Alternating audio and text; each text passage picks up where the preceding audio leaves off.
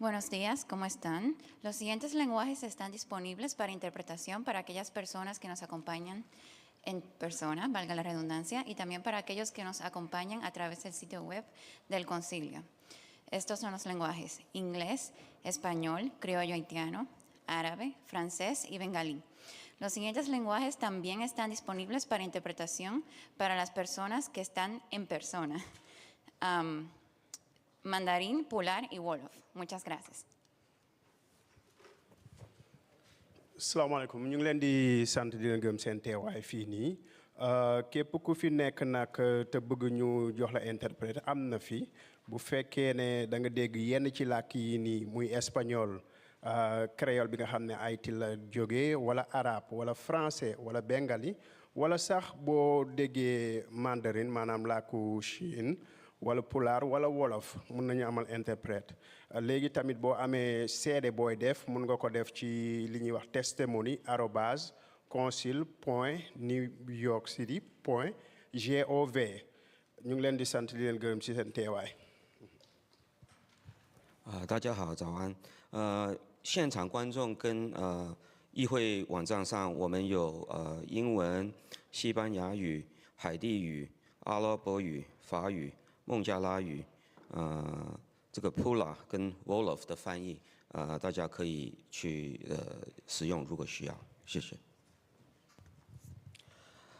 on jarama kala marɗo hannde ko témoigna ɗo hiɗon wawi argol on hiɗon sergent arms en hiɗon mari kadi 72 heures fi argol waɗa témoignage ju mon ɗinka testimony@consul.nyc.gov e kadi ɓe tori kala faalaɗo arde wowla ko war in person kono hara on ɓatake kadi ɓe yimɓe doga haalaji buyno wole ɗo hande ne anglais no waɗi français no waɗi spanish no waɗi arabe no waɗi bangla so kala haala ko faala ɗon wolde olof pular mandarin fof no ɗo so si ɗon faala arde yewtugol ko honno si ɓe noddi on kaɗuma ko yon ar wowlon mi hara on ɓadaki goto e maɓɓe on jarama. Nous avons une liste de langues qui est disponible pour interprétation pour les gens qui là en personne, ensemble avec les gens qui suivent en ligne dans le website Concile. Nous avons anglais, espagnol, créole haïtien, arabique, français avec banga. Gagne l'autre langue qui est disponible tout pour interprétation en personne. Langue ça c'est langue mandarin, pula ensemble avec wolof. Merci.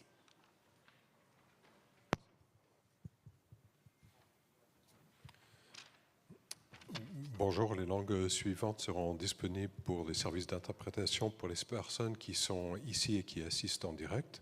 Donc, vous pouvez les trouver sur le site web du Conseil, donc l'anglais, l'espagnol, l'haïtien, créole, l'arabe, le français et le bangla. Les langues suivantes seront aussi disponibles pour les services d'interprétation pour les personnes qui assistent directement, le mandarin, le pular et le wolof. Si vous avez une déclaration écrite ou un témoignage supplémentaire que vous voulez soumettre pour le procès verbal, veuillez fournir une copie de ce témoignage au sergent d'armes qui est ici dans la salle. Si vous avez un témoignage qui se trouve par courrier électronique, vous pouvez l'envoyer à testimony@council.newyorkcity.gov dans les 72 heures après la fin de cette audience. Et les enregistrements audio et vidéo ne seront pas acceptés. Merci. صباح الخير، مرحبا بكم بجلسة استماع مجلس نيويورك للهجرة والرفاهية العامة. في هذا الوقت رجاء إغلاق جميع التليفونات والأجهزة الكهربائية. إذا لديكم شهادة ترغبون بالإدلاء بها يمكن أن ترسلوها عن طريق الإيميل testimony@council.nyc.gov. إذا رغبتم بالإدلاء بشهادتكم الرجاء إملاء قصاصة شهادة الشاهد مع الضابط الموجود في نهاية القاعة. في أي وقت خلال جلسة الاستماع الرجاء عدم التقرب إلى الطاولة إلى المنصة. شكرا لتعاونكم. إذا تحتاجون إلى ترجمة فهي متوفرة للترجمة الفورية اللغات التالية شخصيا لسماع الحضور ولمتابعي الموقع الإلكتروني للمجلس: الإنجليزية، الإسبانية، الكريولية، الهايتية، العربية، الفرنسية والبنغالية. اللغات التالية متاحة أيضا للترجمة الفورية للحاضرين في جلسة الاستماع الشخصية: المندرين والبولار والوولف. بالنسبة لأعضاء اللجنة شخصيا يرجى الحضور إلى الطاولة بمجرد ذكر اسمك. Thank you. شكرا. শুভ সকাল। আজকে এখানে new York city council hearing আসার জন্য স্বাগতম। যে ভাষাগুলো আজকে আমাদের এখানে উপস্থিত আছেন মানুষের জন্য এবং কাউন্সিল ওয়েবসাইটে উপলব্ধ আছে সেগুলো হচ্ছে English, Spanish, Haitian Creole, Arabic, French এবং বাংলা, এবং আরও কিছু ভাষা এখানে উপলব্ধ হবে যেগুলো হচ্ছে ম্যান্ডারিন, ফুলার এবং ওলফ। ধন্যবাদ। Once again, just a reminder, there is no standing photography or video in the balcony. You need to be seated to record up in the balcony. Thank you. Also, take your time and please silence all electronic devices. Any private conversations we ask you to please take outside of the chambers. Chair, we are ready to begin.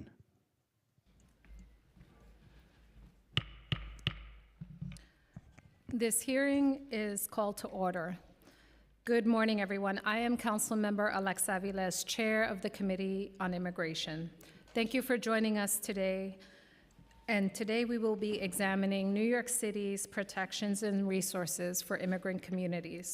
I'd like to thank the representatives from the administration, members of the public, and my council colleagues who have joined us here today, including Councilmember Hudson, Councilmember Brewer, Councilmember Hanif, Councilmember Nurse, Councilmember De La Rosa, and Councilmember Joseph.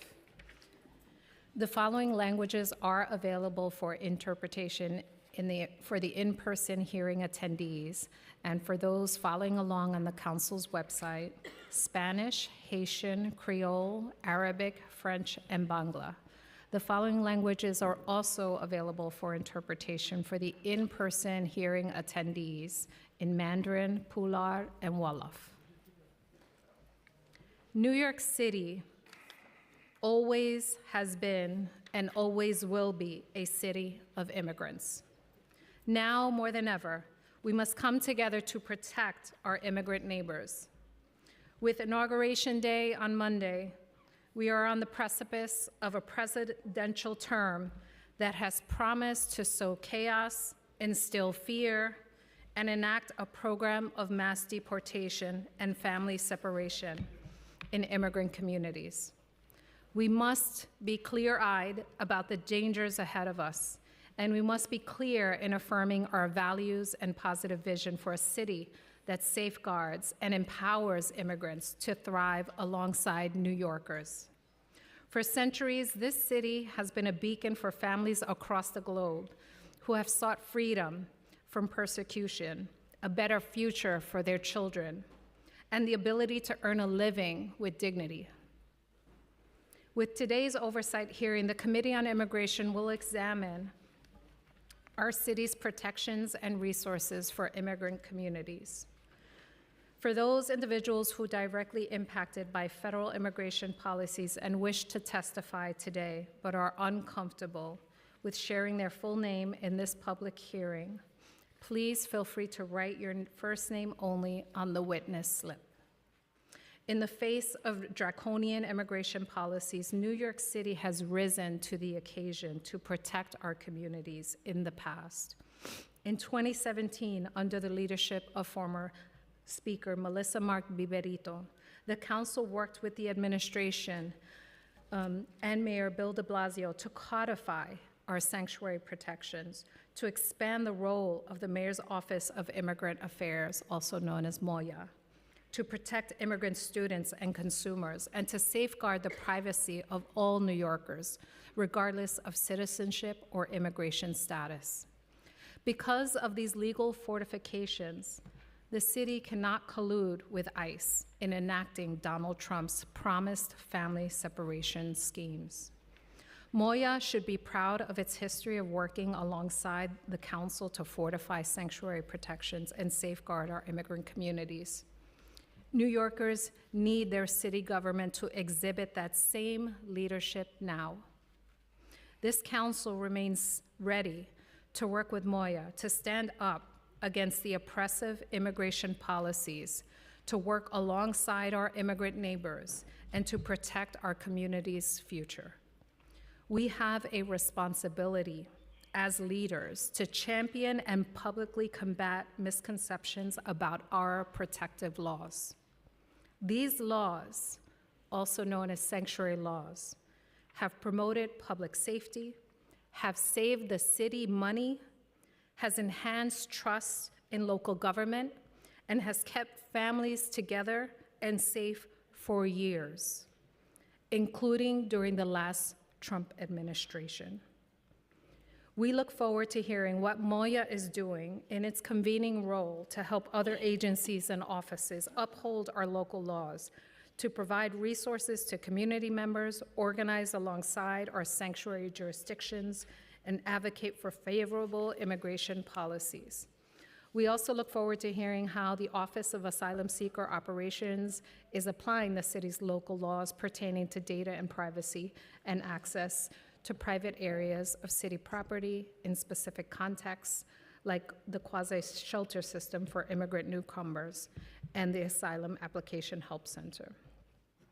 New York City must not, and I repeat, New York City must not, should not be complicit in Donald Trump's deportation dragnet and, quite frankly, xenophobic, extremist, and racist agenda. That is the minimum New Yorkers should require of our city government. But we have done and must continue to do so much more to protect and support our immigrant communities. From funding immigration legal services and know your rights trainings to providing best practice guidance on language access services, the city has a long legacy of ensuring that our immigrants not only survive, but truly thrive. We know employees of Moya and Owasso have dedicated themselves to upholding this tradition. We thank them for their work, and we call on the mayoral administration not to abandon this legacy, of which New Yorkers should be quite proud, but to affirm it, to uphold it to the fullest extent of the law. No rollbacks, no workarounds. We look forward to working with the mayoral administration, again, to affirm not only with words, but with actions, that New York will not be complicit in the president-elect's program to harm our communities, to separate families, and to destroy neighborhoods. Instead, we remain ready to collaborate with the mayoral administration to uphold these protective laws, to fund legal services and know your rights, and to focus on empowering the working people of this city. Lastly, the Committee on Immigration will hear two bills that I'm proud to be a co-sponsor of. The first is pre-considered resolution sponsored by Councilmember Shahana Hanif that calls on the New York State Legislature to pass and the governor to sign New York for All Act, which would prohibit and regulate the discovery and disclosure of immigration status by New York State and local government entities.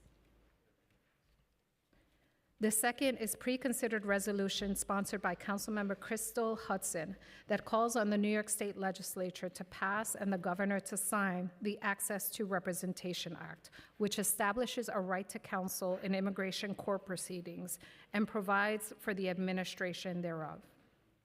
The Committee on Immigration passed different versions of these resolutions in 2022 and 2023, respectively, and our renewed consideration of these bills underscores the urgency of passing the same state-level legislation this session. I'm grateful to Council Members Hanif and Hudson for introducing their bills and focusing relentlessly on safety and justice for immigrant New Yorkers and all New Yorkers. I would like to thank all the committee staff for their work on this hearing, including Nicole Cata, Legislative Counsel, Rebecca Barilla, Policy Analyst, Carolina Gill, Principal Financial Analyst, Florentine Cabor, Finance Unit Head, and finally, I must thank my staff, Chief of Staff Edward Cerna, Deputy Chief of Staff Christina Botego, Communications Director Winnie Marianne, and Legislative Fellow Kate Byrne, and everyone who works in the background to make this hearing run smoothly. I will now turn it over to the Public Advocate Jumani Williams for his remarks. Thank you very much, Madam Chair. As mentioned, my name is Shimani Williams, Public Advocate for the City of New York. Thank you, Chair Velez and members of the Committee on Immigration for holding this hearing and for allowing me to share my statement.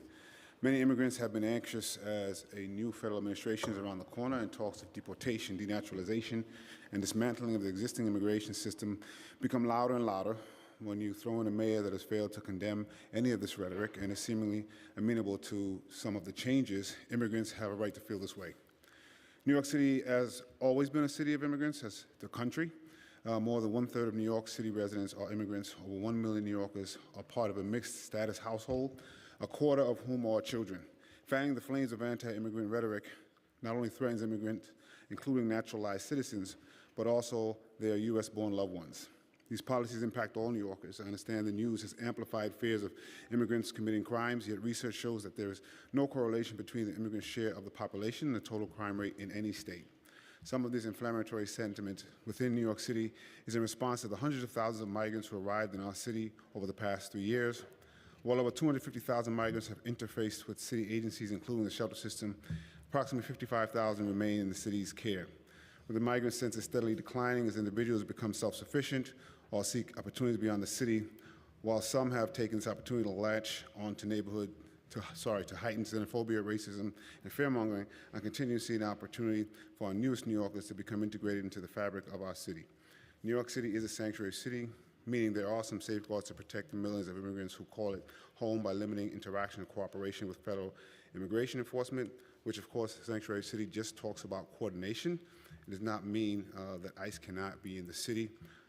ICE, Immigration and Customs Enforcement, still holds the power to arrest anyone that's suspected of being undocumented.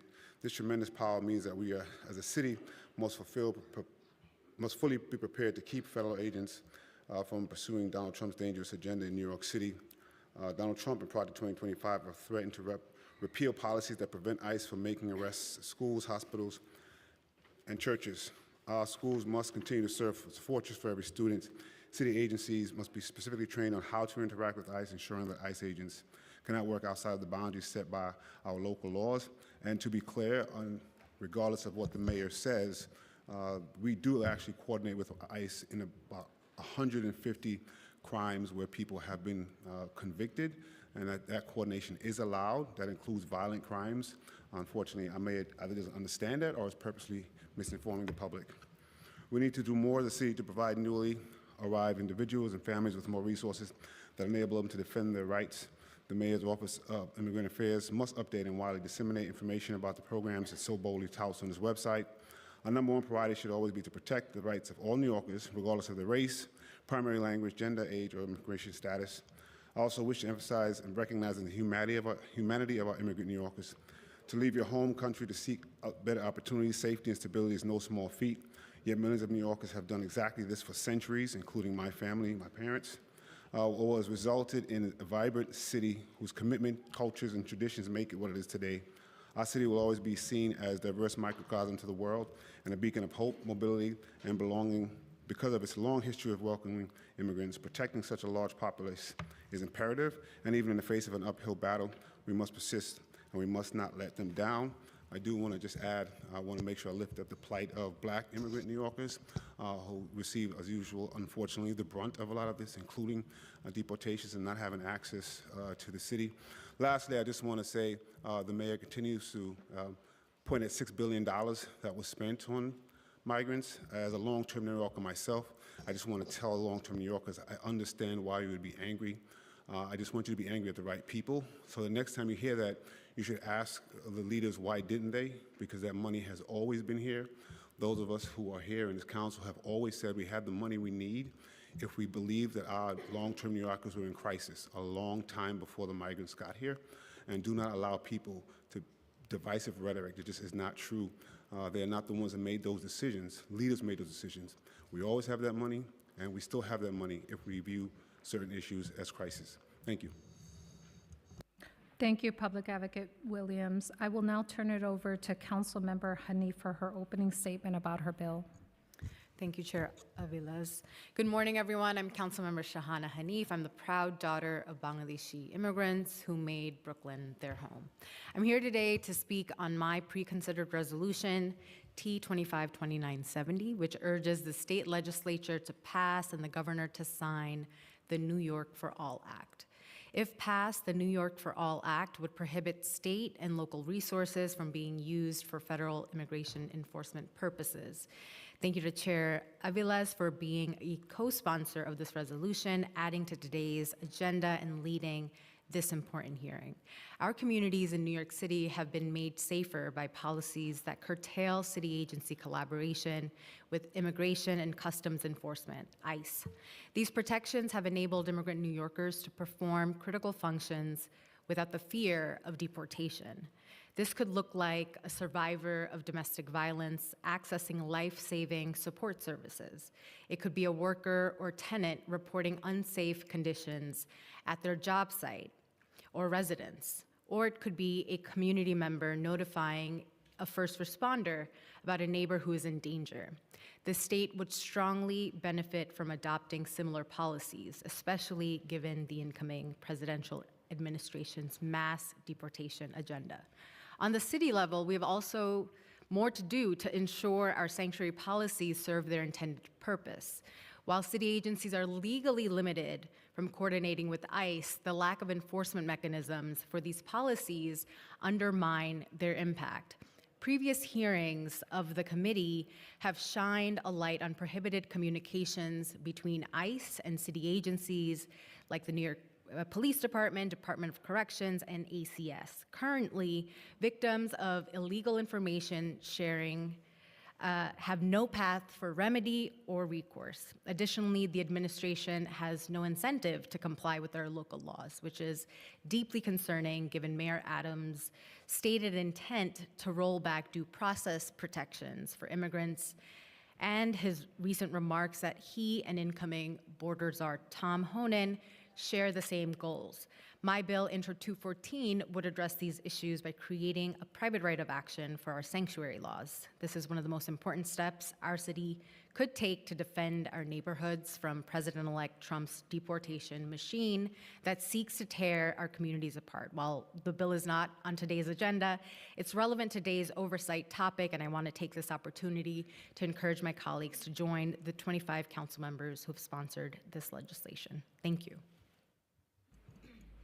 Thank you, Councilmember Hanif. And now I will turn it over to Councilmember Hudson for her opening statement about her bill.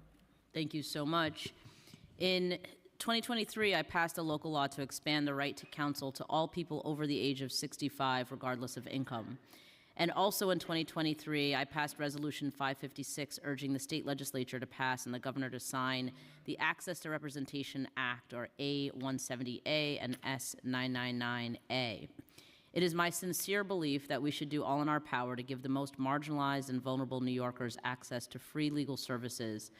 And as a city, we have rejected the idea that immigrants facing deportation or detention should be denied civil and legal protections. And now, more than ever, we need the state to pass this vital legislation to show that it, too, stands with immigrant communities across New York. We've witnessed a disturbing rise in xenophobia across the nation, and in just a few days, we will see the start of a presidential administration that ran on a platform of dehumanizing immigrants, one that has promised to strip even more rights from an already vulnerable population. But in New York, we know the truth. Without immigrants, the city would simply not run. That's why, alongside Chair Aviles, I'm introducing another resolution urging our state legislators to pass A170A and S999A. The Access to Representation Act guarantees the right to legal representation regardless of citizenship status, and it is crucial to protecting all New Yorkers from the threats that endanger their safety and fundamental rights. Thank you. Thank you, Councilmember Hudson. I will now turn it over to the committee counsel to administer the oath before we hear from the mayoral administration. Thank you, Chair Aviles. We will now hear testimony from the administration. We will hear from Commissioner Castro, Lorena Lucero, Rebecca Engel, Enrique Tavira Cantu, Molly Schaefer, and Kelly Izike Zea. Before we begin, I will administer the affirmation. Panelists, please raise your right hand. Do you affirm to tell the truth, the whole truth, and nothing but the truth before this committee and to respond honestly to council member questions? I do. Thank you. You may begin when ready. Thank you, Chair Aviles and members of the Committee on Immigration for the opportunity to testify today. Thank you, Public Advocate Jimani Williams, for joining us today. My name is Manuel Castro. I am the Commissioner of the Mayor's Office of Immigrant Affairs, or MOIA. I am here today with Molly Schaefer, Executive Director of the Office of Asylum Seeker Operations, or OASO, Kelly Isike Sea, Director of Immigration Policy at OASO, and my colleagues at MOIA, Enrique Chavira Cantu, Senior Policy Advisor for Federal Immigration, Lorena Lucero, Chief Policy Advisor, and Rebecca Engel, Director of Policy, Legislative Affairs, and Research. As you may know, the work that I do at MOIA is incredibly personal and important to me. I came to this country as a child, crossed the border with my mother, and grew up as a dreamer in New York City. I know firsthand the anxieties and the fears and the challenges that many of our fellow immigrant New Yorkers may be experiencing in this moment. I clearly remember the uncertainty that my family and I lived every day, not knowing if one day I would be separated from my family and never see them again. These experiences shaped me, forming my lifelong commitment to advocating for immigrant communities.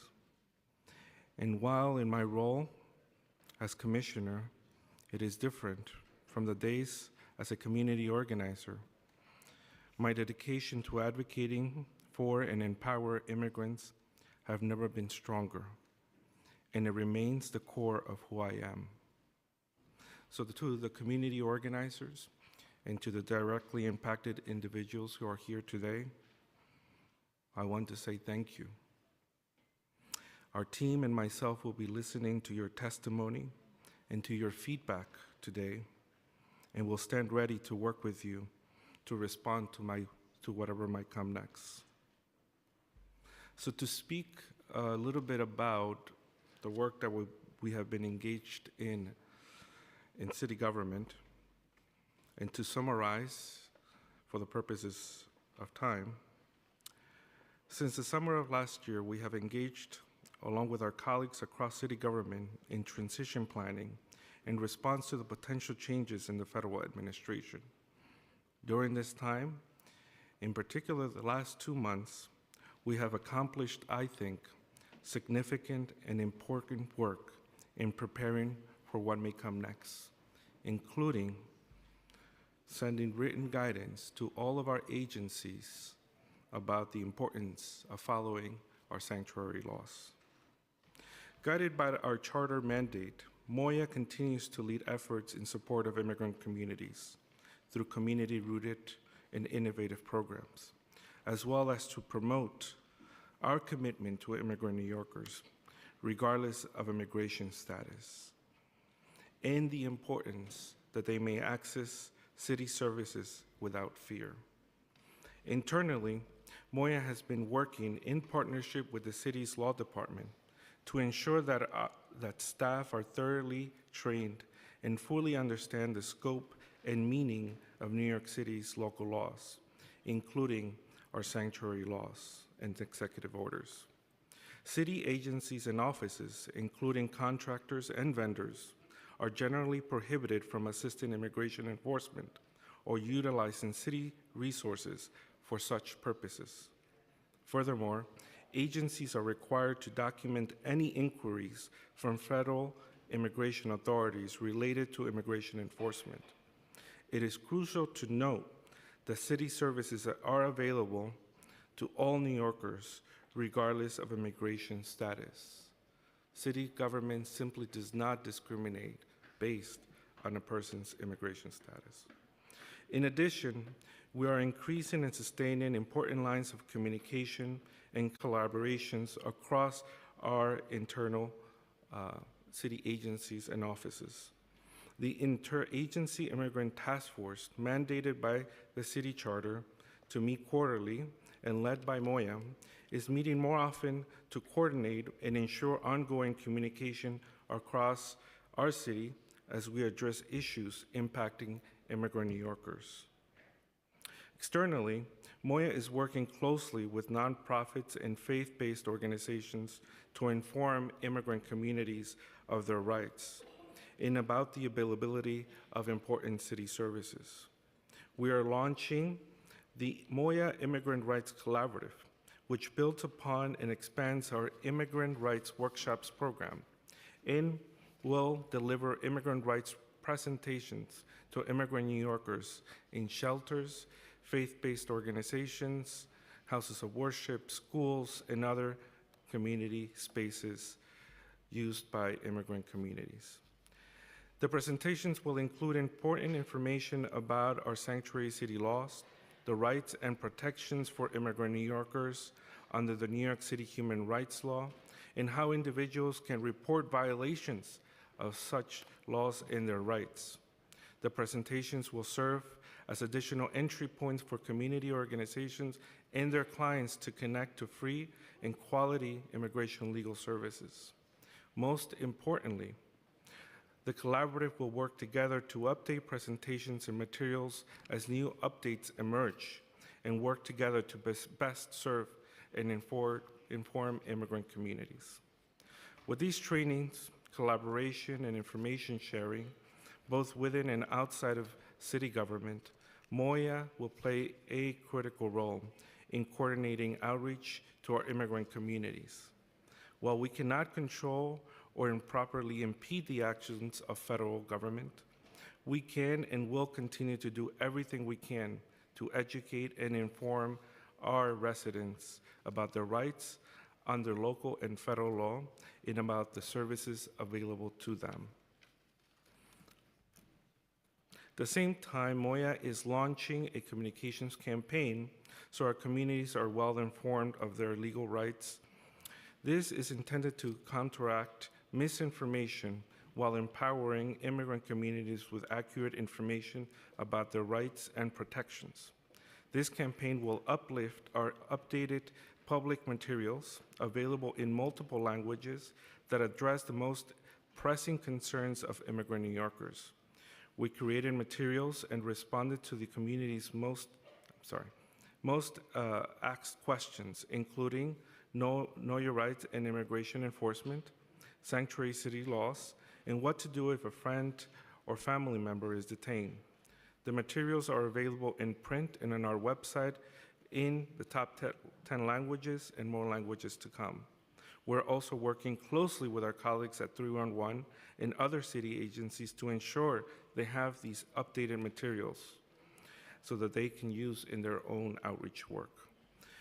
With these efforts, both within and outside, in terms of legal services, we are also glad to report back to be on track to launching our Moya's Immigration Legal Support Centers initiative this summer.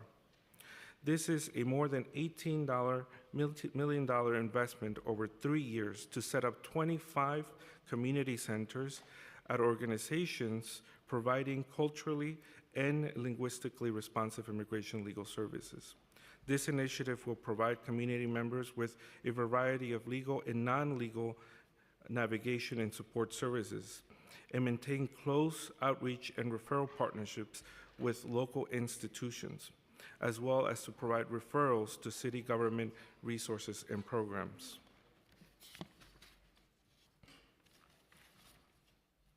So while we have made much progress during this time, we recognize that there is still much to do.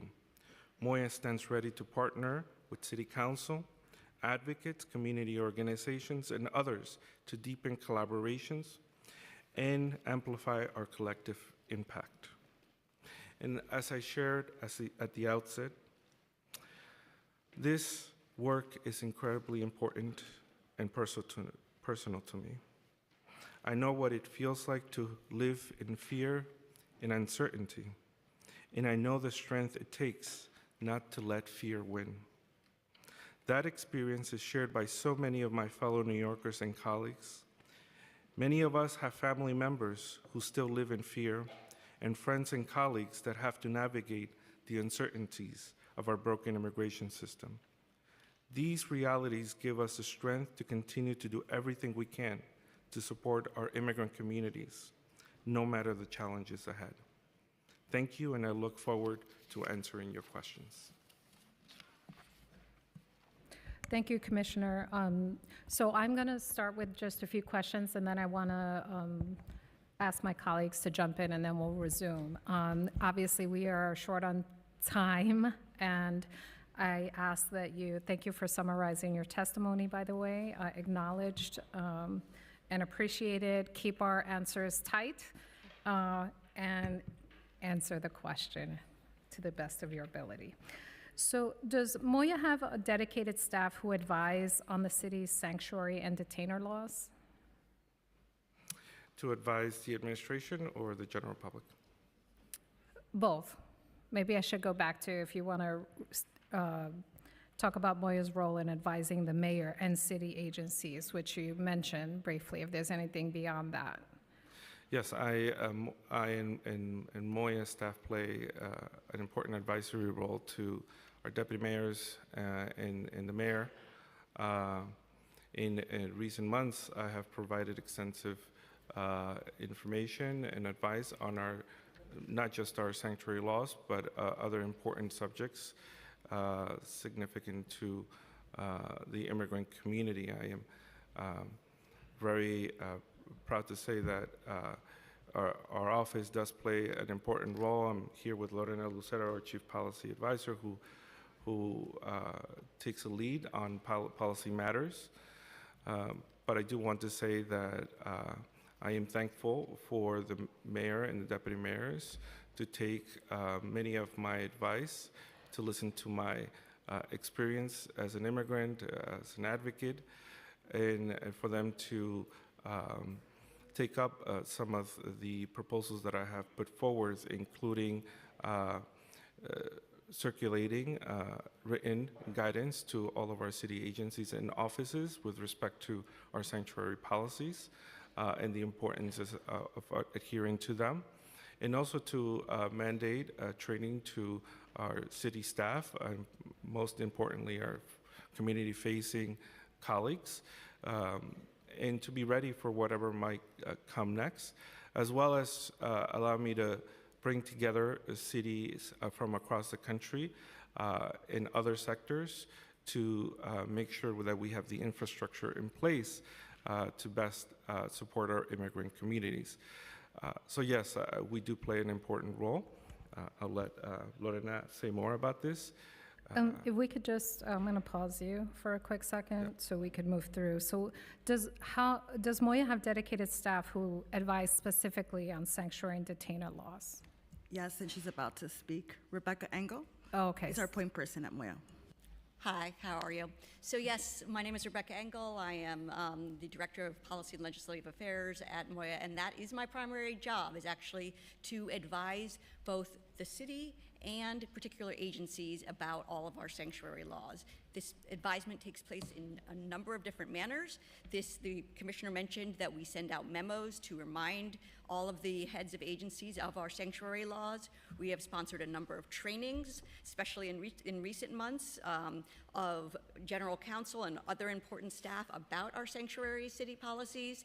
And in fact, when it comes to enforcement, we go above and beyond what we need to do under some of these laws. Just as one quick example, I will give you under Local Law 228, our primary sanctuary law, we are only really supposed to be reporting on what agencies report to us. How many requests have they received from from federal law enforcement, and whether they have responded.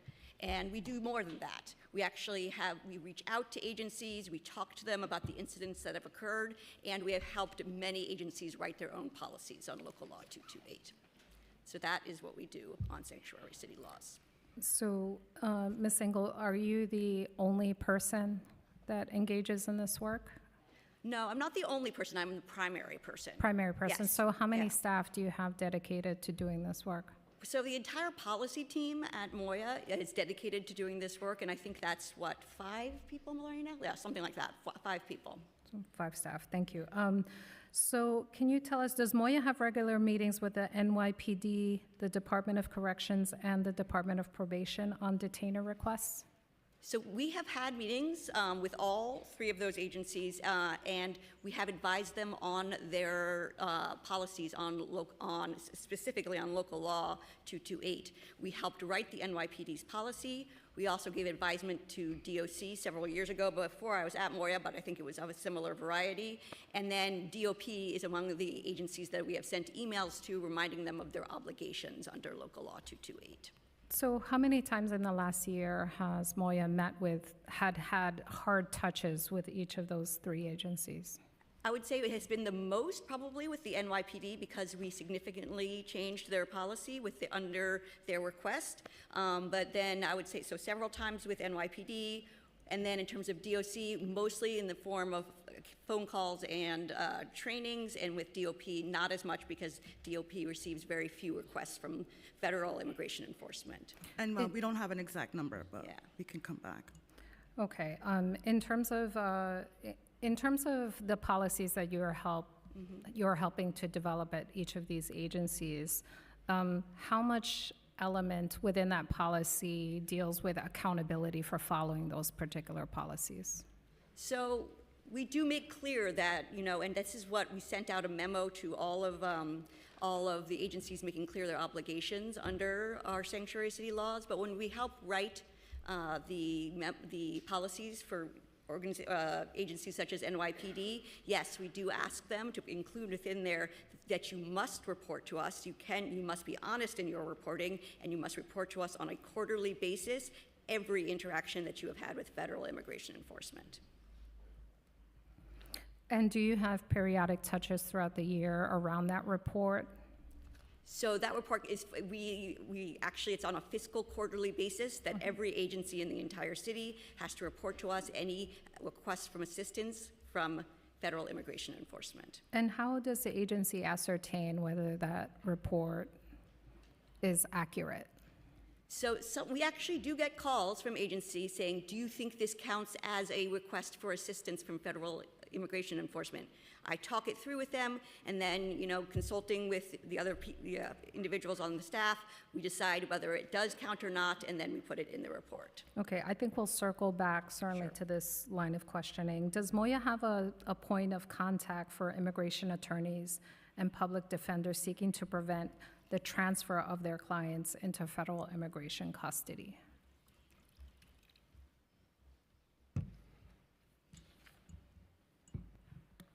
I'm going to say that no, not at this moment.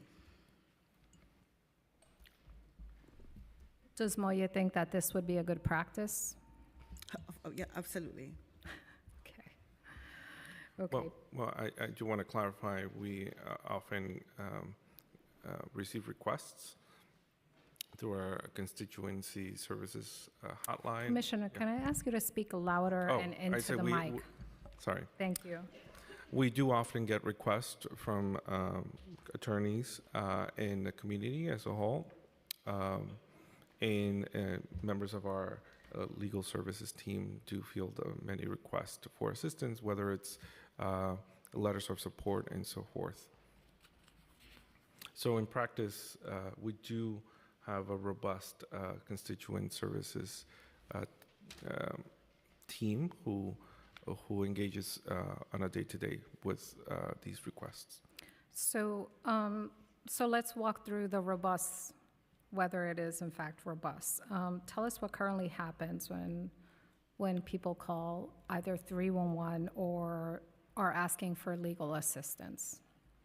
So as you know, much of our work at Moya happens through our contracted nonprofit providers. If someone does call 311, they will be referred to one of our contracted nonprofit providers or to the General Moya hotline or to the Moya Immigration and Legal Services hotline, where they will be assisted with their particular questions and requests. We have an external affairs team that both does the direct outreach and also the constituent services work that also is there to respond to any questions that may arise. Again, you know, as I shared in my testimony, we are in the process of establishing immigration legal support centers in immigrant communities so people have access to these services directly where they live. The existing legal services program has a hotline that people will receive information and referrals to providers, and there they will receive the assistance that they may be looking for. What kind of assistance? It sounds like it's mostly referrals. Is there actually any like substantive assistance that is offered to people? Yes, we provide significant immigration legal service assistance, and we do this through our contracted nonprofit providers. So we outsource this work to. So you're referring. Is primarily a referral. It is, you're not providing the legal, you're not taking the case at Moya and providing the direct legal services. It is purely referral based to the providers that you contract with. Yes, we do have a number of different legal services programs throughout the city. Those that we manage, we do not do in-house. We outsource and contract out to our legal service providers. Okay, and so both hotlines are primarily referral is what you're doing. When people call with an issue, you're referring them to the agencies that you contract with. Yes, I mean, it's important to sort of help people navigate and clarify their questions, and then we refer them to the appropriate agency or partner. Okay. In terms of, I think we'll definitely circle back on this. In terms of local law 186 of 2017, Moya is supposed to regularly convene with the interagency task force, which you noted. Can you describe how many times the task force has met since Mayor Adams took office? Yes, and I would add, this is something that Rebecca also takes a lead. Rebecca has quite wide experience working on these issues, including issues on to do with our sanctuary policies, both in the nonprofit and government space. So I'll let Rebecca talk a little bit more about this, but just to uplift the work of the policy team further, you know, many of them come from the nonprofit and advocacy world as well, and so they can weigh in on how we engage with our interagency task force to do this work. And I'll jump in first, Rebecca. We don't have the full number of the last 3 years, but we have the numbers since March of 2024, which is when Rebecca started our office. Since March 2024, we've met 6 times, and we are now meeting monthly. And that's sort of a habit that we got into at the end of the last year, given some of the changes that we were predicting were forthcoming. And are all the task force members participating?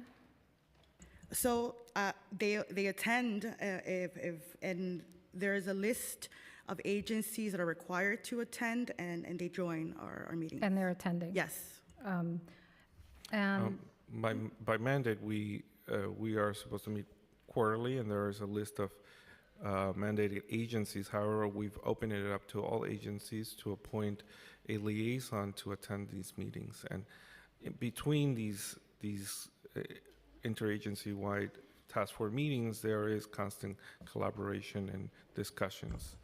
Are the representations from the city agencies decision-making, senior level members? Can you repeat that? Are the required agencies that are participating in the task force, are they senior level decision makers of the agencies? I don't have their titles at the ready, but I don't know, Rebecca, if you have. But I'll add, and as you answer, Rebecca, that we also did a targeted effort to bring in folks who focus on immigrant issues. We thought that was important too, but Rebecca, if you want to chime in regards to decision makers also join the meetings. Certainly, and thank you, Chair. And again, it's a mix. We have a lot of attendees at this task force, and I would say it is a mix of both senior level, mid-level, and lower level, because we want to try to bring in as many city employees as possible together to coordinate, to try to think about a response to the upcoming administration in particular. That's the number one issue we've been dealing with. And in terms of what recommendations have come out of this task force, and have any been implemented? So the recommendations have been, I'd have to actually go back and look at our synopsis of each task force to know, but I know that the recommendations have generally been to communicate more effectively and to actually try to collaborate on projects more efficiently. I guess I'd like to hear more specifically, because that is incredibly broad. Yeah, so closer to when we started meeting more regularly, one of the bigger issues was responding to the results of the federal election. We did discuss different things we were hearing and concerns that each agency had that informed other work that we were doing with City Hall. Out of that, we have since collaborated with the Department of Health and Mental Hygiene, the Department of Health and Department of Social Services to put out a resource on public charge. And we've also consulted them for additional resources, so front-facing community resources on knowing your rights with ICE, what to do if somebody's detained, and the New York City sanctuary laws. Thank you. Specifics are super important. I'm going to take a quick pause here and turn it over to Public Advocate Williams for your, no? Okay. Thank you very much, Madam Chair. Thank you again, Commissioner. First, just thank you for the work that you're doing, your staff. I know this has been difficult. I also want to just give a shout out to Deputy Mayor Ann William Isom, who's had a difficult job and is doing the best she can as well. I do have some questions specifically about the mayor. So I know that puts you in a difficult situation, but I am concerned about what you talked about, the misinformation. I think a lot of it is coming from him.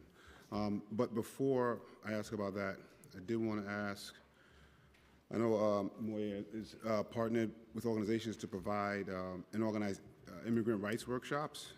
Will the office be expanding and doubling down on those? And will the agency be able to train other city agencies in that regard? Our Know Your Rights workshops, yes.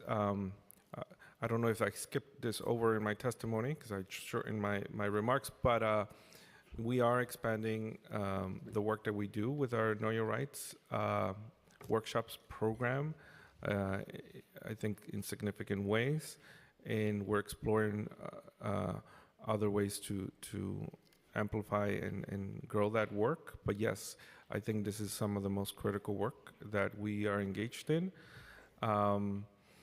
to make sure that people are empowered with appropriate information about their rights and what to do in the event that they are confronted with federal immigration authorities. So I just want to know if how much RFP is going, to, if at all, and are we training other agencies? I see you're watching the Time Public Advocate, so I'm going to try to quick run through this, but we expanded our current program that we have, which is called the Immigrant Rights Workshop. Through those providers, which were 17, we expanded it to create the Immigrant Rights Collaborative. It's 12 providers who are going to be providing trainings from January until June 30th. There's going to be 240 additional presentations that are going to be given. The biggest difference here is that we are indicating where these trainings will happen and prioritizing shelters, faith-based institutions, schools, and libraries. And that's some of the work that we're doing with the Immigrant Rights Collaborative. Okay. I also want to flag, in case I'm on time, the one space that I would push a lot on is particularly with black immigrants from African countries, from Haiti. Their language access is really bad, and there are groups that you can partner with to assist. But now, and just in terms of misinformation, I just want to understand, is Moya and you, Commissioner, the ones that brief the mayor directly on how Sanctuary City works, what our protections actually are? Is that Moya that's doing that? Well, we partner and work closely with the city's law department, and I would say that they are the main entity that briefs and informs the mayor on all our local laws, including sanctuary laws. I certainly do speak with the mayor and deputy mayors about sanctuary laws and because he seems woefully ignorant of what they actually are. And so I'm concerned of where he's getting the information, or at least are we pushing back? And so our asylum seekers and folks who are here, many of them, one, are here illegally. They do have constitutional protections. He is not the only one that has constitutional protections. And we also already, as I mentioned, coordinate with ICE in about 150 violent crimes and felonies. So is the mayor aware of that? yes, the administration clarified that, undocumented individuals do in fact have constitutional rights, and yes, our sanctuary laws in place do allow coordination with ICE through what is known as the criminal carve-out. And so was he aware of that before he made the statements, or did we correct it after he made the statements? I can't speak to what he was aware of or not, but we do have constant conversations about these issues. And is he aware that that information is not only divisive, but can cause harm to New Yorkers who are here? Again, I really can't speak to what he's aware or not, but we do have these conversations internally, and we look to clarify anything that might confuse people. In terms of the $6 billion, you may not be able to answer this, but again, a part of the divisiveness is pretending that somehow, if the migrants weren't here, that $6 billion would have been spent on long-term New Yorkers. And I know that to be true because they didn't do it before. And we have always had that money. So is that any kind of dialogue that you have had trying to get the mayor not to mention these divisive, frankly, lies and or misinformation that will harm people, and to not make gestures that he is going to support what Donald Trump is trying to put in place in terms of preparing a mass deportation apparatus in New York City? So, with respect to the what we've spent so far in responding to newly arrived immigrants, a lot of our advocacy has been focused on making sure that we are getting the appropriate support from the federal government, and a lot of advocacy has gone into that, and part of the reason we continue to uplift that is so that I think everyone's aware that, that we have received very limited support from the federal government with that respect. All right, thank you. And I agree, so I want to make sure two things can be true at the same time. I think we were failed a lot by Washington, to be honest, and also by Albany. I think the governor could have done more. Those things didn't happen. And also, we did not have to spread misinformation.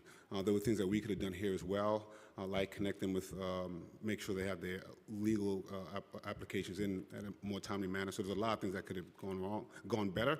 That doesn't mean we have to spread misinformation and use the righteous anger, because long-term New Yorkers have a right to be angry about what they did not get. I am angry. But steering that anger away from leaders who made that decision to people who had nothing to do with it is very, very dangerous. And my message is hopefully that the mayor will stop. As a mayor, you have to meet with whomever is the president. I get that. But you also have a duty to protect all New Yorkers who are here. Multiple things can be true at the same time. People are very worried about what's to come up in a couple of days. And I'll end with what I've been saying, and I have to give Comptroller Lander his credit. He's the one to put me on to this saying that they're doing in Brazil, which is no one let go of anyone's hands. And I'm really hoping we can hold on to that to get through what might be coming in the future. Thank you. Thank you, Public Advocate. Councilmember Nurse.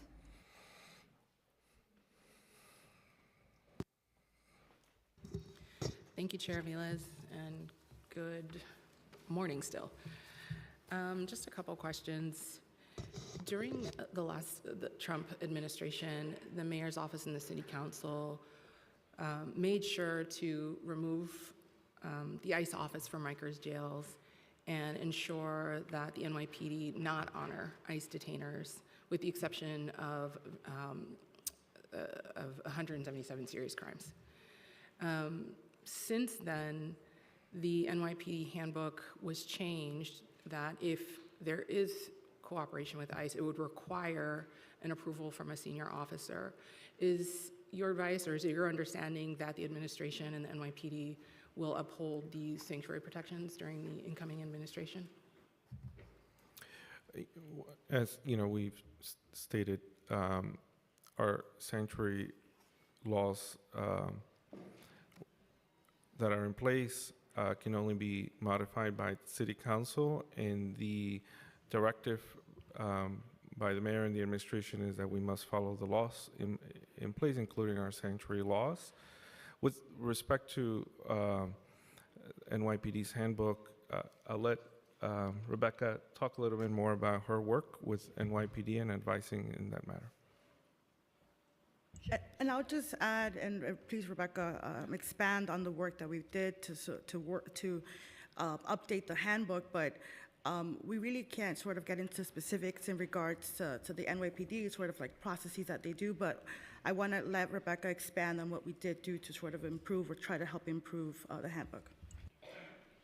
So yes, we did work with NYPD over a series of months this past summer about updating their handbook. I do remember that footnote that you are referring to, and that is accurate, that they, in those situations, should consult with General Counsel. Whether that is going to change in the upcoming administration, I cannot speculate. I can only say that NYPD has been very vigilant so far, actually, in their reporting and in the writing of their policies, and has not broken any detainer laws in my tenure at all. Okay, and just for the record, would you remind us all what those specific types of instances would be where they would require or they would get approval from a supervising officer? Yeah, that's where we can't answer it because we're not in the NYPD. I don't imagine we walk through we wouldn't be able to answer that. We would have to defer to the NYPD. Okay, I mean, it seems like this is something that the entire administration, at least at this office, should be prepared to answer coming in so that we have that and that you're able to effectively communicate that across the board to different agencies. Another question we have is, does the administration believe that the NYPD can make arrests solely for civil immigration enforcement purposes without a judicial warrant? The NYPD can make an arrest for an immigration for violation? A civil immigration enforcement purpose. Absolutely. Without a judicial warrant. Okay, Absolutely. thank you. Yeah. And then lastly, has Moya taken into consideration looking at the street vendors and how those populations might be impacted by the change in federal administration? Yes, I don't know, Rebecca, did you have a chance to answer that? Just to clarify, NYPD does not enforce civil immigration laws. With respect to street vendors and others, certainly we are worried about the impact on their lives with what has been outlined. We are following very closely proposals and commentary on immigration enforcement, and we take those very seriously. As I said, there's still a lot to be determined, and we'll learn more in the coming weeks about how that will be operationalized. And we are in particularly thinking through the most vulnerable populations, including street vendors and others who may be particularly exposed. Enrique, did you want to add to that? Yeah, I would just add that we did have that earlier last year, we did begin touch points specifically related to vendors in the subways. And it is an ongoing conversation that we have with the Deputy Mayor's team, the Deputy Mayor of Health and Human Services. Okay, have you provided any recommendations or guidance to them yet? It is an ongoing conversation. Okay. Okay, Chair, I will turn it back over. Thank you, Councilmember Nurse. In terms of, has the Department of Corrections reached out to Moya for guidance on, and interpretation on the detainer laws? I know you mentioned definitely touch points. Have you specifically had conversations and offered guidance to DOC? No, I have not. In the Has, last year. so we understand that Department of Corrections has their own interpretation of the law. What has Moya done to ensure that they are not following an interpretation that does not actually uphold the law? So DOC actually reports to us on a monthly basis everything that is required under local law 228. And so it is an extensive report that talks about, you know, how many detainers and who was actually held and for what reason. And I follow that report very closely and then of course report on it. And they have not in my time here have ever violated any of our detainer laws or our sanctuary city laws. And I'll add, Chair, that I know we've been mentioning this a lot, but in regards to trainings, we are scheduling meetings with the DOC, DOP, and the NYPD in regards to some of the guidance that was put out connected to our sanctuary laws. Can you, for the record, summarize what that guidance is? Well, I can't go into details on the substance, but I can, because it is privileged, but I will just generally walk you through some of the issues that we are discussing. And I know that you mentioned guidance, and I'm interpreting this as training, so I'm just gonna tell you there. There are three broad issues that we touch base, and are all related to local laws. So protecting the protection of confidential information, access to city property, and the limited cooperation that we have with immigration enforcement. So in February 2023, this committee held an oversight hearing examining city detainer laws. Moya had testified before this council at the hearing that during which the results of a FOIL filed by the Immigration Defense Project and the Black Alliance for Just Immigration were shared out, showing without a doubt that the Department of Correction has been violating the city's detainer laws and actively taking steps to facilitate detention by ICE. The FOIL results also demonstrated a culture of collusion with ICE, an email signed by DOC with the hashtag "Send them all back." We know these practices continue from speaking with advocates on the ground. What steps is Moya taking more specifically and more affirmatively with this administration to investigate the ongoing practices at DOC that flout our laws?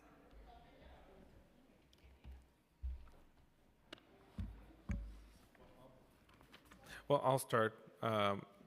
At the time, I may have said that, yes, that in fact was very concerning to me, and that I didn't want to weigh in on any on this matter, to not get in the way of any legal issues that may be occurring. And so, but just to say that this is why it was important for us to send written guidance about the importance of our sanctuary laws to all of our city agencies and offices, to underscore the importance of adhering to our local laws, and to reach out to Moya and the law department for additional guidance and questions that people might have. You may have also read about our training to general counsel across city agencies and offices, where again, we discuss the importance of our sanctuary laws. And the expectation is for every agency and office to tailor their training and to align closely with the laws in place for their staff. And this will be important for the coming federal administration. Excuse me. So it's our understanding that Moya has never taken a meeting with advocates who shared these FOIL results and have asked for meetings to discuss. Is this accurate? I can't answer because I just don't remember, but we're happy to meet with them. I'm happy to meet with anybody.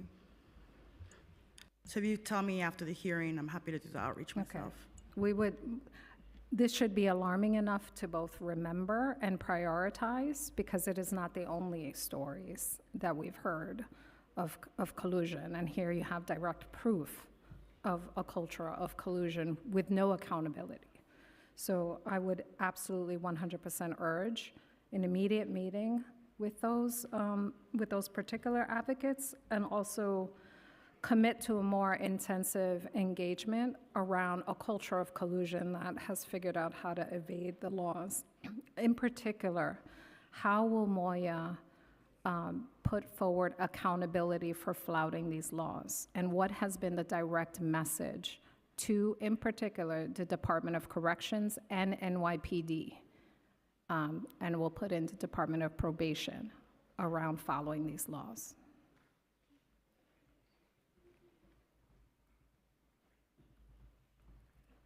No specific accountability directives.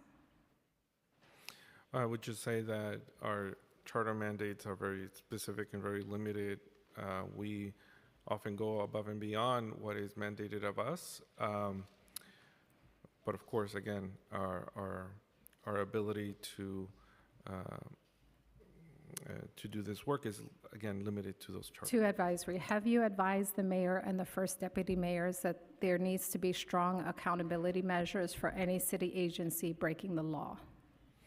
So again, part of our advisory I think it's a role yes. I think it's a yes or no question. Have you advised the mayor and the first deputy mayors around the need for very specific accountability measures in the policies of each of these agencies?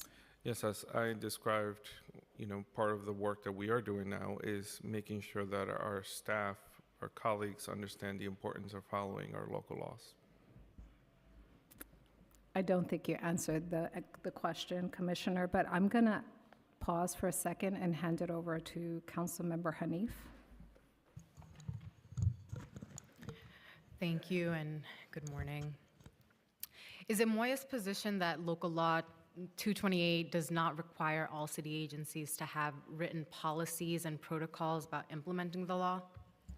So we actually have now started in our trainings, especially of general counsel, we have said you absolutely must have a policy. If you do not have a policy, and many agencies probably do not, those that do not interact with ICE on a normal basis, even they should have a policy, we have said. And so I have had numerous meetings in the last month or two in which I have gone over policies that have that they have. And you're reviewing. And I'm you reviewing provide them guidance. and making sure they are accurate and they are correct. And are city employees trained on their obligation to not use resources for immigration enforcement? Is there a single citywide training, or is it done at the agency or department level? I can start that. A series of trainings have been rolled out. We, with close coordination with the law department and their support, have trained general counsels from across the city. So not yet city employees. However, in that meeting, in addition to that, we're also targeting a subset of agencies that we know have a high probability of interacting with immigrant New Yorkers. That subset will be training their staff. You said subset? Which are those agencies? Happy to give you some of the agencies. It's going to include the Department of the Aging, OASO, ACS, Department of Social Services, Department of Health and Mental Hygiene, Department of Homeless Services, HPD, Mayor's Office of Housing Recovery Operation, Human Resources Administration, Emergency Management, Department of Youth and Community Development, and Health and Hospitals. Thank you for that. And so you're saying that a subset of agencies will receive training, but does that include all of the employees in these agencies? It's going to include employees who are particularly our frontline employees who interact with immigrant communities. And So why are you frontline. leaving out the others? Well, it's a lot, there's lots of agencies, and we're sort of triaging to prioritize those that we know high volume touch points with immigrant New Yorkers. And when's the most recent set of trainings going to take place? Oh, we've been a busy office.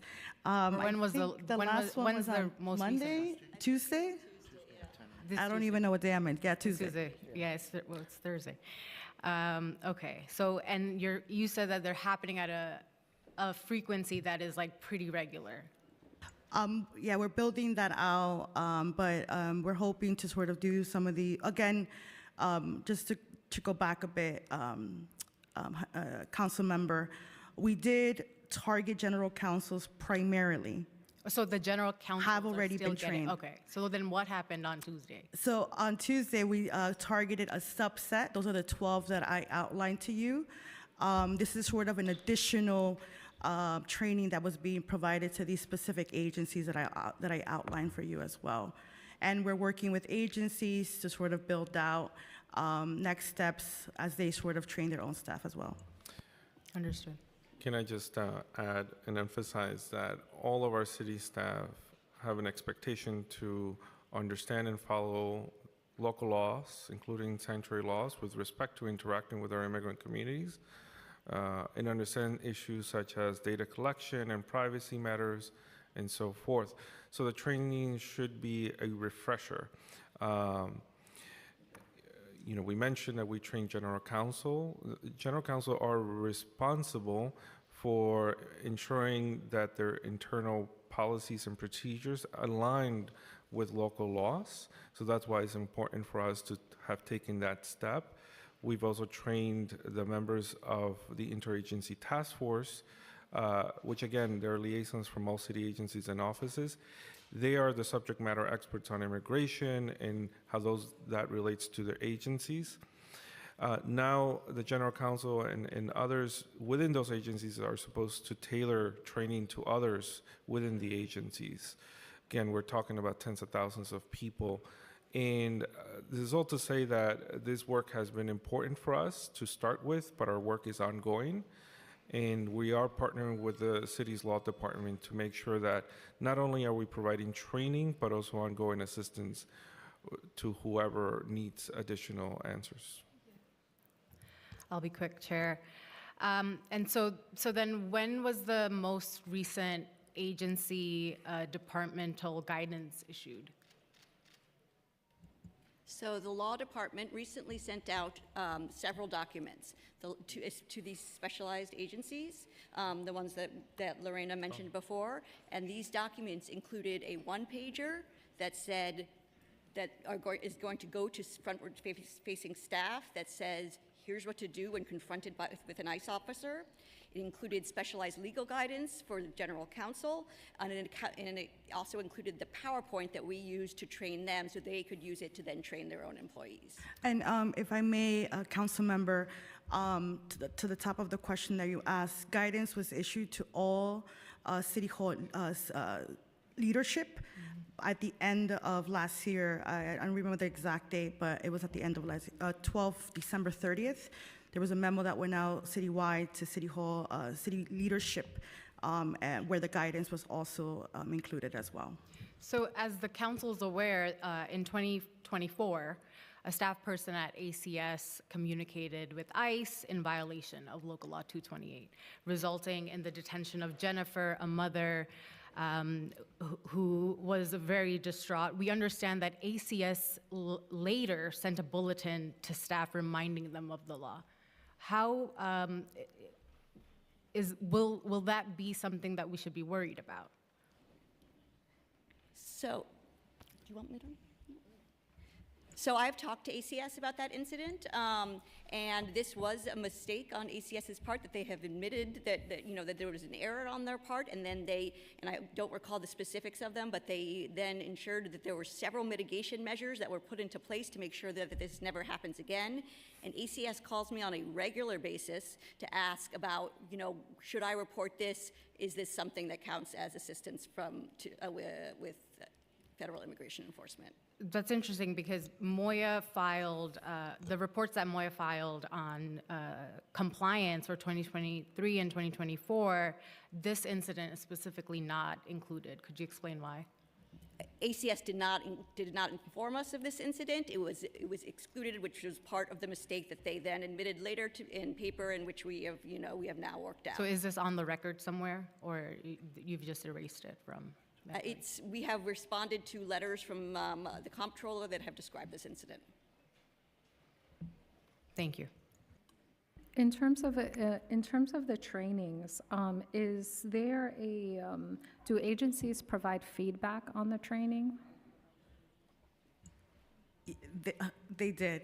And what kind of feedback have they offered? I can't get into that because the substance of what was discussed is privileged and confidential. Okay, I think what we are prodding for is obviously feedback and how that is incorporated and understanding to make sure that we are fully responding to the feedback. In terms of the guidance that is provided, obviously this is a train-the-trainer model. Are you setting expectations around how agencies are going to be rolling this out and by when?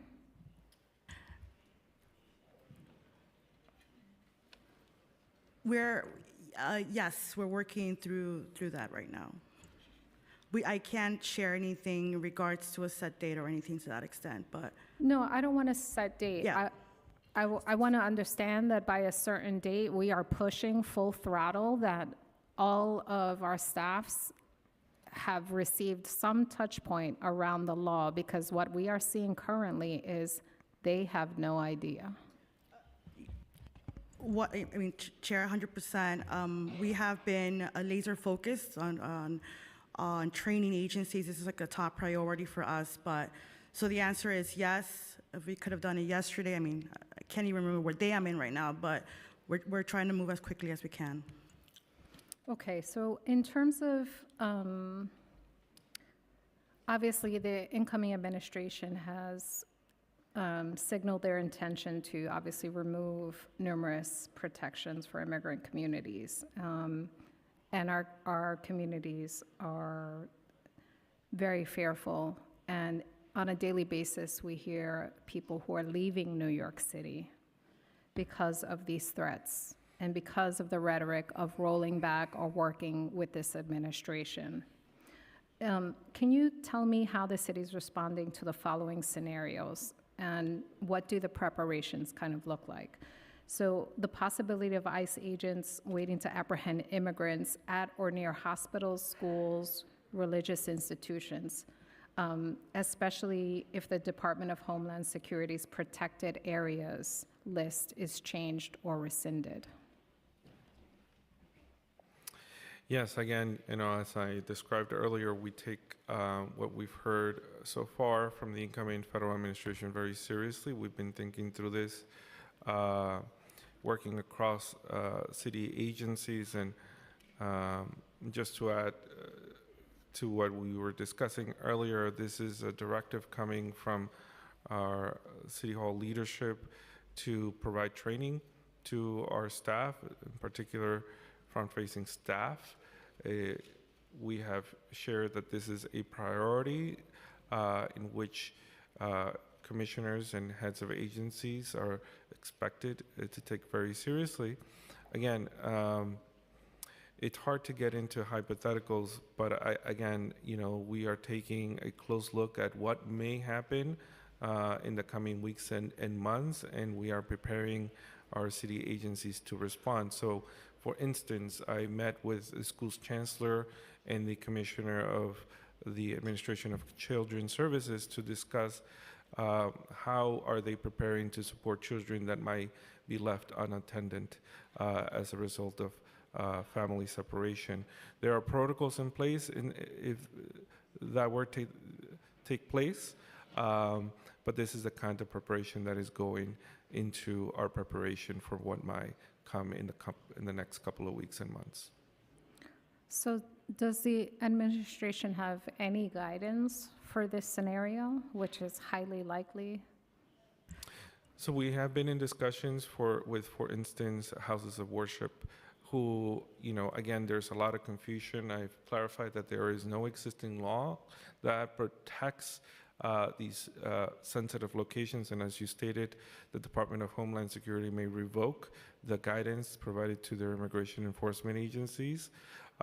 We've encouraged houses of worship and others to understand their rights as private properties and what to do in the case of immigration enforcement showing up at their doorstep, and what they are required and also entitled to do. With respect to our schools and locations, public and government locations, the guidance and the protocols are clear as to what they have to do, and they are encouraged to speak to our law department for additional guidance. Okay, in terms of temporary protected status, we've had some recent renewals. However, we do know that federal government can change any and all of those renewals and terminate them within very little time, which would leave thousands of people, obviously, without protection from deportation and the ability to work. What is the administration doing to prepare for this particular threat? Yeah, for years we have been strong advocates of providing legal status and expedited work authorization for our immigrant communities. It would be a shame if people were to lose their legal status and their ability to work and be able to contribute to the city and be able to provide for themselves and their families. We'll continue that advocacy moving forward, as we've stated before. I think short of the advocacy, and I know you have been leading on this for sure, with the scenario, with the in response to a very specific threat, which has been mentioned over and over again, is the agency preparing, and what are you doing to ensure that we can respond, and how are you doing that? We're exploring ways, again, to strengthen and expand our legal services work. I understand that there will be, and there currently is, tens of thousands of people that need comprehensive immigration legal screenings so that they can understand their options. And this is something that we're exploring and thinking through very carefully. But yes, the need is currently significant and will grow, so we are thinking through our options. Has the administration committed funding, expanded funding, not the ongoing or not renewing funding that was cut? Is there increased funding commitment for the legal services? So we do not have anything to commit to at the moment, but like I said, we are exploring every options that we have. And again, this is ongoing work, and we'll be discussing some of our thinking with our current legal providers soon. You mentioned the $18 million in your testimony. Is that increased funding? No, that is existing baseline funding available to Moya to provide immigration legal services. And is that the current funding for Action NYC? That is, yes, funding available to Moya to provide immigration legal services to our communities. Again, there are other programs that are administered by HRA, currently OASO as well. And, as I said before, New York City continues to be the city that invests more in legal services than any other city in the country. And again, we're very committed to our immigrant communities and supporting them with these services. Yes, but to your earlier point, much of the funding is limited, and we are pouring a significant amount into screening and not full legal representation, which is both hard to find and not adequately funded. Sorry, just to clarify, many of the discussions with our immigration legal providers have emphasized the need for comprehensive legal screenings because, frankly, many people do not have or are not eligible for immigration relief, and they need to, sit down with someone to discuss their options and understand carefully what their legal risks are and what they may or may not be able to do moving forward, which is why we emphasize this. It is also a good tool to combat immigration and legal services fraud. So we'll go back to immigration legal services, our favorite topic to talk about. In the context of these scenarios, again, in terms of a scenario around possible federal attempts to terminate DACA, how is the agency preparing for that scenario? Again, this is a matter especially concerning to us. As we've discussed previously here, we do know that we have staff in city government that may be impacted, and tens of thousands of New Yorkers who are concerned about this. Again, we do quite a lot of advocacy around this issue, and this is why we emphasize immigration legal screening so that people can sit down with someone to review their options. Again, there's very limited things that we can do as a city government because this is a federal government matter, but it is concerning that people may lose their status and ability to work. In terms of, you mentioned in your testimony the materials that Moya has updated in a variety of languages, which I suspect is a very hot commodity. Certainly, I cannot meet a person who doesn't want these materials. How are you distributing these materials? If you could talk to us specifically about that. Yes, we are in regular contact with the large number of immigrant serving nonprofit organizations and both community-based and faith-based organizations that we are making these materials available to them. We maintain regular communication either through our weekly newsletter and in-person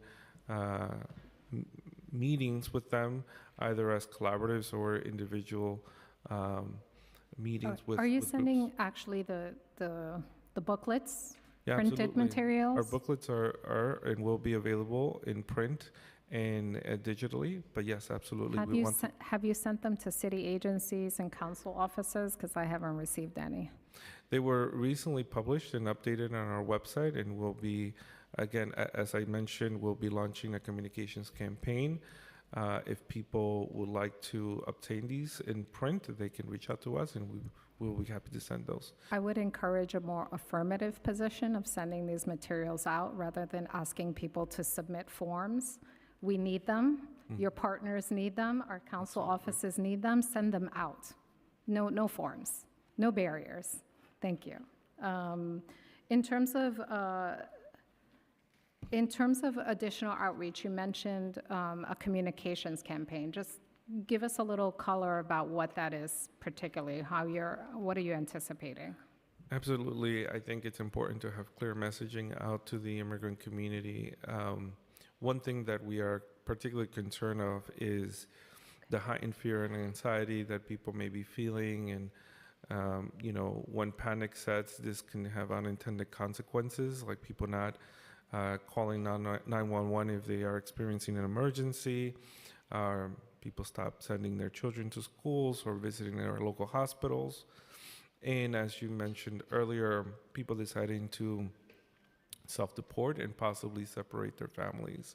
So we want to make sure that they have the most up-to-date and accurate information that is also not adding to their fear and anxiety, which is why we intend to, and we are updating our materials, engaging with local immigrant and ethnic media to get the word out, and working closely with our community and faith-based organizations. So what state legislation has the city advocated for to be passed related to immigrant New Yorkers? We can't really comment on some of the state legislation, but we are sort of noting the two resolutions that are posted at this hearing. Why can't you comment? on what you Well- would be advocating for. Just to clarify, we don't have the administration doesn't have a public position on proposals, legislative proposals, but our policy team and other teams across city agencies are reviewing and briefing on the aspects of these legislative proposals.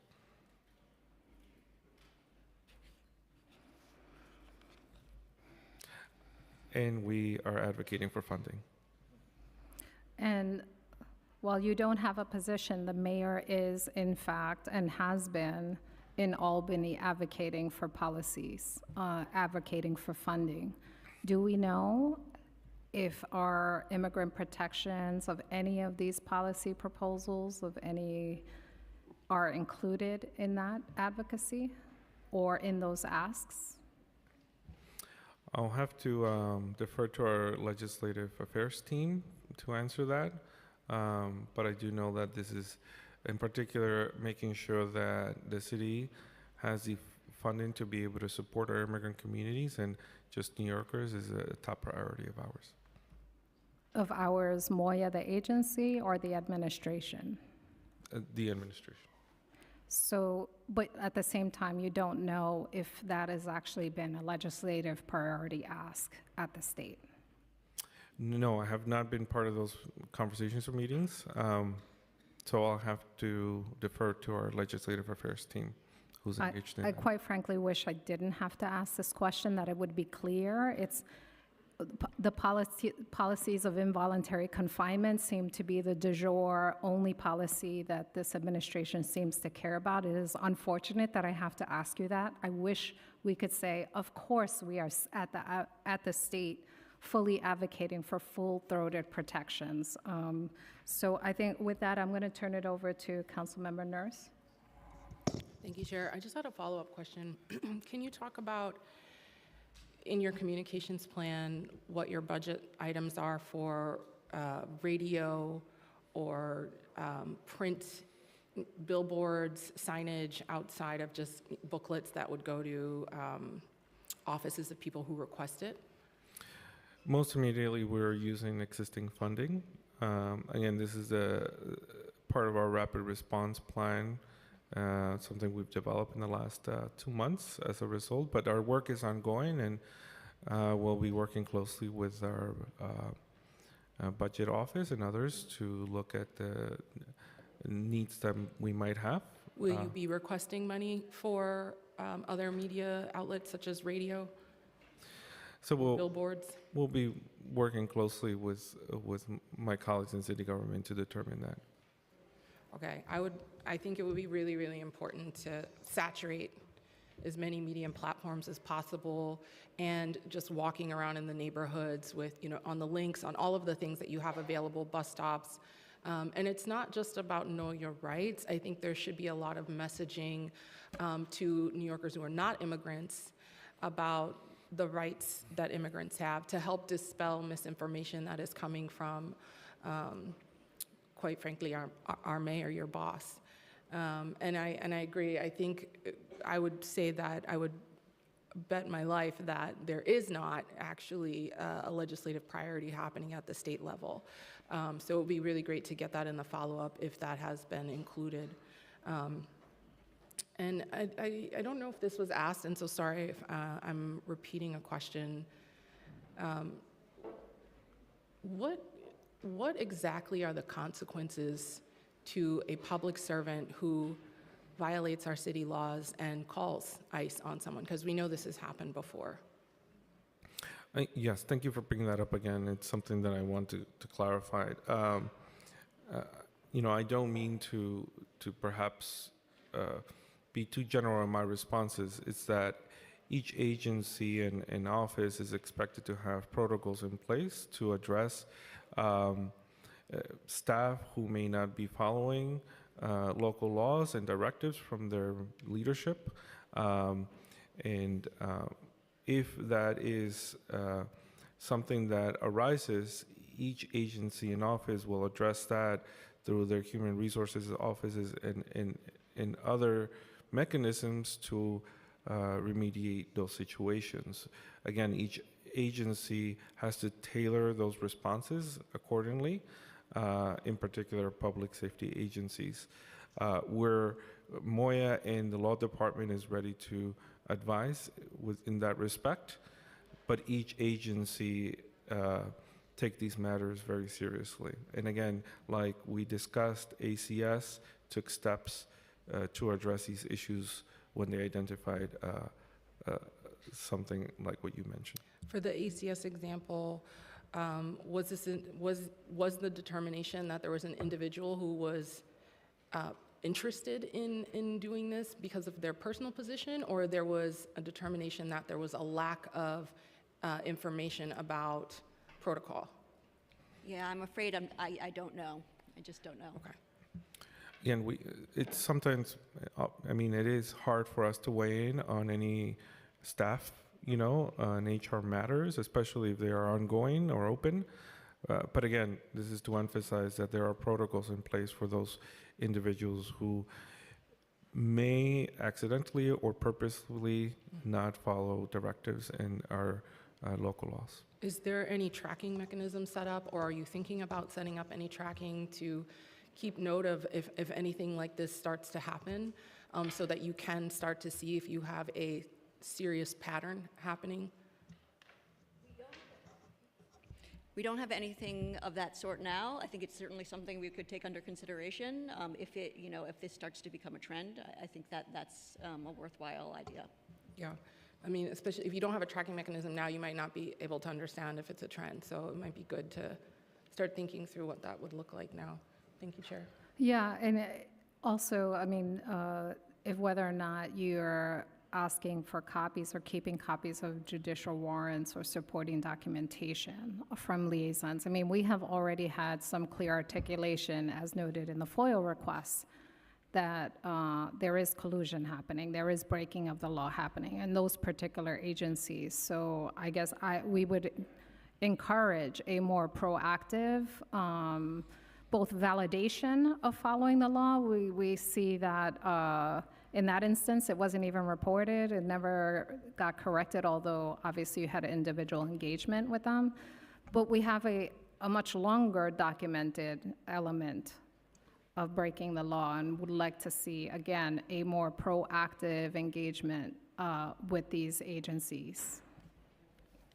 In terms of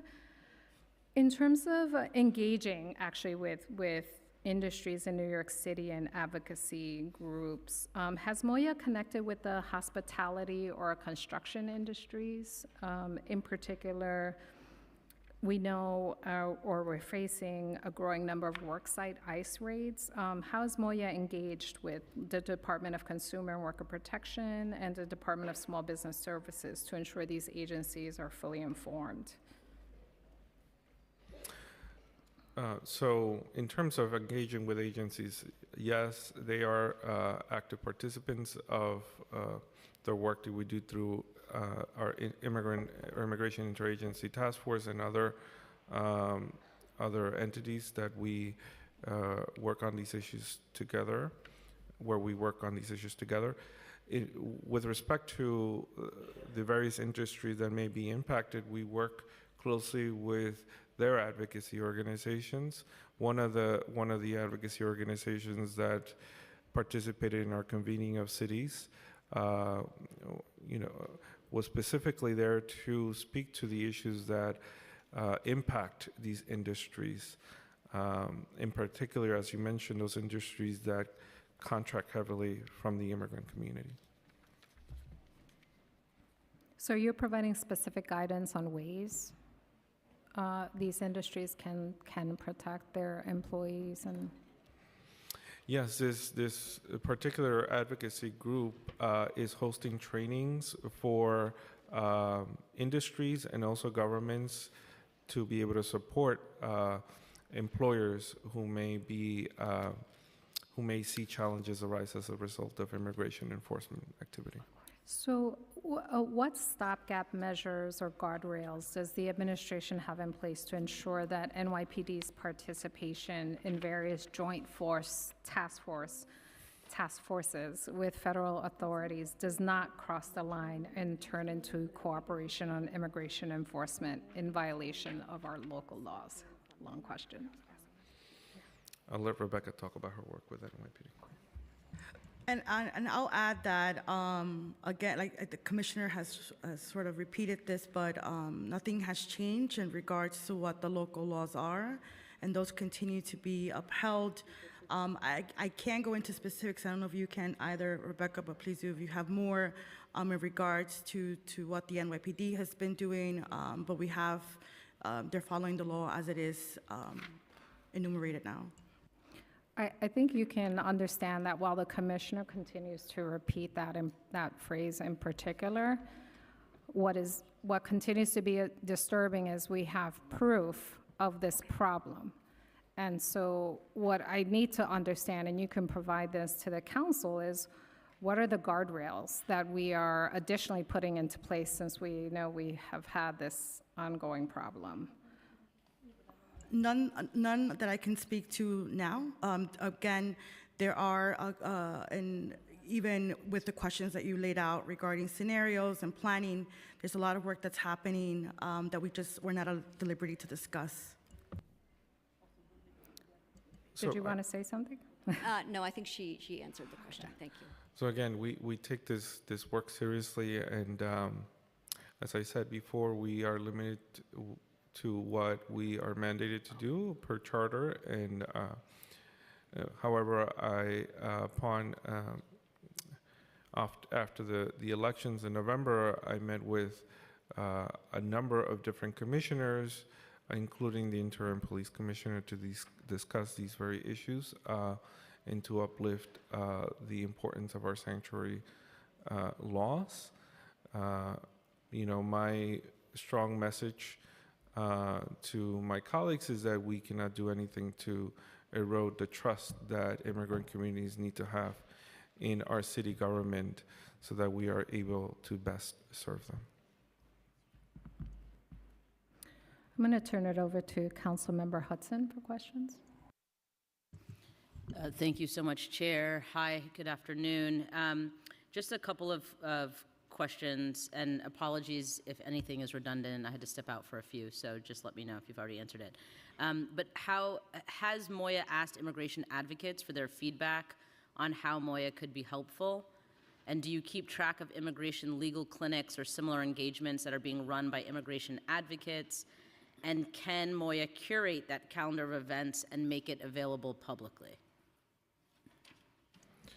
So we've had a numerous amount of meetings with immigrant serving organizations, including advocates. We, as I mentioned, work closely with our nonprofit contracted partners that are doing this work collaboratively with us. I'll let Enrique talk a little bit more about this work.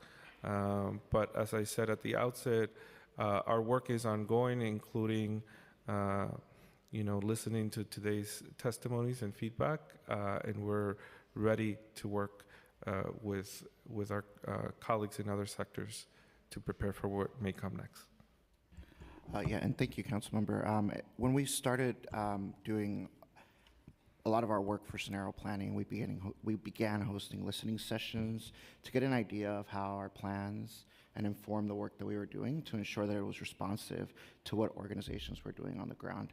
This is ongoing listening sessions, so we're not done, and we'll continue to engage in active engagement with our community. Thank you. And then just one other question. Have you had any communication with the incoming Trump administration about the city's sanctuary policies? Moya, no. Okay. And the mayor was quoted, I just want to read a quote from him following his meeting with Homan, saying, quote, the law that was passed under the previous administration said that no ICE officer can be in any governmental building. There are exceptions to that. We are looking at those exceptions, end quote. How would you, what is your take on that quote, and are you advising the mayor directly on the city's sanctuary laws?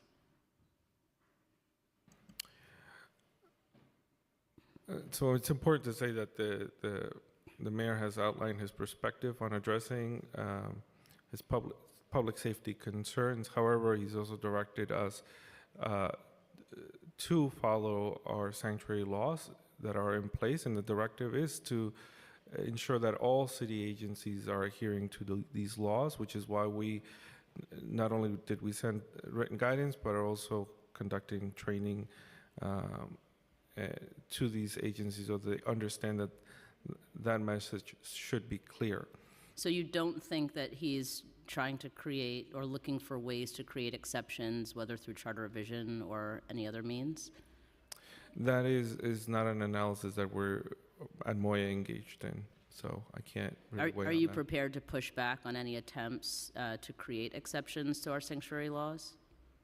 So this is something, again, at the outset I said that I am appreciative that both the mayor, deputy mayors take into account my perspective, both as an immigrant and an advocate for immigrant rights, and that's something that I will continue to do. Yeah, just, you know, I understand the position that you're in and that you're not able to necessarily answer those types of questions directly, but it is my job to push on behalf of our constituents and all New Yorkers who want to make sure that we have an administration, not solely you in your role as head of Moya, but that we have the entirety of the administration that is willing to stand up, fight back, and push back against any adverse changes to those laws that we have. So thank you for your answers. Thank you. Thank you. Councilmember Krishnan. Thank you so much, Chair Aviles. Hi, Commissioner. Good to see you again, too, and thank you for your work. I think your work, your story, your commitment to this issue speaks for itself, and many of us know it and have worked with you on these issues. But that also being said, too, with this administration right now at City Hall and the administration coming in a matter of days to Washington, it has been very concerning, alarming to hear the amount of rhetoric coming from the mayor and City Hall about cooperation with the Trump administration, a lot of things that are provoking fear and deep concern for many immigrant communities. And we haven't even gotten to the point where the new administration is in yet. It raises serious concerns among legal advocates, immigration advocates about this City Hall's willingness to comply with the strong detainer laws, non-cooperation laws that are in place. And because of that mixed messaging, and I think that's a very light way of putting it, compared to the contradiction between what we're hearing today and what City Hall is saying publicly, given that glaring contradiction, I think the burden on this administration and on Moya to do far more to rebut any concerns and questions about whether New York City will comply with the laws that it's had in place and those strong protections on the books and defend the rights of immigrants. I think the burden to put forward affirmative messaging to rebut any concerns and address them is even heightened now. Not just because of the Trump administration, but because of what Mayor Adams has done to suggest, whether saying it overtly or hinting at it, that there will be revisions or reviewing or even undermining of the laws we have in place. So given that higher burden now, my questions have to do more with what Moya is going to do, is doing right now to rebut that kind of narrative, because the facts speak for themselves. No matter what we hear today too, there's a different perception out there in New York City right now when it comes to City Hall's intentions. And so my first question is, I know there's testimony before about the trainings with agencies. How many trainings are being done? How have those trainings been going? What are the kinds of questions you're getting from agencies about complying with the laws that we have in place in New York City when it comes to protecting immigrants' rights?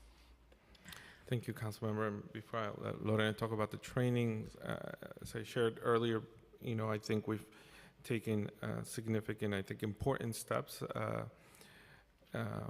to ensuring that our sanctuary laws are adhered to, providing written guidance, a memo that was sent to all city agency leaders, I think was an important and critical step. This came from the mayor's chief of staff, so from leadership, to ensure that our agency heads understand the importance of following our local laws, in particular sanctuary laws, for whatever may come next.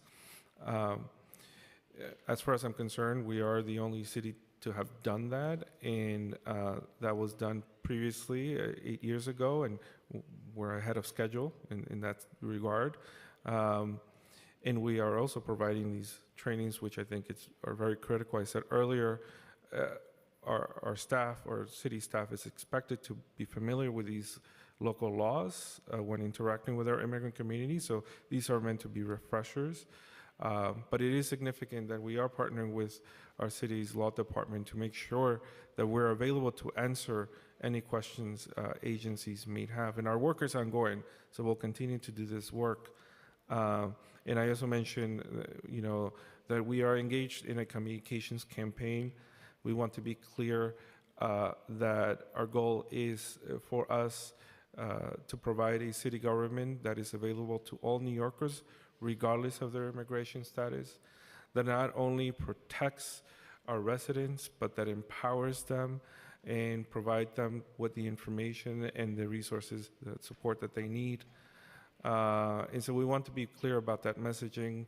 New York City does not discriminate based on immigration status. Yeah. And commissioners, not to cut you off, but I'd like to hear a bit more detail about, because my concern is, the written guidance is not going to be sufficient, right? That's kind of clarification and refreshers on the law, but we're dealing with a very different climate now where far more active intervention is required. So I'm curious to hear more of the details of what that looks like and what those discussions are happening with the agencies. Happy to provide that very quickly. So Moya and the Law Department held a training for all agency general counsels, including attorneys from the City Council, actually. Over 70 agencies were present. That was on January 7th. In addition to that, there was an additional effort to focus on frontline staff and agencies that had the most touch base with interactions with immigrant New Yorkers. So there was a subset of trainings just for additional information to 12 agencies in regards to the questions that were raised and the substance of the training. That is confidential. However, just generally speaking, what was covered were the local laws related to the protection of confidential information, access to city property, and limited cooperation with immigration enforcement. But to the substance of the question and things like that, I'm not at liberty to discuss. If I understand you can't discuss the substance of the questions themselves, but generally speaking, were the questions and discussions about specific ways of compliance, or what generally do the topics cover? I also can't answer that, council member. I think it's important. Sorry, Chair, if you permit me just to finish up. I think it's important to make sure that our city knows all the efforts City Hall, this administration, and really Moya is taking to have those conversations and discussions and make sure our frontline staff is fully equipped and prepared for what's to come. Chair, I did have a couple more questions, but I can come back after. Sure. Councilmember Brewer. Thank you very much, and thank you, Madam Chair, for all the work on this hearing. First of all, the TPS has been like a godsend, as far as I'm concerned, for the persons we've been working with. But according to the material that the chair kindly sent, 2526, a lot of the countries ends. How are we going to deal with TPS? We want TPS. We love TPS. We want more TPS. But this horrible new president might end TPS. I'm concerned. What are we doing about it? Councilmember, we discussed this earlier. I'm sorry. No, it's okay. I was with, just so you know, I was with the mayor listening to him talk about the budget. Go ahead. We discussed this earlier, and you would have been more interesting, I know. Go ahead. We've been doing a tremendous amount of advocacy around this issue. For months, for years, I'm sorry, and we know how important, in the absence of comprehensive immigration reform, TPS is, and we have been pushing incredibly hard for what was announced just last week. But yes, we are concerned about people losing their legal status and ability to work, and which is why we're exploring different ways to be able to provide comprehensive legal screenings for people so that they know their options. and to explore other ways that they can they have relief so that they can have legal status and authority to work. Did you want? Are there other ways? We can't do anything locally, I assume. Well, I just want to mention one thing that we're doing at AHC is that when people come to us for TPS, if they want to, and we, work with them on this, if they want to apply for asylum at the same time, we can do that, and that's really what we've been focused on, and especially the people who we've already applied for TPS. We've also done outreach efforts to go back to them and say, do you also potentially want to apply for asylum, to give them alternative pathways? And especially for our young adults, we've also been trying to figure out if we can help apply them for SIDGE so that TPS is not the only pathway. But at least that's on the practical side. I think the advocacy side is super important here too. Yeah, I'm big on practical. Okay. Second question is, I know that Ruth Messenger and the bishop and the rabbis all met with the mayor, I think on Zoom, and of course they all briefed me on everything. And the question is, if in fact, they don't know the answer, even after the meeting, that if ICE shows up at the faith-based, if ICE shows up at the school, if ICE shows up wherever in terms of Sanctuary City, what exactly are they supposed to do? You have your congregation, you got ICE outside. What exactly are they supposed to do? Because I don't think they understand that. Yes, I was in part of that conversation. I'm sure you were. I've been in part of many different conversations with, faith-based leaders, houses of worship, and so on. And it's important to clarify that there's no existing law that protects these sensitive locations. I spoke about this earlier. It's a memo from the Department of Homeland Security providing guidance to their immigration enforcement agents that can be rescinded in the coming federal administration. Important for everyone to be aware of their rights, especially those houses of worship that are private properties, and have protocols in place to know how to respond if federal immigration authorities arrive. Okay, there is a program in place if they arrive, is what you're saying. I didn't understand, I'm sorry. Oh, they do have rights. Right. And they should be speaking with legal counsel. They can reach out to us so we can provide some more guidance about what is it that they can do if immigration enforcement agents show up to their doorsteps. Okay, just like individuals. I did just want to add, Council Member. It wasn't clear from the meeting, that's what I understand. I did just want to add that part of our expanded immigrant rights workshops, which is now the Immigrant Rights Collaborative, is going to be to provide presentations on that specific issue to faith-based institutions in addition to others. Okay, these are not like type of people that go to those sorts of things. I'm just saying, you have to figure out, and they'll we're in direct collaboration. Work circles around you. I'm just letting you got Ruth Messenger there. She can work circles all around you. Yep. Okay, so my question is, do they actually know what happens when the scenario that I just described is going to take place? Yes, this is why these trainings are so important, so that we are able to walk them through. Okay, but this could happen in a week.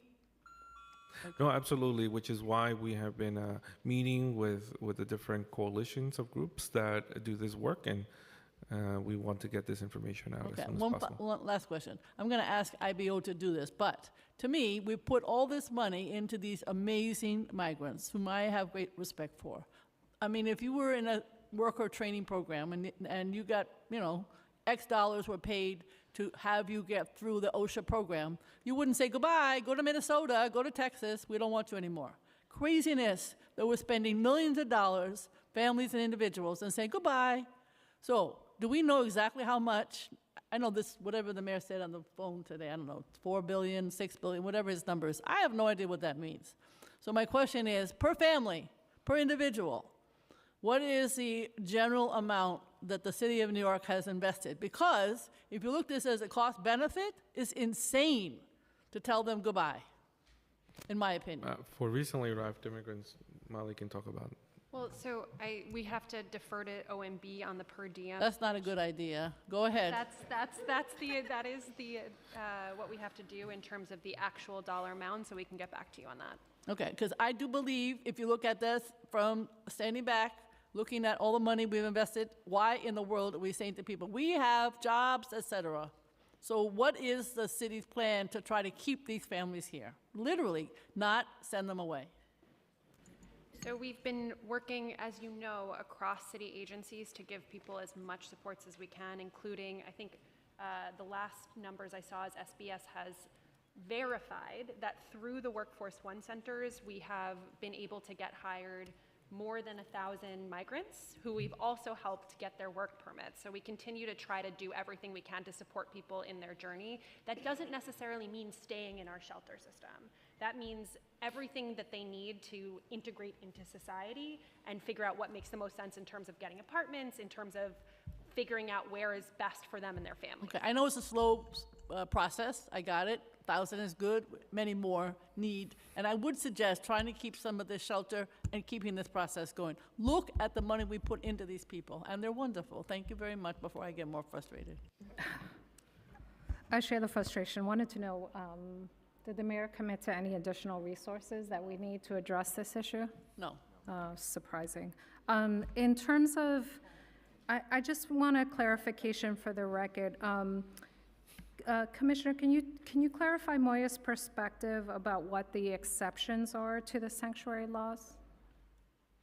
The current exceptions? Yes. What are commonly known as criminal carve-outs. Do you want to talk about this, Rebecca? Yeah. Could you tell me which sanctuary law you're referring to? Because there are several. Let's talk about particularly the criminal carve-outs. For the criminal carve-outs, yes. you mean for detainers? Yes, So- the one that there's been a whole lot of mythology spread by the administration on. Yes, so under our current detainer law, NYPD or DOC is not allowed to honor an ICE detainer unless, one, somebody has been convicted of a violent or serious crime, which is defined later on in the statute, or if they are a possible match in the terrorist matching database. Those are the two exceptions. So there is a process to address violent crimes. Yes.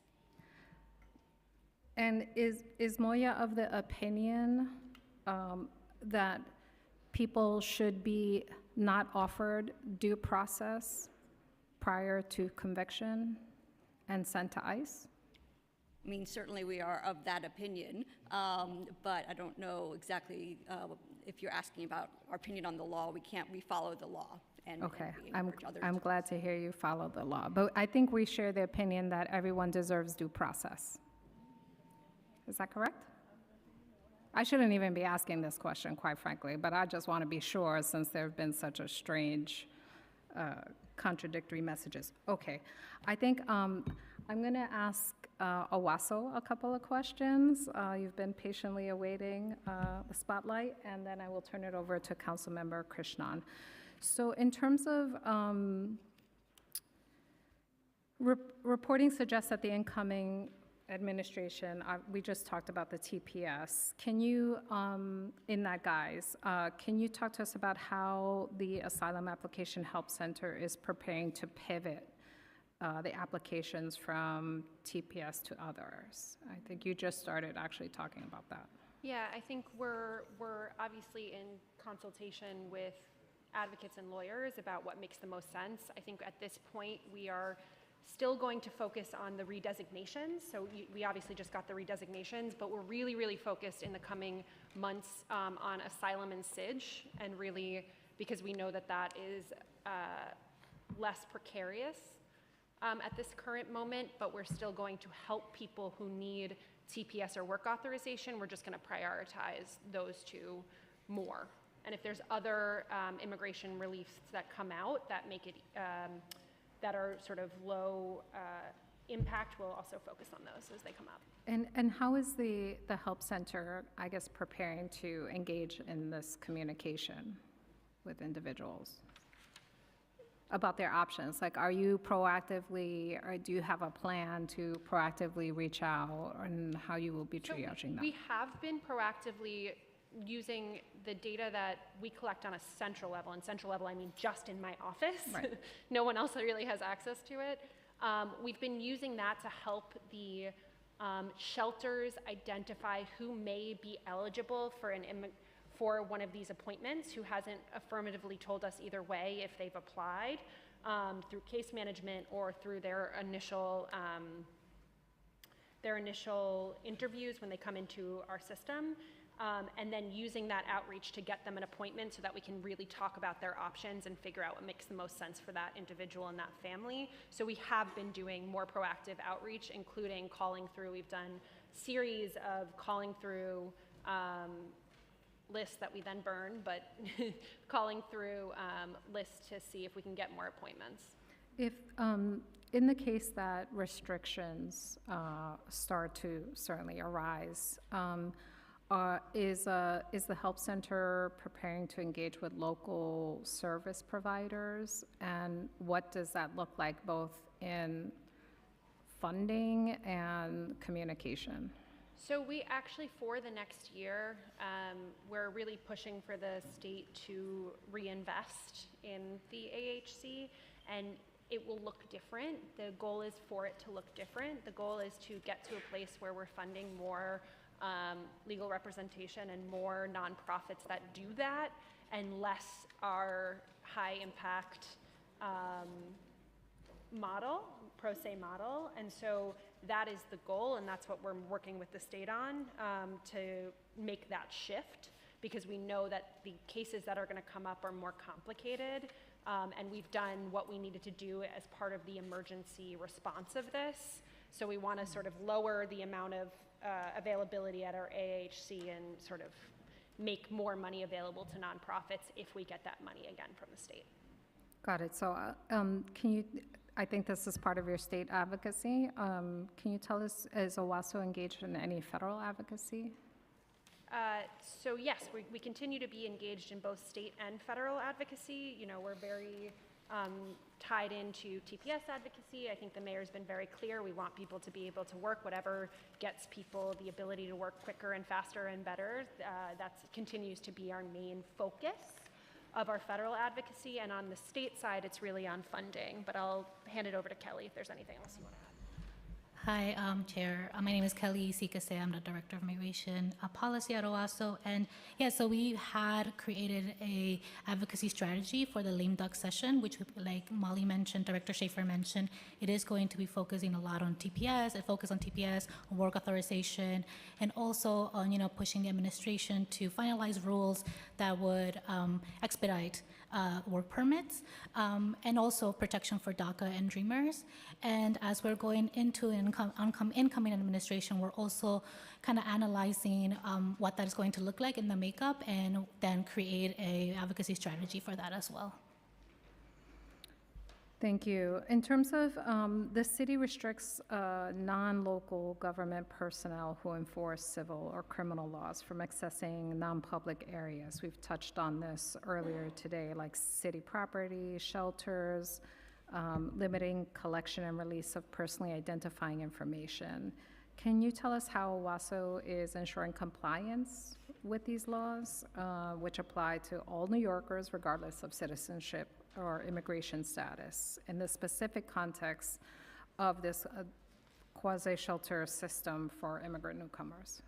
So the policies are pretty clear on site access in all of our sites, and we've worked really hard with our sheltering agencies to make sure that they have their policies, that everybody knows their policies, and the right people know their policy. And what I mean by that is that their escalation policies are very, very critical when it comes to what happens on a site. So if somebody comes on site and asks to be let inside, and that is not someone who has already been on the list, that's someone that they know is coming, they need to know who on site to go to, and that person needs to know if there's any questions, who then to take that up to in their organization, and then how that information gets to OWASO, gets to Moya.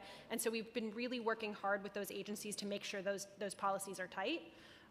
So site access has been really, really critical for us, as well as our data privacy is something that is also incredibly critical. We own the data, OWASO owns the data for our system. Each agency make sure their staff is trained on data privacy and also has specific requirements for contractors and vendors on site. We also limit the access to the data based on your current position. So if you're an admin staff, you only get to see the data that you need in preparation of your job.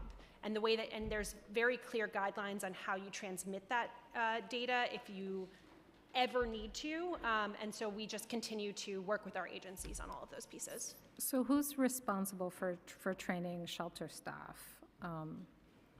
So it depends. Moya is doing city overall, so I can turn it over to them on that. But in terms of vendor staff, that's really part of their contracts. So there's specific training pieces as part of their contracts. So is it safe to say that everyone has been trained on the laws around accessing shelter?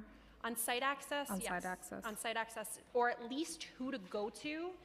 Everyone knows they're not supposed to let anybody in, and they know who to go to on site if there's any issues. If somebody comes that is not supposed to be there. I even get carded every time I go to a site, and I'm stopped at the door, and then they call somebody who says if I'm allowed in or not. And is the training include what to do if presented with a judicial warrant? It depends on. Again, it's sort of different in the DHS system and the non-DHS system, but in terms of We'll talk about the system that you're engaged with. I'm engaged with both systems, Oh, but okay. in terms of the judicial warrants, they know who to go to on site, who then brings it to normally the general counsel or whoever else in the law department apparatus in their sites can sign off on if that makes sense or not, if it's an actual judicial warrant. How is OWASO ensuring compliance with privacy laws in the specific context of the mailroom for newcomers? So we're using the same system we use for everything. I mean, each site right now does manage mail. And so that is also part of the privacy that we use for all of our data. The staff that has access to mailroom data will be required to follow all of our data privacy provisions. So it's not going to be anything different than our other procedures when it comes to operations. Okay, and in terms of, the administration has been providing the council with monthly details of the 60-day notice request, but has not provided that information for December. When will the administration be able to share the monthly information for December? I'd have to follow up on that.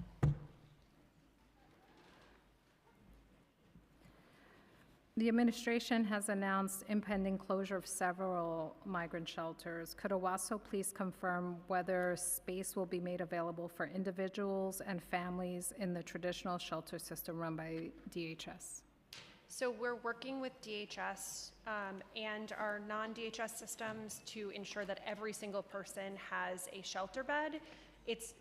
Shelter placement is a difficult dance of what we have available, what's close to somebody's school, and what the individual family wants. So we will make those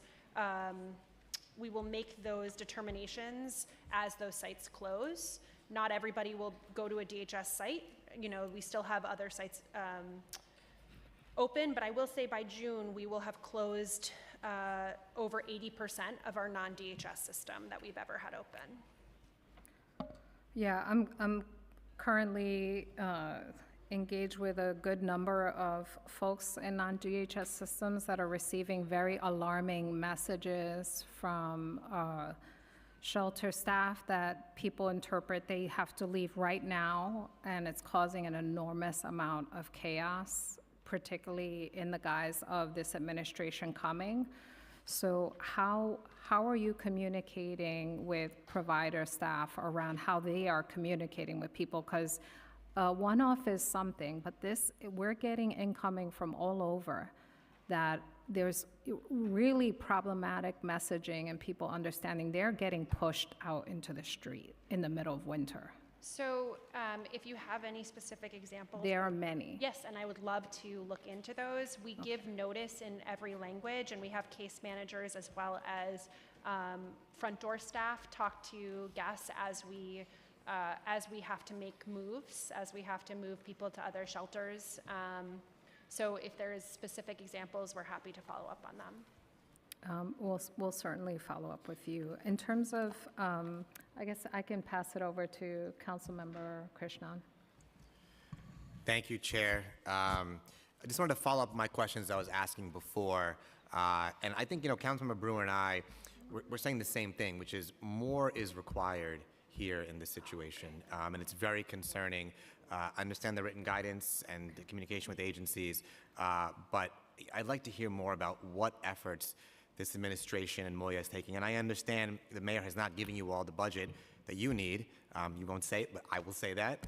And you need to be doing far more to fund you all in this effort, given what's coming. So my question is, I understand, Commissioner, before, as you said, there may not be protections in place for sensitive locations, but what effort is Moya making to run Know Your Rights workshops in schools, in early child education centers, in faith-based institutions, partnering with legal services organizations, other immigrants' rights groups on the ground to be out there as much as possible, informing people of their rights and their access to resources?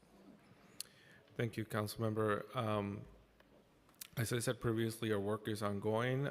We're describing what we have done in the, let's say, first phase, the last about 2 months post-elections, but we will be working very, very closely with, in particular, community-rooted organizations, faith-based organizations, and other public institutions like libraries and schools and so on, to make sure that people are empowered with the information they need, and setting up an infrastructure so that we can communicate in a timely manner about what actions may be taking place, so that people get accurate information. As you may recall, 8 years ago, there was a lot of misinformation that led to panic in the community. We do not want to see a situation where our communities, fear living in their communities and continue to or go further in the shadows and stop utilizing critical, often life-saving city services. And that's a big part of our role. Again, I will be sharing more concrete steps as we are exploring our options, one of which actually Director Schaefer mentioned. We are partnering and working closely together to re-envision how we are providing legal assistance through the Asylum Application Help Center, pivoting to working closer with our community-based and legal service nonprofit providers to make sure that information is getting to the community in their neighborhoods, in their language, and with the cultural competency that we'll need to have, so that people clearly understand what is occurring. It is difficult to get ahead of ourselves, because although we take what we've heard so far seriously, we do not want to add to the panic that already exists. It's something that we just have to find a way to navigate very carefully. But as I said earlier, we will, through our communications work and our partnerships, continue to message that our commitment is with our immigrant communities, and we do not want to do anything to erode the trust they need to have in their city government, because it's just too important for us. And if I may add, Councilmember, in addition to what the Commissioner laid out, we also expanded a current program that we have, which is called the Immigrant Rights Workshops. We are currently contracting through that network 12 organizations that are going to be providing 240 Know Your Rights sessions from January until June 30th. We are triaging some of these trainings and focusing right now. Phase 1 is in shelters. We're also working with faith-based institutions to roll that out there, schools, in addition to libraries. I'm happy to report that our first session, I'm always like, I forget what day I'm in, I think it was Tuesday. In the last two sessions that we just sort of launched this effort, we were at Hall Street and supported 190 people. So we're sort of ramping things up, but I just wanted to add that as well. Thank you for the information. If you can all send that information to the committee too, about the plans and the workshops, we'd really appreciate that. I think I really feel that Moya, you all, understanding more is coming, should really be out there in our neighborhoods, on the streets, with organizations, making sure that everyone is aware of these resources. And so I look forward to hearing more about what those plans are. My final two questions was one on legal services. We talked a lot about it. You know how I feel, how important it is to have access to counsel. What conversations, if any, are happening to fast track funding from the administration side for legal services organizations? Their caseloads are going to increase. They need to be ready to take in intake that'll be coming in much more frequently too, but their contracts are burdensome, unfortunately, because of the city contracting process. Has there been any discussion about making sure they can expedite funding for them? Yes, I know that many of the teams that work on these matters, whether it's Mayor's Office of Contract Services, Mayor's Office of Nonprofit Services, or Agency ACOs, they're all working day and night to expedite payments and make sure that our nonprofit contractors have what they need. We also provide assistance, meaning Moya. Whenever we have a procurement now, we make sure to work very closely with the various offices that oversee this work and ensure that this information and these processes are accessible to our immigrant serving nonprofits. That said, I do acknowledge, as someone who led a nonprofit and had to do this work on the other side, I do know that there's much to improve. You know, it's a broken process. But to your earlier point, Councilmember, I do acknowledge that we need to be out there, which is why from the beginning of my tenure here, I've made it a point to be very much out in the community, and I will continue to do so, responding to any emergency that might come up, and working collaboratively with those groups and nonprofits that are very much rooted in community, serving people where they're at. And I just have a tremendous amount of admiration for those groups that do this work. It's not easy, especially organizations that are doing the work to support families whose loved ones are detained. All that, we are exploring ways to best support the organizations doing that work. And as I said earlier, we're working closely with OWASO to figure out ways to get more additional support to them. And we appreciate your leadership there, and I've seen it too. So my final question, just to clarify with OWASO, I think there is some lack of clarity about the future plans of OWASO when it comes to the work. I think you talked before about prioritizing TPS, SIDG, asylum cases. You mentioned talking to nonprofit legal services organizations about ways to make sure their full representation can happen too. Can you provide a bit more detail? What are those conversations, and how are legal services providers going to be incorporated into this work more, and how quickly too? So, I mean, it's all preliminary, so we've started talking to groups about the fastest way we can actually get funding to groups. We've been working with Moya on ways to get more money through the Action NYC contracts, through other contracts. I don't have anything definitive to tell you today, but we have been working with groups to figure out what's that best funding match. So if we get more money from the state, which we're really pushing for, we can then funnel that as quickly as possible to nonprofits and sort of, again, ramp down our pro se model a little bit to more match the lower amount of people who are coming in and more ramp up the money that we put through nonprofits. I think that full representation is going to be so important. Thank you. Thank you, Chair. OWASO, Molly, could you send to the council documentation on how many employees have been trained at sites on their duties to follow the law on privacy? I'd have to defer to the agencies on that, but we can follow up. Okay. Taking a quick shift back to the legal support centers, are the immigration legal support centers inclusive of Action NYC?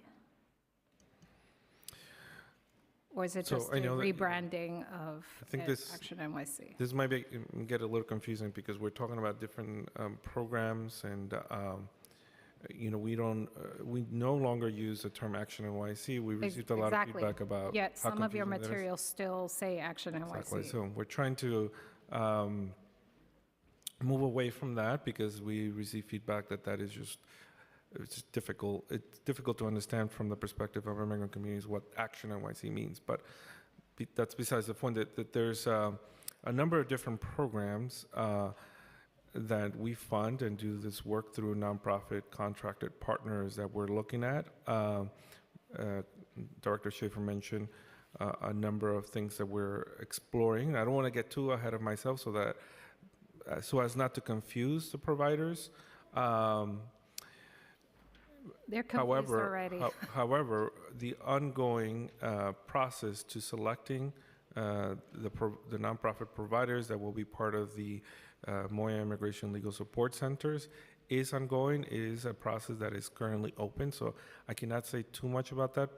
As you know, these things are very delicate, but we will be selecting those providers very soon, and our timeline is to have that program launched by July 1st of this summer and have enough or ample time for these providers to prepare to launch these services. This may or may not include existing nonprofit providers, but again, I need to be very careful about what I say here because the process is ongoing.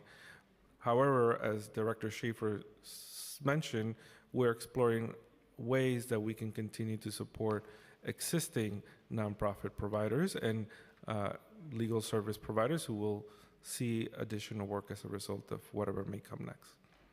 So I think you said the Immigration Legal Support Centers is broader than what is currently existing for Action NYC.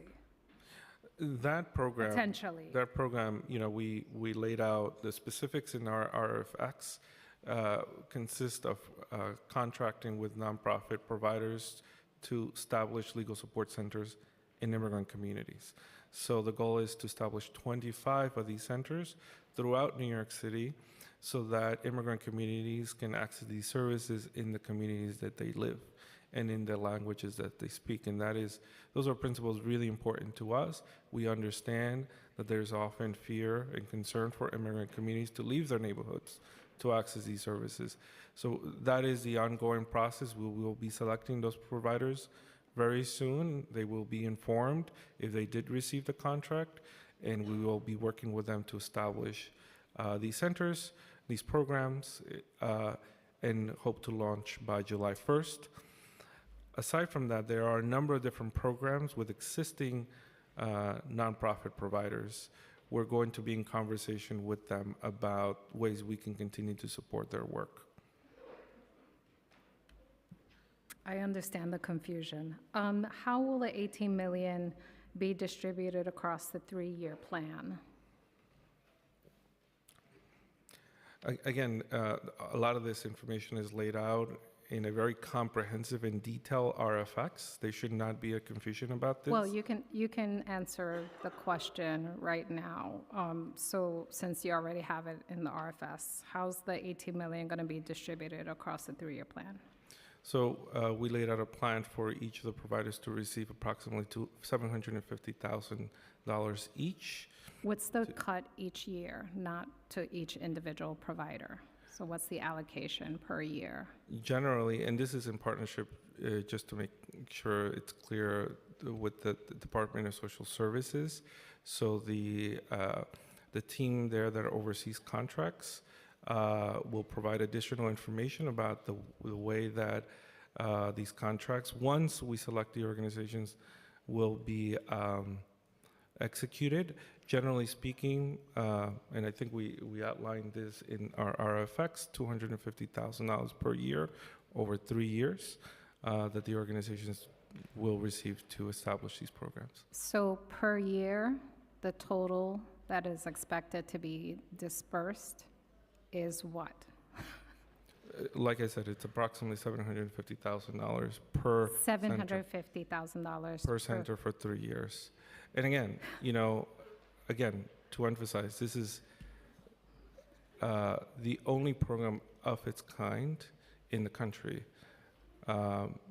We have not heard of any other city making this type of investment in immigration legal services provisions. much less this much funding across 3 years per provider. For the full year, just to add to what the commissioner shared, it's 6.2 per year. That's all I was asking for. Thank you.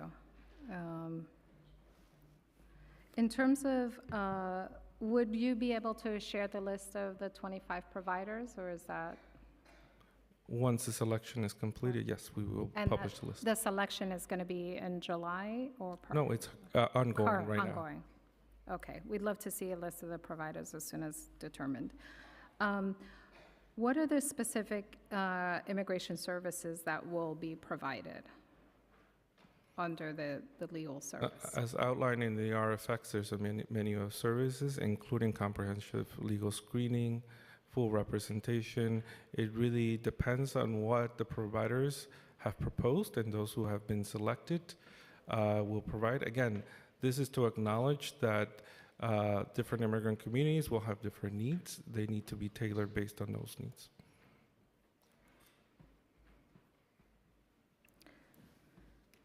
So which financial plan will the funding be added to, and under which agency?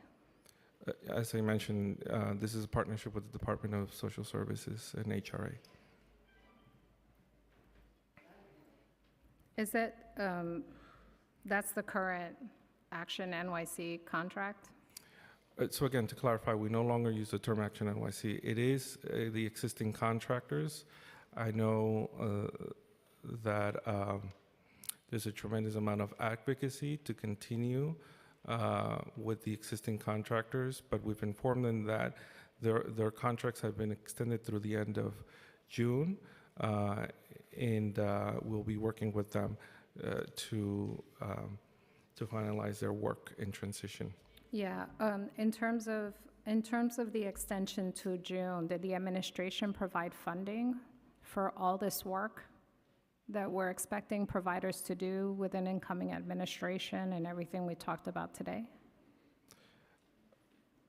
So yes, there will be funding through the end of the term of the contract as extended. But again, Is there new funding being added for the expectation of the increased volume of work for the legal service providers currently? so again, we're exploring our options. Can't commit to anything at the moment. So is the answer there is no current funding for the providers for all this expanded work? For Moya itself, who will be directing individuals who will be calling for assistance to the providers, there is no increased resources for that increased level of work that we are expecting currently. Nothing that we can announce today. Good. Oh, you were saying hi. Okay. Okay. Councilmember Brewer? Just quickly, I did go to a couple of trainings with School District 3 Open Arms, hundreds of people showing up. And one of the issues that came up yesterday was if you are in, again, faith-based community, many people raise their hands when asked, are you in a space that has people coming and going? The answer was yes. So what was suggested was that everybody in that group either RSVP, which is a strange thing to do before going to religious service, get a wristband, and if none of the above, in other words, you're not entering that space unless you have your wristband and your name is on the list. Is that something that you would recommend? Obviously in a school, students and faculty would already be there, but for these other more community spaces, that was a recommendation, because then if you're not on that list, you're obviously not welcome. Would you recommend that as part of the training? It seemed to me, in these very stringent, challenging times, it made some sense. Familiar with the open arms? Yes, thank you for the recommendation. We'll take these recommendations. Obviously, that there's a lot of need for information and training, so we'll take any recommendation and any feedback. And we'll work closely with our agencies and our contracted partners. And with the folks from Open Arms would also be my suggestion. Yes, the public school system is as you may have seen, they've provided guidance to their superintendents and staff, and we'll continue to work with them. Okay, thank you very much. Thank you. I want to honor the time that we committed to with you both. I guess I would like to I would like to thank you for being here, and I know we are facing very uncertain times. I have to underscore what you have heard here over and over again is we want full-throated affirmation of fully protecting our immigrant communities, not contradictions, not fuzzy language, and certainly no rollbacks. I know you are not in control of that in particular, but that is certainly our expectation is clear affirmation that we're going to protect and support people with dignity and use language that is dignified of our city and state and our community members. And we will follow up on specific questions. Thank you for the work, and thank you for being here today. Well, thank you, Chair, for holding this hearing, and council members and public advocate. Again, want to reiterate my thanks to the community organizations and the directly impacted individuals, especially those individuals that are here to testify and share their story. I know how hard it is to share their story, but it's also important to humanize the impact that this is having on our immigrant New Yorkers. And also want to take the opportunity to thank Moya staff, OASO staff, and all my colleagues in city government. Often their work and their advocacy for immigrant communities goes unseen, but I want to acknowledge them and thank them for their work. Thank you. Thank you.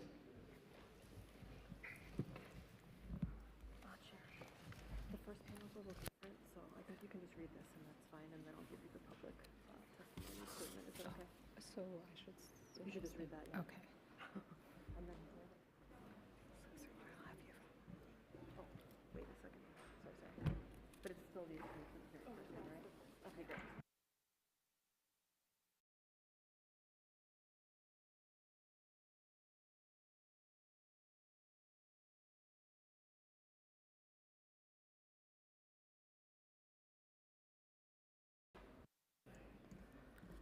So now we will hear from a panel consisting of New York State Assembly member Catalina Cruz, directly impacted individuals and organizations serving immigrant communities.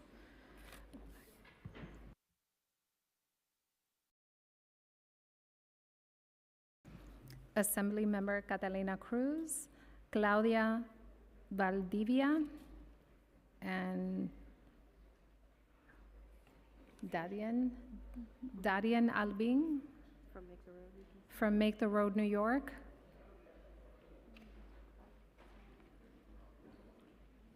Dalien. Ya viene. So you'll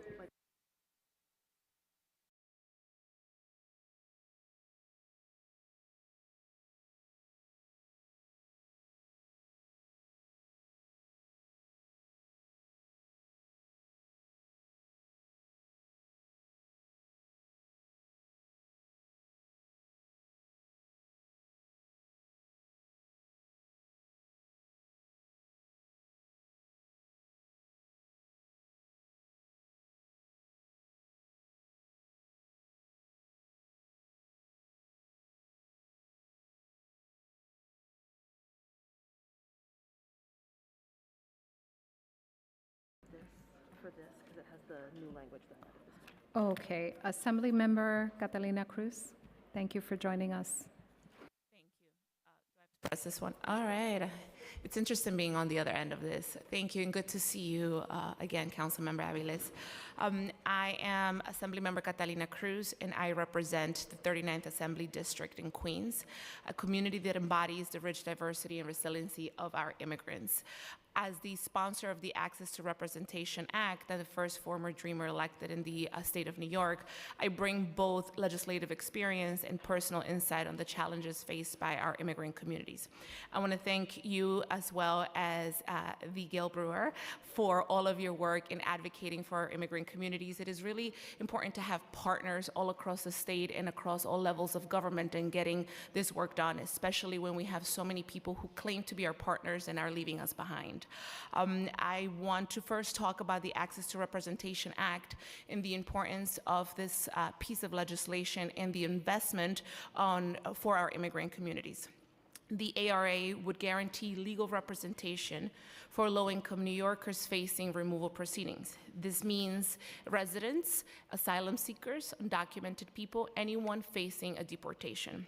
People become removable for a million reasons. Because an attorney filed the wrong paperwork, because they couldn't afford an attorney and went to a notario, because they overstayed their visa, because their status lapsed, because maybe 20 years ago they were a different person and committed a crime and now are better, but got permanent residency and now are seeking citizenship and now are being removed, or simply because they crossed the border in search of a better life and have no status. And I say all of this because every single one of these people, no matter how they ended up in removal proceedings, under our Constitution, they still have rights and they still should be protected in spite of what other colleagues of ours may think. And it is why we push forward with the Access to Representation Act, because while it's immigration cases are civil in nature, they have your rights at stake. Whether you can stay with your family or not depends on what happens in those cases. And it is why it's so important to bring an attorney with you at those particular times.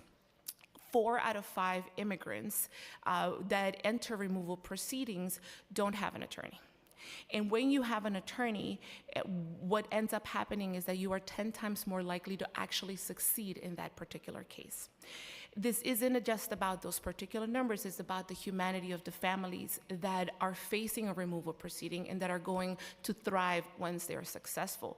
The comptroller of the city of New York did a study last year where he found that 53,000 New Yorkers and their families would benefit from this, just in New York City, does not even count in the entire state, would be able to benefit from the Access to Representation Act. And if they were to be successful in their case, that's $8.4 billion more into the coffers of New York State over the next 30 years. And that would be a win for all of us, all New Yorkers, regardless of their status. And we're fighting because we want to make sure that at the state budget, we continue to increase that amount, and I'll talk a little bit about that in a minute. The second piece of legislation that you guys are looking at, that Council's looking at in order to support at the state level, is the New York for All Act. The New York for All Act would ensure that state and local resources are not used to facilitate federal immigration enforcement, and that includes cooperation with ICE. This is a matter of protecting constitutional rights, because an accusation is not the same as being found guilty of a crime.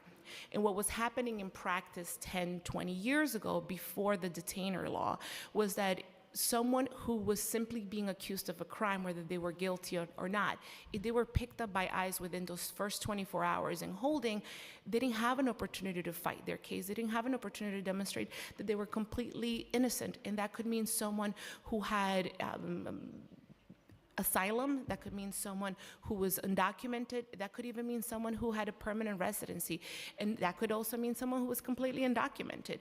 And I think it's important to note that this doesn't mean ICE can't do their job. They can still pick up someone, remove them, they can still put them in deportation proceedings.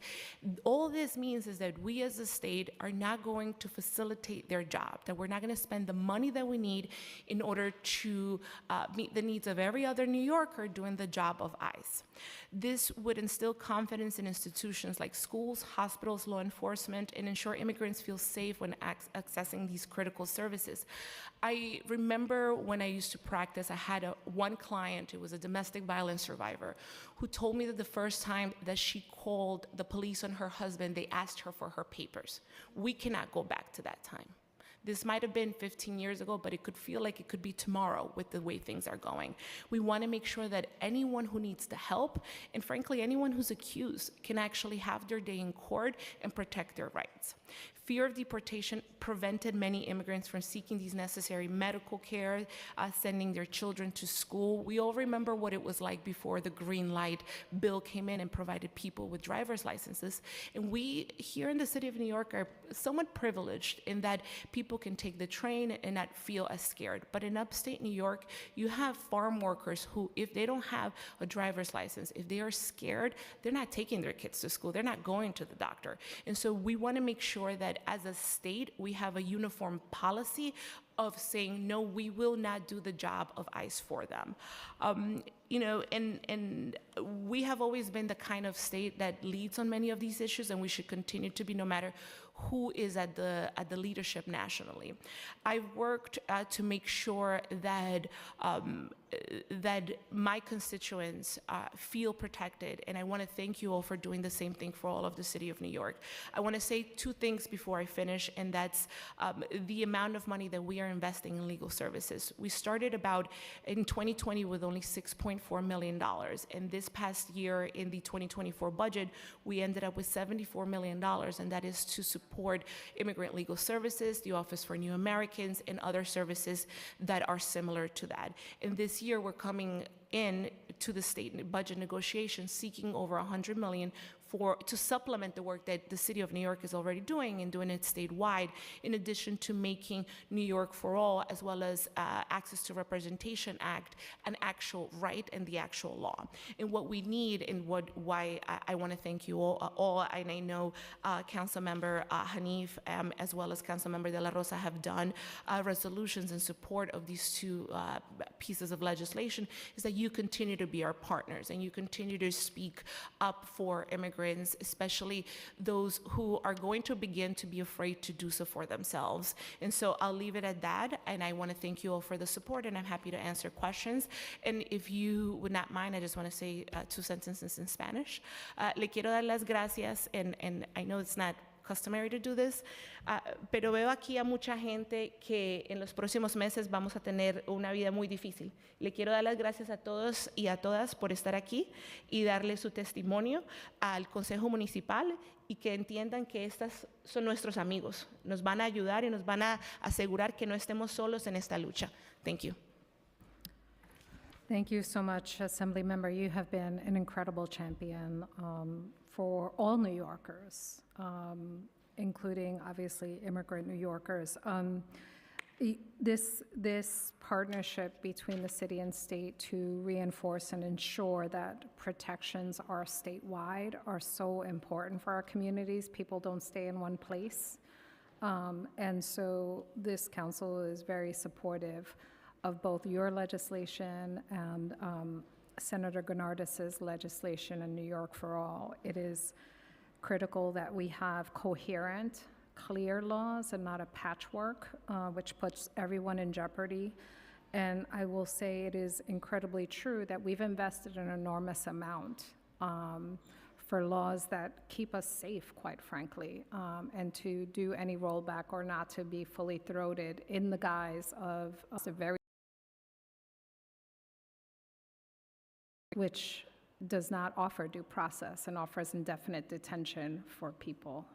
It is deeply troubling, and I guess our message to the state is we need to make sure the whole state is covered and does its job by New Yorkers statewide. Thank you again for that. We will be pushing and championing as you are in your budget negotiations and pushing our city to do more because our communities deserve that. Thank you. Gracias. And we're translating this into 6 different languages. Oh, that's awesome. But I thank you for addressing our Spanish speakers.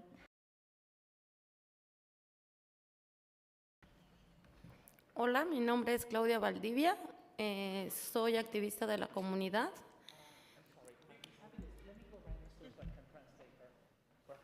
Do you want to sit here so that you can translate right next to her? Thank you. ¿Tienes algo escrito o solamente es verbal? Ok, está bien. Okay. Say oh, yes, yes. Y si hay alguna diferencia en español, te he pedido clarificación. Okay. Bueno, comienza desde el comienzo. Okay, yes, it's better. Mira, las oficiales, algunas de ellas son latinas, excepto la señora, ella es de origen judío. Pero habla con confianza. Ellos son tus amigos, ¿eh? Comienza. Hola, mi nombre es Claudia Valdivia. ¿Valdivia? Okay. Soy miembro de Mixteca y soy líder de mi comunidad. Un segundo. My name is Miss Valdivia, and I'm from the Mixtec organization, and also a member, and also a community leader as well. Estoy muy triste y afligida por todo esto que está pasando con mi comunidad inmigrante. Okay, un segundo. I'm very sad and afflicted for what is happening to my immigrant community here in the United States. Por mí misma, por todo esto que está pasando, que se nos está haciendo acosados. I'm sad about myself because we have been harassed by all these things. Con esta nueva administración de Donald Trump que viene, With the new administration that's coming, or the President Donald Trump, siento que nuestra comunidad inmigrante está siendo atacada. I feel that our immigrant community is basically being attacked by him and his organization. Están diciendo que nosotros venimos a robar trabajos, venimos a comer animales. He's accusing us of things that are completely false. Like he's saying things like we are coming to steal the jobs from the American people. He even accuses us that we are eating animals. That's not true. Creo que es muy importante que Nueva York siga guardando esto de ser un lugar santuario para nosotros, la gente inmigrante. It's very important that New York City maintains itself as a sanctuary city for all of us. La mayoría de Nueva York, de nuestra gente, es gente inmigrante que viene a este país solo a forjar un nuevo futuro, una nueva esperanza. The majority of the people in New York are immigrants or immigrant descent. And they only come in here for to get a better job, to have a better future that our countries are not giving us. Creo que no es justo que ahora se nos esté atacando y se nos esté dejando un poco desprotegidos. Un segundo. I don't think it's fair that we are being attacked and we also have been unprotected. Siento que estamos siendo desprotegidos por nuestros Moya, que es el que está encargado de estar a cargo. Francisco Moya? Moya. Okay. I think we have been unprotected and we are not being protected enough by Mr. Moya, that he's in charge of this. Oí un poco de todos los planes que tienen y creo que no tienen algo concreto para nosotros, la gente inmigrante, que nos van a proteger. Algo concreto, ¿no? Okay. I heard the comments and the plans that they have about all this, but I don't think they have any concrete plan how to address this immigration problem and these attacks that are coming to us. Nuestra gente inmigrante, yo que soy líder de la comunidad, he visto que están muy espantadas con esto de las separaciones de familia. Un segundo. Our immigrant people are very afraid, and also they are very scared of the family separations that could be coming now that Donald Trump will be coming to the presidency. Si esto pasara, nuestra comunidad quedaría destrozada, siendo que nosotros, la gente inmigrante, tenemos también hijos americanos. Un segundo. If he's doing this, our families will be completely destroyed. As you know, we're immigrants, but we also have children who are U.S. citizens. Continúa. Y vendría un caos total para Nueva York. Ese caos, ¿no? Caos. And will be a totally chaos here for New York City and New York State. Porque nuestros niños estarían vulnerables a no saber si decidir en quedarse en su país, que también les pertenece, o irse con nosotros. Because the children will be completely vulnerable. They will not have no choice. They will have two choices. Or come back to a country that's strange for them because they were born in the U.S., or to stay in the U.S. They will not know what to do. También hay mucha gente que no se nos olvide que viene huyendo de sus países porque ponen en riesgo su vida. And if you remember, there are also some immigrants and people who are running away from their countries. And the reason of this is that they are running away because their life is in danger in those native countries. Hay mucha gente de nuestra comunidad que todavía no cuenta con representación legal. Many people in our communities don't count with legal representation yet. Si esto llegara a pasar, también no nos olvidamos que la gente inmigrante somos una gran arma potencial para Nueva York, para la economía. Arma potencial, ¿no? And if this happens, will be terrible because, as you know, we are also a potential weapon for the economy of the United States. We also provide help to the economy of our country. Esto si llegara a pasar, pondrían en riesgo a deliveristas, cocineros. O gente que trabaja. And this will put in danger many good people.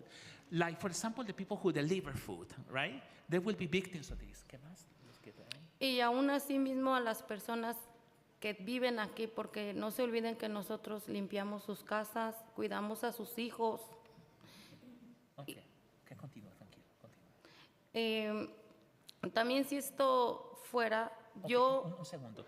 Many people will be victims of that. As you know, as immigrants, we're also taking care of the children of American families. We're cleaning the houses of these American families as well. Continúa. no nos olvidemos también que Nueva York es admirado por el gran apego que tiene a nosotros la gente inmigrante y nos protege. Okay, un segundo. As you remember, New York is well known because it's a city of immigrants and also have love immigrants, and also they always try to protect us all the time. No quitemos la esencia de Nueva York, que es proteger a la gente inmigrante y lo que significa la Estatua de la Libertad.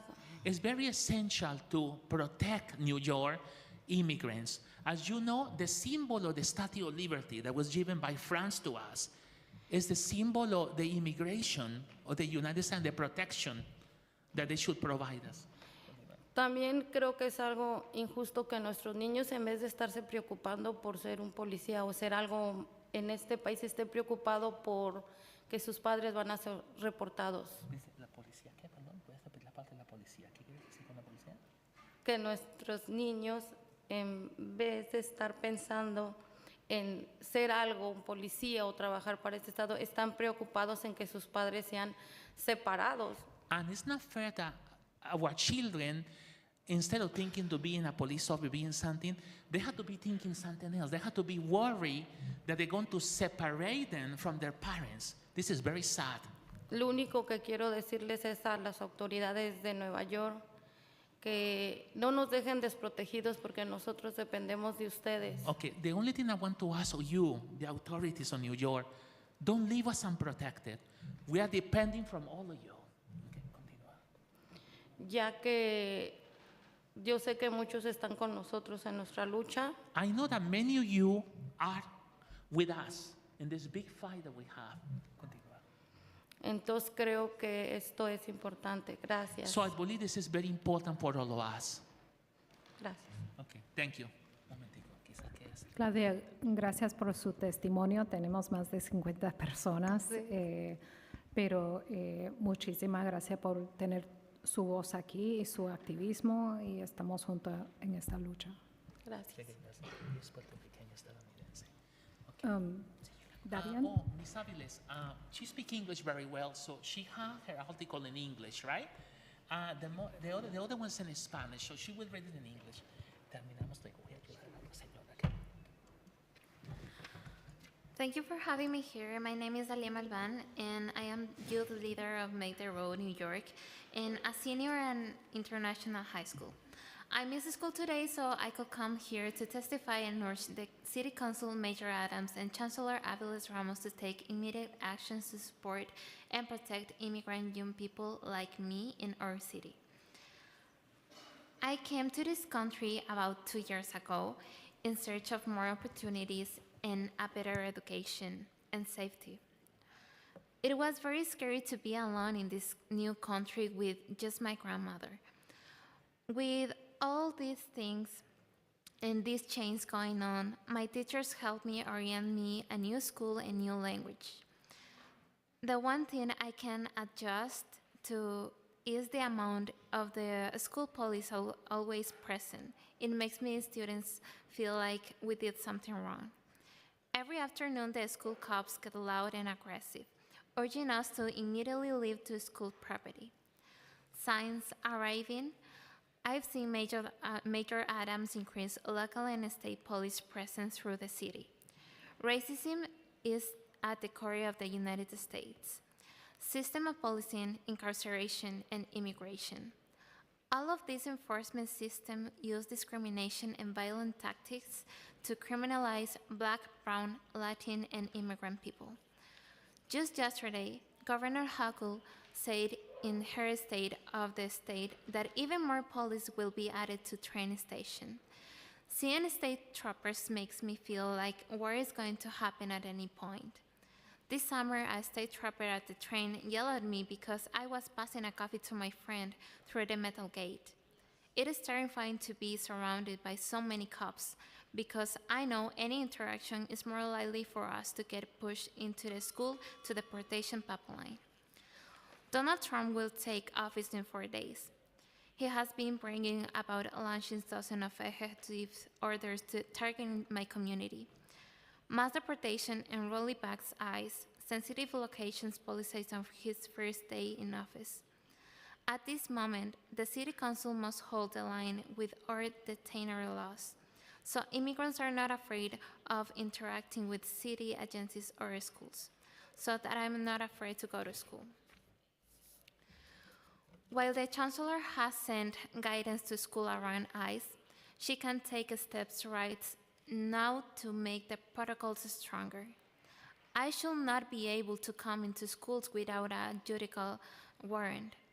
All school staff should be trained to protect students. My data should be protected. There should be signs at the front entrance of a school saying ICE is not welcome in our schools. The Chancellor has the power to make all of these protocols into regulations. Protecting young people from ICE is not just a red tape procedure. It is the job of New York City public schools. Every student deserves to feel safe in schools, regardless of their immigration status. And let's be clear, when my friends and I talk about what safe schools look like, it never includes more school cops. We want more mental health support and restorative justice. We want New York City to invest in us, not school cops. Police and ICE are not welcome in our schools. Mayor Adams, City Council, Chancellor Aviles Ramos, we need to step up and do everything in your power to protect the rights of all New Yorkers, especially young people. I don't want to wonder if it's safe to finish my senior year because I came here with the idea and hope to feel safe and a better future. I want to be able to walk into my school knowing that my school has my back. I want to continue planning for my school dreams and planning for my future career in psychology. Protect me, protect young people, and protect all immigrants. Thank you so much. Dalian, we don't normally clap in the chamber, we do this. And I just really was gonna break that law and just like, yeah, clap like crazy. Thank you for your testimony. You certainly did not need an interpreter. You speak English incredibly well. I agree with you around the sentiments of the students that, in fact, what we see is the most successful schools are the schools that have the most resources, not the most cops. And it does bring fear, and it feels very tone deaf to our communities that when we are frightened and we are getting threatened, that the immediate instance, the immediate reaction by state and local authorities are to add more police everywhere with no consideration for actually how some people feel about that. And so thank you for your testimony. We stand in solidarity with you. We stand to protect our communities in every way possible, but your leadership in this city is super important, and thank you for being here and for your testimony. Thank you for listening to me. Yeah, did you go? I certainly second what the chair said. 1 minute. You're like a rock star. Just want you to know. So you're more important than celebrities. So I just want to ask, do you get a sense that at your school there is training on what to do if ICE is there, police, and then what kind of training do the teachers or the students get along these lines, if any? We don't have any training yet because so many people increase the police in our schools, so we don't feel that safety. But we do have teachers that are informed and teach us a little things to like make safe ourselves. If I can explain in English, in Spanish, I'm sorry. Yo creo que muchas de las personas que están en nuestras escuelas ven por nuestro bienestar y se Many of the people look for their own wellness.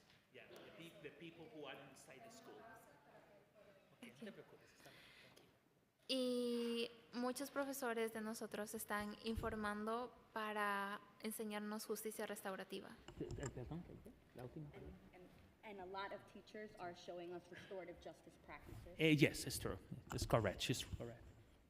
Y hay muchos programas como Aspira, Make the Road, que nos enseñan a las personas There are many jóvenes programs that Aspira, like Made the Road, that they are teaching us these things. cómo protegernos si es que un policía viene y nos interroga o quiere llevarnos. Like, for example, how to protect us in case a police officer will come to us and try to interrogate us, for example. Continúa. Nos enseñan qué decir, cómo actuar y qué no debemos acceder para que no sea una detención injusta. Yeah, they teach us what to do and how to act, so they will not do basically like a false arrest, or they will try to do something wrong in those cases. Y yo creo que todos mis compañeros estamos inseguros de decir, no nos sentimos bien aquí cuando los policías están supervisándonos 24/7. Okay, and we believe that we feel bad, not only me, but also all my classmates, when all those police officers are supervising us 24 hours a day. Especialmente cuando sabemos que la mayoría de nuestra comunidad en mi escuela son inmigrantes. Especially because our school community, in my own school, they're mostly immigrants. That's the thing. Y lo que más quiere Donald Trump es ver la separación familiar de gente que no quiere. And Donald Trump will have the pleasure to separate families, to see this family separation. He wanted to see those separations. Y yo creo que todos allá hacemos un gran esfuerzo para ser bilingües y pertenecer bien a esta comunidad y aportar en algo. All of us, we're making a great effort to share in the community and to be bilingual, completely bilingual, to interact with others and to be part of the community. Thank you, Rockstar. Thank you. Here, here. Thank you. Thank you to this panel. And now I officially open the hearing to public testimony. I remind members of the public that this is a government proceeding and that decorum shall be observed at all times. As such, members of the public shall remain silent at all times. The witness table is reserved for those people who wish to testify. No video, recording, or photography is allowed from the witness table. Further, members of the public may not present audio or video recordings as testimony, but may submit transcripts of such recordings to the Sergeant of Arms for inclusion in the hearing record. If you wish to speak at today's hearing, please fill out an appearance card with the Sergeant at Arms and wait to be recognized.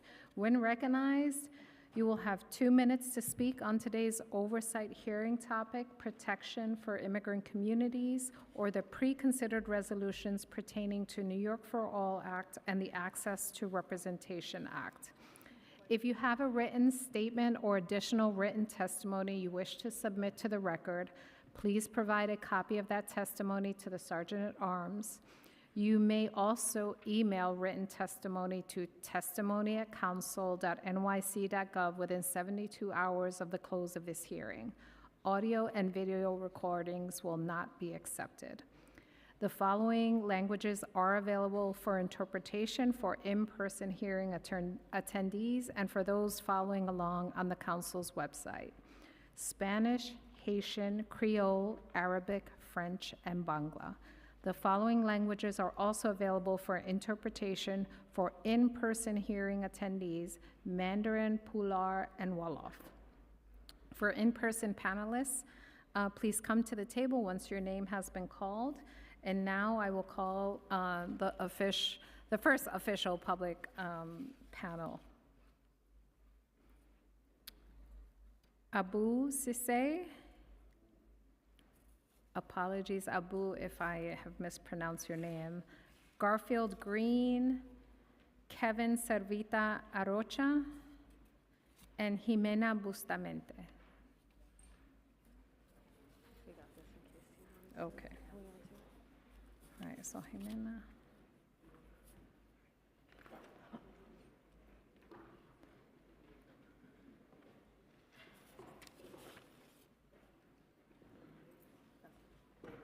Okay. Is Garfield Green? Oh, Garfield is coming. Great.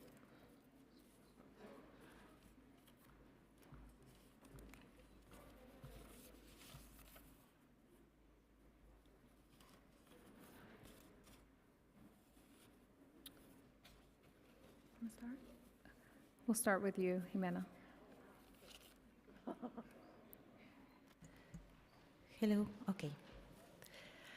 Hi everyone, my name is Jimena Bustamante and I am with the Undocumented Women's Fund. We are a grassroots feminist organization that for the past 2 years has been working hand in hand with recent arrivals, building a care network in the face of the neglect, the scapegoating, and the profiting from our newest neighbors that has characterized the Adams administration in our eyes. This organizing and caring for our newest neighbors, our comadres as we call them, has allowed us to see how deeply flawed the parallel shelter system is, how there is a lack of services and lack of protections for its residents. And this is the topic that I want to address today. Our comadres and us are very concerned about the lack of protections for the residents of the shelter, the parallel shelter system. We know that this can be a special area of enforcement, or that is especially vulnerable to enforcement since it only shelters new arrivals. And we want to demand the administration to clarify what are the protections in this parallel shelter system. Both protections for physical raids, ICE coming and doing physical raids, but also what we call paper raids. What are the protections of the data of the residents? And we want to know what is the training that the staff is receiving, what are the directives that they are receiving, and what are the accountability mechanisms if they violate those directives. So far, as Alex Aviles, Councilmember Aviles mentioned earlier, what we have been seeing is that not only they have not been trained, but they have actually been spreading misinformation and fear among shelter residents. And we also want to know what are the protections concerning data. We believe that this is a especially sensitive matter, and as we know, there has been a very cruel policy of shelter evictions, and every time that a family or just a single adults get evicted and relocated, there's a paper trail that is created, and we want to know what are the protections for all that data. Earlier in the hearing, we addressed the topic of the case of Jennifer, and we believe that this is an example of how sensitive this data is. I think that it was Councilmember Hanif that mentioned that Jennifer was a resident in a parallel shelter that requested mental health support for her children for the trauma that they have endured coming to the United States. And then the shelter opened a case with ACS, and ACS informed ICE, and she was detained at her next check-in. When Councilmember Hanif addressed this case, she just didn't mention that it was the shelter that actually opened the case with ACS. So this is only to highlight how sensitive data is, and it's not only the collaboration between like the shelter staff with ICE, but also with other agencies from the city. So finally, just to close, we demand that the administration fulfill its role of guaranteeing permanent housing for all New Yorkers, regardless of immigration status, dignified living conditions, and it secures New York's status not only as a sanctuary city, but as a fearless city. Thank you. Thank you. Hi, my name is Rosa Cohen Cruz. I'm an attorney with the Bronx Defenders, reading on behalf of Kelvin Cervita Rocha. My name is Kelvin. I'm not here in person today because I'm still in ICE detention because of NYPD collaboration with ICE. While you sit here in liberty right now, remember that I am here in spirit, but still in a cage. In January of 2024, my life was turned upside down. The NYPD claimed I was part of a violent attack on officers in Times Square. They branded me a gang member and a fugitive, and they implied that because of laws designed to protect immigrants like me from abuse, they were unable to stop us from doing something dangerous. All these claims were lies. I never left New York. I was here the whole time waiting for my court date. I was never part of a gang, and it was the NYPD who initiated the violence that day, as video evidence later revealed. I never assaulted a police officer, and that charge was dropped. I pled guilty to a misdemeanor for kicking a police radio after witnessing officers brutally attack my friends. But now that the dust has settled, you don't hear about any of this or the further violations to me and my family. The injustice started the night I was arrested by ICE. On a cold and snowy February night, NYPD and ICE officers stormed into my apartment together, guns drawn, shouting. I was barefoot, half asleep, and terrified. They ignored my cries, my pleas not to scare the children, and for shoes, dragged me into the freezing snow and told me I was being deported. For days, my family was trapped inside the apartment by NYPD officers guarding outside. They couldn't leave even for food. Children went hungry.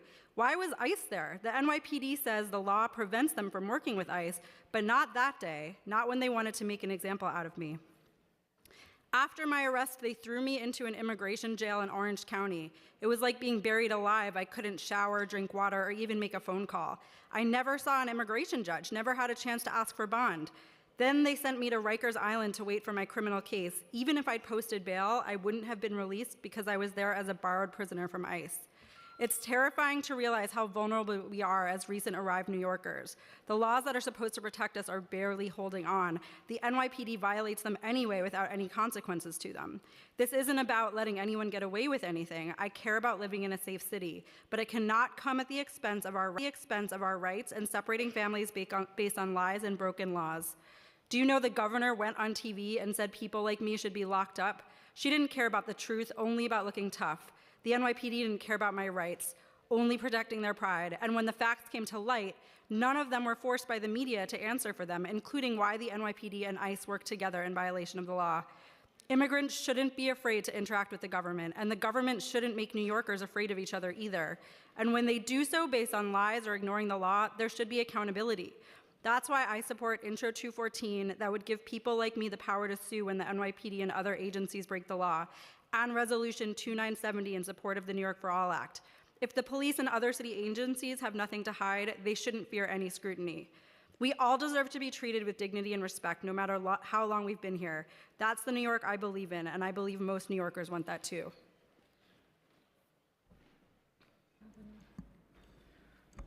Thank you, Rosa, for highlighting another instance where we are breaking the law, and clearly there seems to be no accountability, and why the rhetoric and the misinformation is so damaging.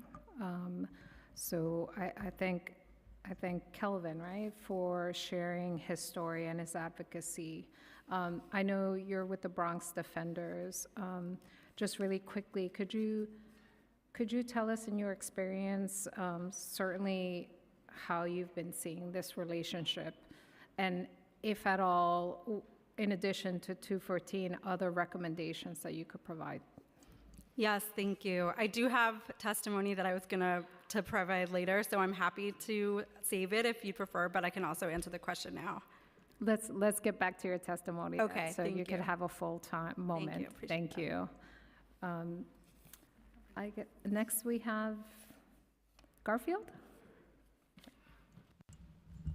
Hi, good afternoon, council and council member and member of the community. Unfortunately, I've been having like the worst couple of years. I was detained, came home to a son that was born while I was detained. Still find myself trying not to lie to him. He's actually here with me today. He just asked me a couple minutes ago, I don't know how he figured it out, he's just 7, if they're gonna take me away.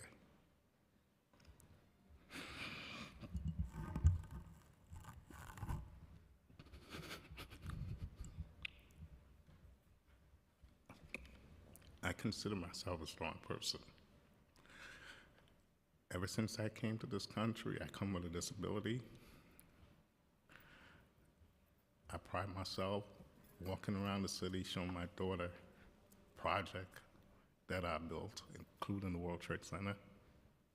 I've been there since September 17 of that year until we put up the memorial. I did something wrong and I went away. I paid my time. But for some reason, every time I heard the word heist, it's like I've always been scared of cancer, so I never go down to get treatment or to test myself. But I think I just found out what I'm scared of more than anything else in this world, and it's not cancer. It's to get ripped away from my family. They let me out of detention because I came up with a kind of blood clot that I have like multiple back to back to back. They told me they was gonna take my next leg. I told them I'd rather die in the hospital. I wouldn't give them the right to take it. It got so bad, when the hospital released me, the surgeon called them and told them, there's no way I'm gonna make it. That very night, I came back to the facility. One of the immigration officers saw me and he made a phone call, and in 20 minutes, I was released. Now I have immigration next month. I don't know what I'm going there to do or what I'm going to say, but I know I would rather have cancer 20 times more than to go to that place, but I have to go. What I'm going to tell my kids, I have no clue. I don't know what in life you could do to be punished over and over, but I guess this is it, being in the custody of immigration. I know there's a lot of beautiful people in this country, and I can't understand why no one can see how bad they are. I've been in immigration custody so bad that I was clothesless, sleeping on the floor for almost 3 months, even though the doctor told them they have to give me certain medication. I never got it, and that contributed to the blood clot. I did a couple of surgeries since I got home, and they moved some of them. I'm actually usually in a wheelchair. I'm supposed to still be, but my son don't like it. So I promised him if he comes with me today, I won't use a wheelchair. But now he's sleeping. I can relate to a lot of things, and I still can't believe I've been home almost 2 years. Like, there's so much people who cares. Because once you're behind those walls, it's just you and the people who hate you. And the crazy part is the one that hates you is the one that has the power to take everything away. I've never imagined this country have so much hate or agree with agency to have their own laws, because everything they do is against the law. It's not what we believe in. This is the bad side of this country. If we could get rid of that, we all could get along and make this place way better. We're not what they're saying we are. Thank you, guys. Mr. Green, thank you for sharing your story. I know you have been here since this morning, very early, standing with us. I wish your son was awake to tell him he should be very proud of his father, who is very brave and pushing through enormous adversity and standing collectively with community to say all people should be dignified. We must do better. Unfortunately, this country has a very long history of hatred and was built on that. But we are working very diligently to change it because there is enough resources for all. We can change that paradigm. Unfortunately, it's going to take a lot of work given the incoming administration and their hateful rhetoric. But I would like to talk to you more offline. And all I'm thinking right now is fuerza, which is strength. I wish you much strength, and I hope we can connect you to some kind of resources that can support you. Thank you for your testimony. Appreciate it.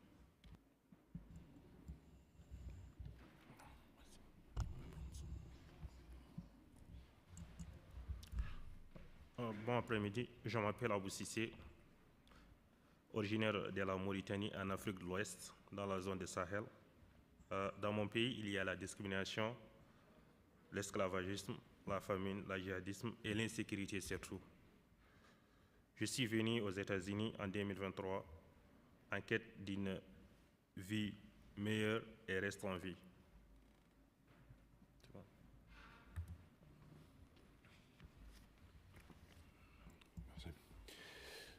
Hello, my name is Abou Sissé.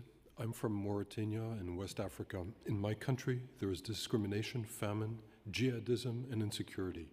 I came to the United States in 2023, seeking a better life and seeking to stay alive.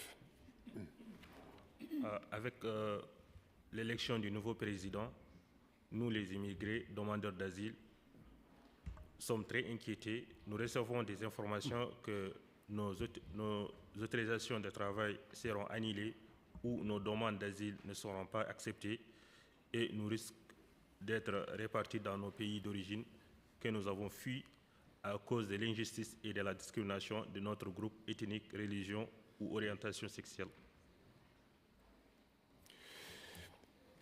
With the election of this new president, we, the community of migrants seeking asylum, are very concerned. We've received information saying that our work permits might be canceled and that our demands, our applications for asylum will not be accepted, and we might be sent back to our countries of origin, that we have fled, fleeing injustice, discrimination, or for reasons of our ethnic group, our religion, or our sexual orientation. Si je retourne dans mon pays, qui est la Mauritanie, je risque d'être torturé à mort et je crois que nombreux sont ces personnes ici présentes qui se trouvent dans la même situation que moi. Je suis traumatisé par le fait que je pourrais même retrouver dans mon pays si la police d'immigration m'arrête. Je ne suis pas un criminel, je combats l'injustice et la discrimination sociale, où que ce soit, raison pour laquelle je me suis retrouvé ici aux États-Unis.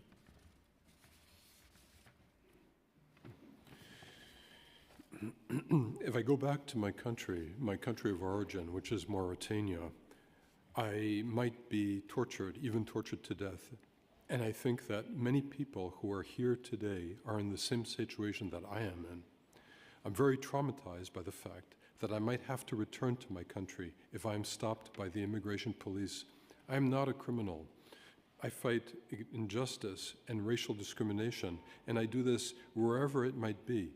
That is the reason that I'm coming to the United States. Un pays qui respecte le droit de l'homme et protège sa population. Je demande aux élus et au gouvernement américain de nous donner la chance d'avoir nos permis de travail, de nous légaliser afin que nous ne soyons pas déchargés à l'État américain. Nous ne sommes pas des criminels, des bandits armés, ni des délinquants. Nous voulons travailler en toute sécurité et nous prendre en charge nous-mêmes, avoir une vie, participer à l'épanouissement de notre vie et aussi à celui des États-Unis que nous aimons tant.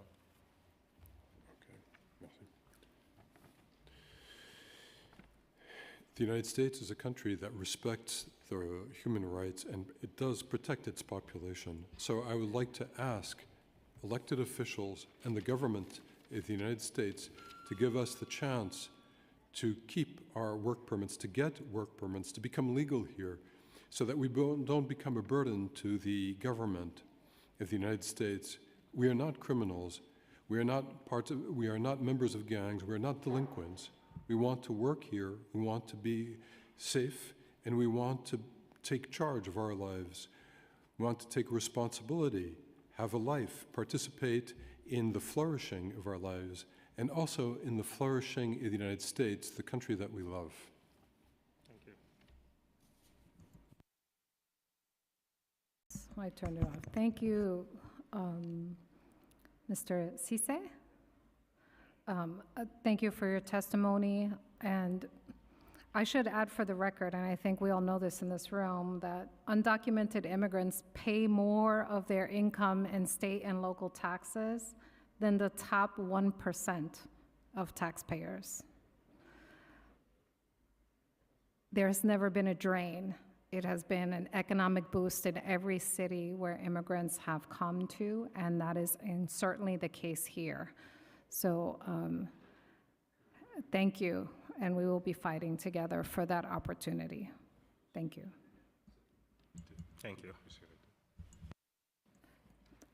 For the next panel, we have Miral Abbas, Kulsum Tapal, Justin Srey,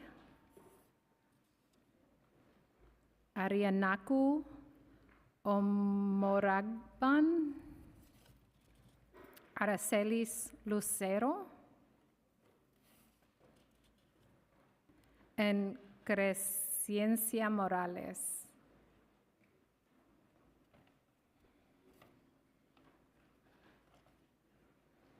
I guess I think everyone is.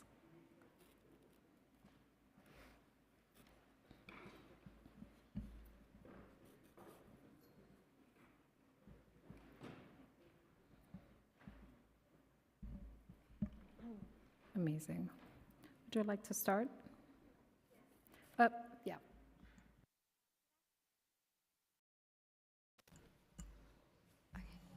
Good afternoon. My name is Miral Abbas, and I'm the Health Partnerships Coordinator at the Coalition for Asian American Children and Families, or CACF. I'm here today to discuss our Access Health New York City initiative and urge the Council to include $4 million for our initiative in the coming year budget. With this addition, Access Health can uplift and fund new community organizations to meet the growing needs of our diverse immigrant communities. I'd like to start by thanking the Committee Chair Alexa Velez, and members of the Immigration Committee for their extraordinary commitment.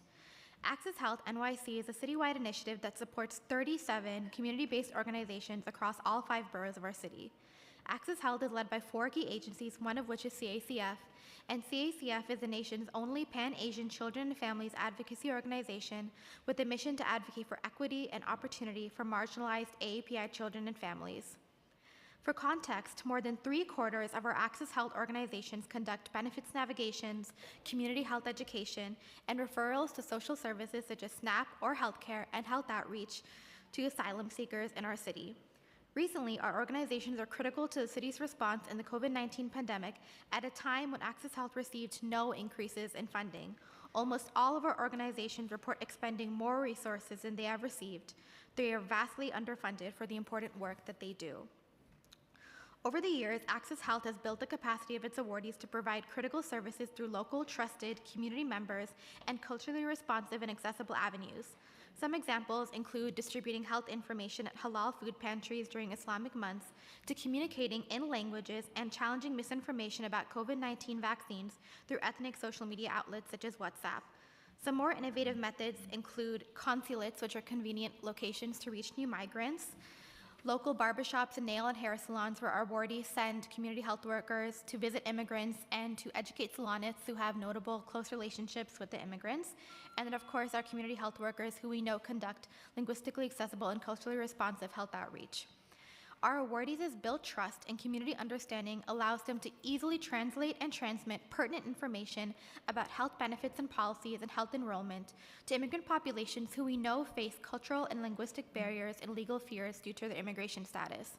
Our awardees play a critical role by working at the forefront to address fears, dispel myths and misinformation, and provide clarity on important policies in healthcare and methods that are easily understood, given that immigrants are often unreached by mainstream city agencies and media. This work will ever be more important in light of potential political changes that are coming to immigrant health and legal benefits. Therefore, we ask the Committee of Immigration to consider supporting our Access Health initiative, and in partnership with the Committee on Health, consider an expansion for necessary funding to $4 million. Thank you. Thank you. Thank you to the New York Council for the opportunity to testify today. My name is Justin Srey, and I'm the Southeast Asian Defense Coordinator for Mekong NYC.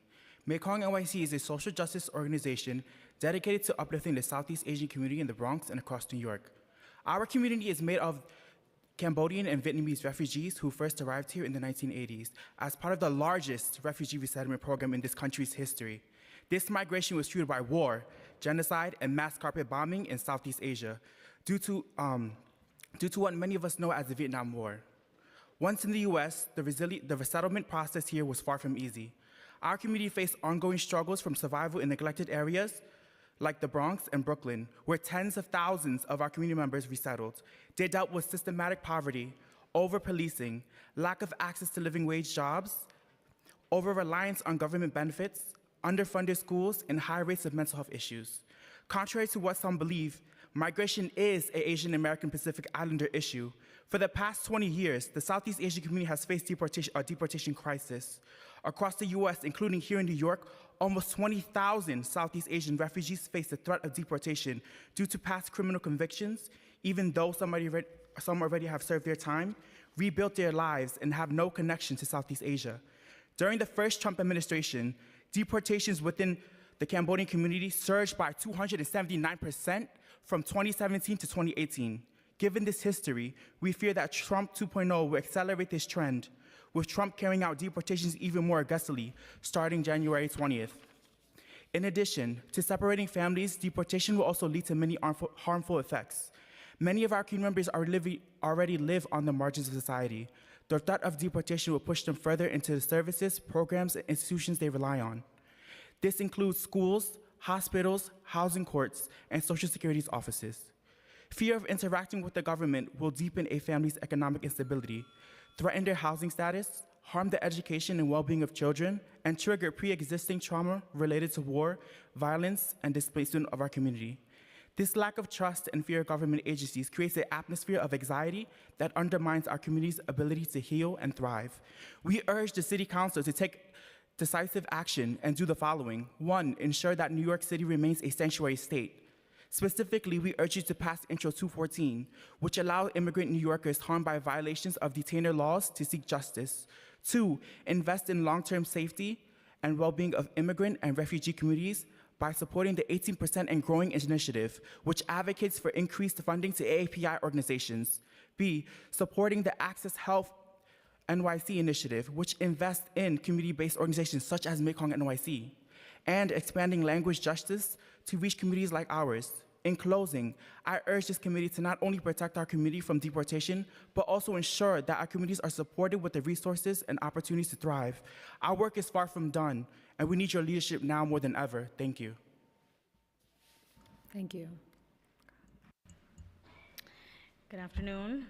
Thank you to the Committee on Immigration for holding this hearing, and for Chair Aviles for always having our back. We really appreciate it. My name is Aracelis Lucero. I'm the Executive Director of MASA, a community-based organization in the South Bronx, who for the last 2 decades has been working towards strengthening literacy, leadership, and power for immigrants and indigenous people living in New York City.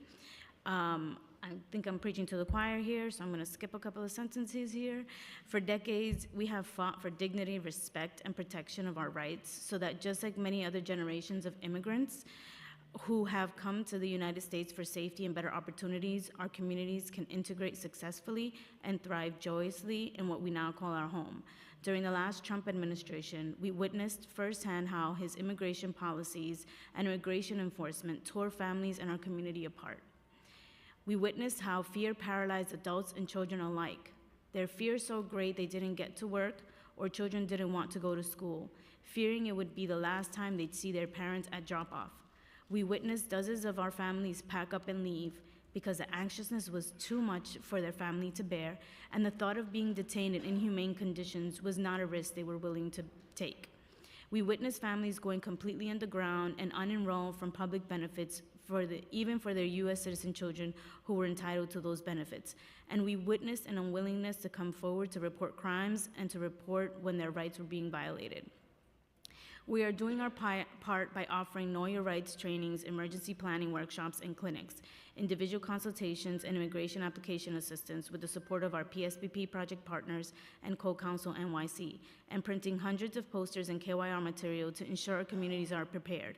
can share what they have learned with their loved ones and aren't paralyzed by fear. We are now asking for you to do your part, and we urge this council to act swiftly and strategically to reassure and protect immigrant New Yorkers.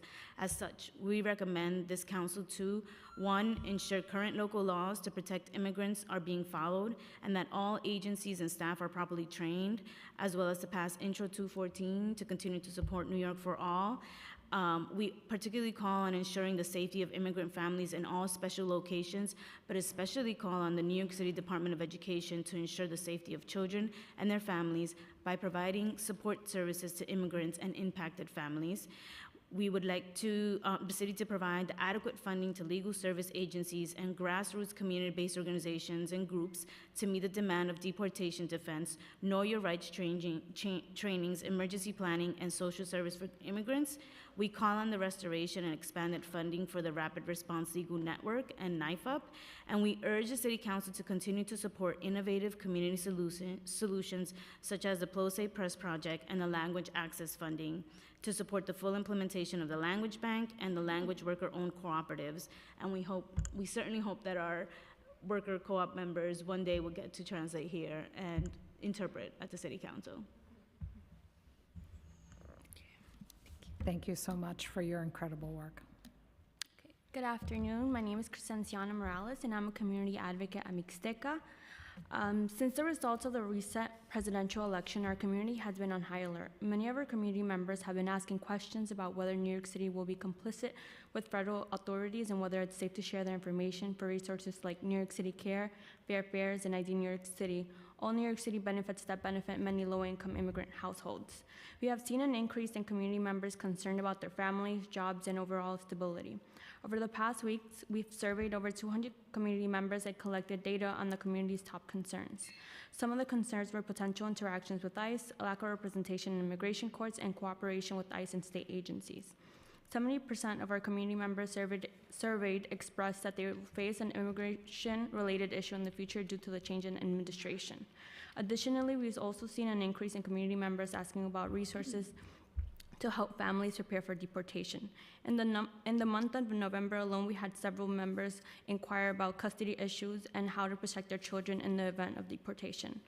After the rumors of possible ICE raids in the capital region upstate, the number of immigrant-related questions at Mixteca has increased in the past weeks.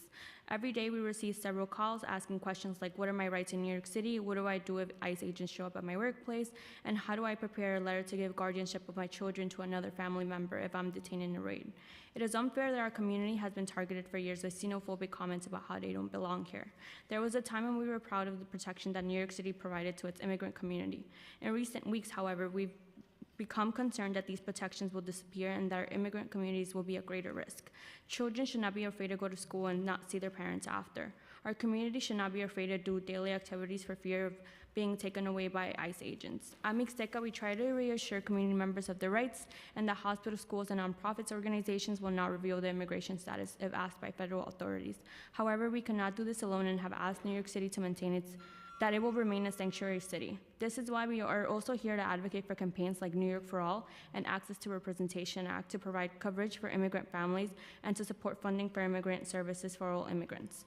We are not only asking that New York City remains a sanctuary city, but that New York State becomes a sanctuary state because all New Yorkers deserve to be loved, to be safe, and to have their rights upheld. Thank you all for your attention. Thank you. Mixteca's always in the house representing. Appreciate you. Yeah, I love everyone. Next. Good afternoon. My name is Kulsum Tapal, and I'm the Education Policy Coordinator at the Coalition for Asian American Children and Families.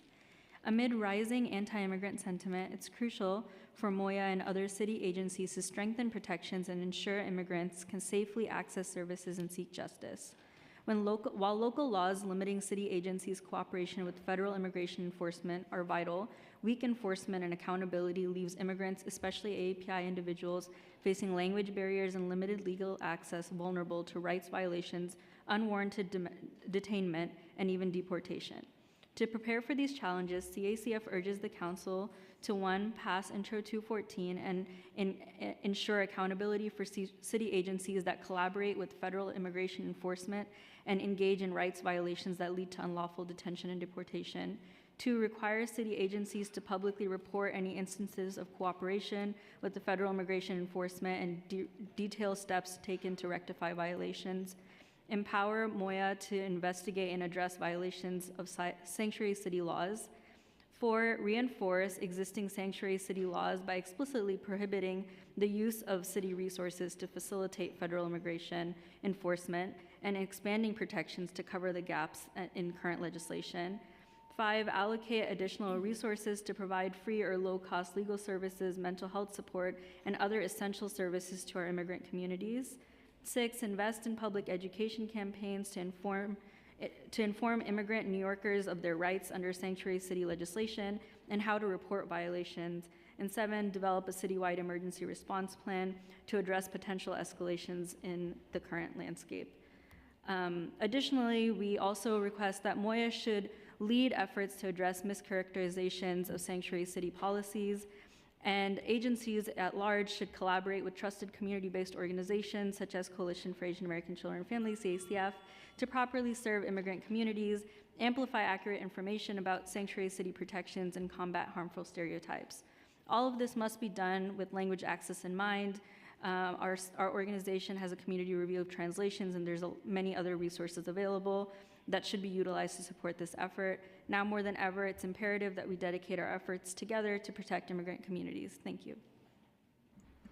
Thank you. I was also hoping to hear about a citywide emergency response plan, and we did not hear that, but that does not mean we are not going to fight about it. I will guarantee you that. Thank you so much for your testimony. And next, Ariel, say your name for the record.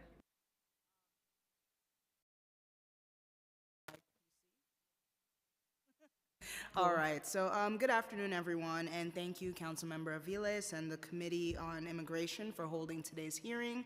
My name is Ayinakwe B. Omoragban, and I'm the daughter of immigrants from Trinidad and Nigeria. I'm also the New York Policy Manager at African Communities Together. We're located on 127th Street up in Harlem. I'm testifying today to urge the City Council to act swiftly and do all that is in your power to protect the safety of immigrant communities living in New York. Since launching as an organization, ACT has been at the front lines of supporting arriving migrants with immigration legal services, navigating New York social service agencies, and advocating for quality housing placements. In response to the 200,000 plus new arrivals and asylum seekers who've arrived in the city since 2022, ACT has challenged the city to provide Muslim prayer spaces, language interpretation, and other culturally sensitive services to Africans living in the city shelter. We have also led 7 policy campaigns aimed at getting new temporary protective status designations and work permits for Africans coming from countries in conflict. We are fully aware of the hardship that is to come in the next administration.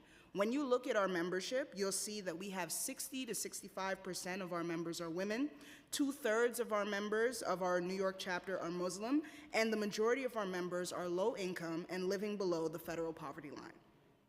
Our members also hail from countries like Senegal, Guinea, Mali, Mauritania, Ethiopia, just to name a few.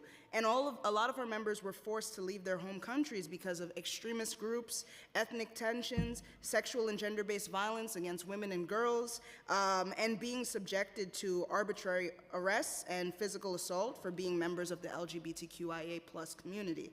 During the first Trump administration, we experienced a lot. ICE detained many of our Africans in subway stations, at their homes, workplaces, and immigration appointments, and many of our members were detained with little to no access to legal services and interpreters who can speak languages like Wolof, Mandingo, and Pular. For New York's African community, delayed asylum applications, Muslim bans, and other things like that are not simply unfortunate circumstances. These decisions are a matter of life and death for our community. When ACT heard President Trump and Mayor Adams and border czar Tom Homan's their intimidations, we took that seriously, and we are planning to act accordingly. So we're asking the New York City Council to come with the same type of energy and meet these threats of ICE collusion and deportation with oversight, enforcement, and innovation. I think a lot of the people on this panel talked about the policy recommendations that we have, but I just want to highlight once again, we need you all to pass Intro 214. We need you all to advocate for the passage of historic funding package for immigration legal services. We also need you all to secure compliance with Local Law 228, which would prohibit the use of city resources for immigration enforcement. And we need you all to pass all of the resolutions that were mentioned today by Councilmember Hanif, Hudson, and Aviles, the ones that you all introduced, calling for the passage of New York for All Act and Access to Representation Act. All of these things would prohibit the disclosure of immigration status by New York State entities and establish the right to legal counsel in immigration court proceedings. I'll finish here in saying that, you know, if anyone was at that rally this morning, you heard migrants, you heard advocates, you heard immigrants and asylum seekers chanting a series of things. But the one that stood in my ear was, when immigrants are under attack, we stand up and fight back. The people who have spoken, and it's time for City Council to get information. We look forward to continuing to be in partnership with you all in this matter. Thank you, everyone. Thank you. Challenge accepted. We are going to take a very brief pause. I have some personal matter to attend to, and I will be back incredibly shortly with the next panel. Thank you for your grace.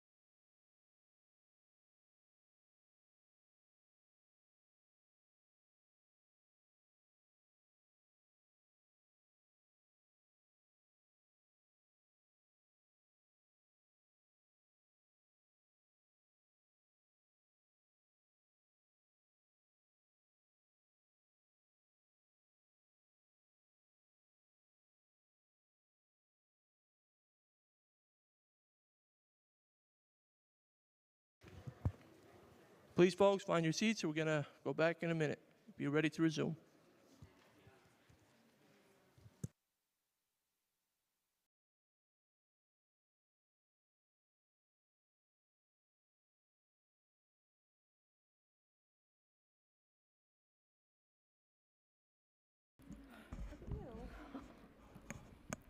So we will resume. Thank you for the quick pause. I think everybody needed it.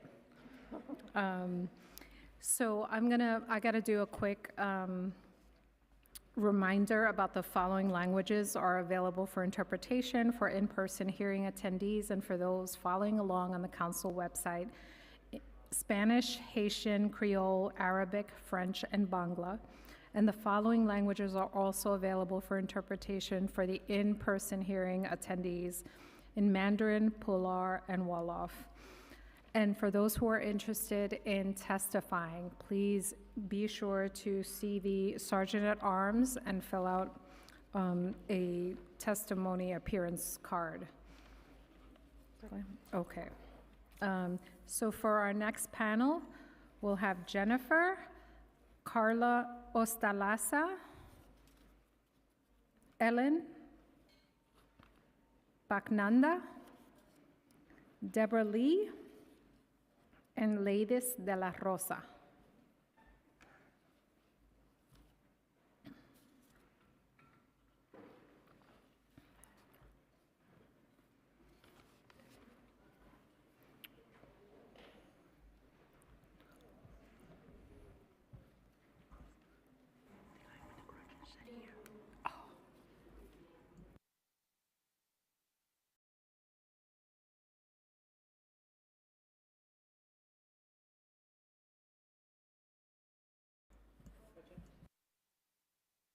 I have Ladies, Deborah, Ellen, Carla, and Jennifer.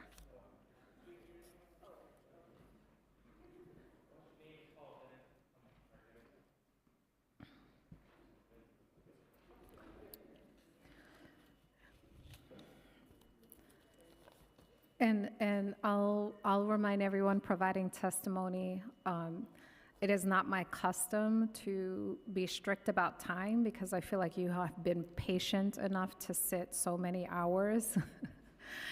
So nevertheless, we do have about 50 people. So just to support one another, if we could try to keep to time and encourage you obviously to submit any written testimony that is longer and more substantive. And I thank you for that. I'm not comfortable with that rule, but it is kind of how we've got to coexist in this space. So I guess we can start here. Can you hear me? Great, okay. I'm gonna speak really quickly. Okay. My name is Deborah Lee, and I'm the attorney in charge of the Immigration Law Unit at the Legal Aid Society. We thank Chair Aviles and all members for this hearing. As the principal public defender citywide, Legal Aid cannot stress enough the need to reaffirm our sanctuary city laws. Detainer laws and the Protect Our Courts Act are about upholding due process and accountability and aim to ensure that ICE is held to the probable cause standard required by the Constitution before depriving somebody of their liberty. Our state lawmakers must end our state's complicity with ICE by enacting the New York for All Act, which would prohibit local law enforcement across the state from colluding with ICE. Sanctuary city policies rightly disentangle city resources from federal law and immigration enforcement. Instead of tearing down established protections and feeding more New Yorkers into the ICE deportation pipeline, we must do more to safeguard the rights of our immigrant families, neighbors, and loved ones. Every single human being in this city should be free to call the police when they are in danger or a victim of a crime, go to the hospital if they need medical attention, seek safe shelter from the elements, send their children to school, and participate in a court hearing either as a party, respondent, or witness without the threat of being detained and deported. Our entire community is safer if we provide for this. Undoing New York sanctuary laws will only erode trust with immigrant communities and drive undocumented people further into the shadows.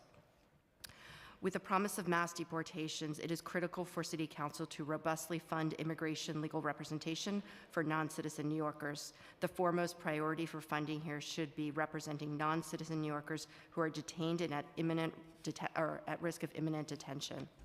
NYFIP providers, you'll hear more about that, are ready to train a new generation of immigration attorneys, but we need a funding commitment from City Council to prepare for the detention of non-citizens and their separation from their families and loved ones here in New York City. I'll finish here and submit written testimony. Thank you. Thank you, Deborah, for all the work you do. Good afternoon, Chairwoman and Council members. My name is Lady de la Rosa, and I am the organizing coordinator for La Colmena, an immigrant rights organization based on Staten Island. Our mission is to empower the immigrant worker through education, culture, organizing, and economic development. For years, La Colmena has stood unapologetically with our immigrant community, often facing hostility and resistance. Yet we remain steadfast because we know how critical this work is. We've built a sanctuary of support, resilience, and empowerment, but we cannot do it alone. Today, I am here to remind you of the vital importance of ensuring that La Colmena continues to receive the unwavering support that it needs from this council now more than ever. We are already equipping our community members with tools to navigate ICE interactions and preparing for potential mass deportations. But this is just the tip of the iceberg. Our immigrant neighbors face not only the threat of deportation, but also wage theft, discrimination, and harassment. We've even have to ramp up security at our own facilities as we face opposition from those who disagree with the work we do. It is not easy to operate under these conditions, but we refuse to back down. Our work is too important, and our community is too valuable. La Colmena exists to remind immigrants on Staten Island that they are not alone. We are here to fight for them, stand with them, and uplift them. But to continue this critical mission, we need your partnership and your commitment. Thank you for your time, your support, and for standing with us as we continue this fight for justice and dignity for all. Together, we can build a stronger, more inclusive Staten Island and a stronger and more inclusive New York. Thank you to La Colmena for all the work you're doing. We're with you. Good afternoon. My name is Ellen Pachnanda, and I'm the Director of the Immigration Practice at Brooklyn Defender Services. Along with my colleagues here today from the Bronx Defenders and Legal Aid Society, we make up New York City's Immigrant Family Unity Project providers. I thank the Committee on Immigration, particularly Chair Aviles, for inviting us to testify today about how we can continue to collaborate in protecting New York City's immigrant communities. In my time at BDS, I have witnessed firsthand the direct, harmful results of the entanglement between the criminal and immigration legal systems. ICE has long relied on local and state law enforcement to target, arrest, and deport people, tearing people from their families and their communities. Today, we call on the City Council to strengthen the New York City detainer laws and support pending New York State legislation designed to protect immigrant New Yorkers. The detainer laws were intended to prevent non-citizens detained in DOC and NYPD custody from being transferred to immigration detention. Yet given ICE's aggressive apprehension, detention policies, and enforcement priorities, it is evident that our criminal legal system continues to cause non-citizens to be apprehended by ICE. This is especially concerning given the provisions of the Laken-Riley Act, now pending before the U.S. Senate, that it would allow for mandatory detention of those merely accused of crimes. Immigrant communities are facing the threat of increased ICE detention, coupled with the threat to go beyond the basis of criminal legal contact to detention near our schools, churches, and shelters. The city can and should do more to ensure the residents are not unnecessarily targeted for detention or deportation because of some action or failure to act by the city. In our written testimony, we offer a number of recommendations, including, as my colleague mentioned, renewed commitment to defending immigrant New Yorkers by investing in expanding NYFA funding. We also recommend strongly that New York City strengthen the New York City detainer laws by passing Intro 214. Finally, we ask that this council consider calling on the state legislature to pass the Youth Justice and Opportunities Act, which is MIRI S 3426, and again echo the calls to pass the New York for All Act, and finally to fund Know Your Rights and education for our communities. Thank you for your time. Thank you. Hi, Good afternoon. I am Carla Solaza. I'm the Managing Director of the Immigration Practice at the Bronx Defenders, and I will be testifying in support of NYFIP, the first in the nation universal representation program for detained immigrants. Since its creation a decade ago, NYFIP has provided critical protections for immigrant New Yorkers and their families. NIFAP social workers, attorneys, and advocates ensure detained immigrants have due process, increase their chances of success in deportation cases by an astonishing 1,000%, and facilitate the continued connection between those inside immigration jails and their family members in the community. NIFAP also saves New York millions of dollars by reducing foster care costs, preventing employer turnover expenses, and recovering tax revenue that will otherwise be lost to detention and deportation. The work NIFAP advocates do is complex and life-changing. Consider Ms. J, a 60-year-old lawful permanent resident and mother who has lived in New York City since her 20s. Despite being a survivor of domestic violence and the primary caretaker of a disabled U.S. citizen, Ms. J was detained by ICE due to an old criminal conviction for which she has never served jail time. Thanks to her NIFAP team, Ms. J was released and prevailed in her case and also had her conviction overturned. However, she continues to live in fear because members of her nuclear family remain vulnerable to ICE. Her story highlights the stakes for thousands of New Yorkers in mixed status families. On Monday, a new federal administration committed to mass deportations will take office. We expect to see widespread raids and detention by immigration authorities starting next week. During Trump's first administration, immigration arrests by ICE increased by 104%. Now, with nearly double the detention capacity in the New York City area, the impact will be devastating. NIFAP advocates have the expertise and dedication to take on this fight and recruit and train many others to protect immigrant families, but they will need resources proportional to the magnitude of this attack. NIFAP's promise is that no detained immigrant New Yorker will have to fight against family separation and deportation alone. We urge the Council to renew its long-standing commitment to this program and ensure we can keep our promise to New Yorkers during their most difficult times. Thank you.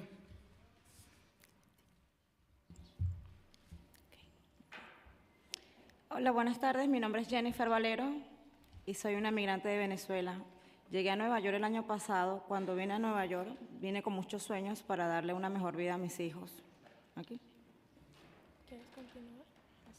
Pero ese sueño se convirtió en una pesadilla cuando las agencias locales violaron la ley y mis derechos cuando compartieron mi información confidencial con el ICE. Hello, my name is Jennifer, and I am an immigrant from Venezuela, and I arrived in New York last year. But when I came to New York, I came with many dreams to give a better life to my 2 children. But that dream turned into a nightmare when local agencies violated the law and my rights when they shared my confidential information with ICE. Cuando estaba en el refugio, pedí a los trabajadores del refugio servicios de terapia para mí y para mis hijos, porque el trauma de nuestros viajes desde Venezuela a los Estados Unidos nos estaba afectando mucho. En vez de darnos apoyo de terapia, los trabajadores del refugio llamaron al ACS para que hablaran con mis hijos.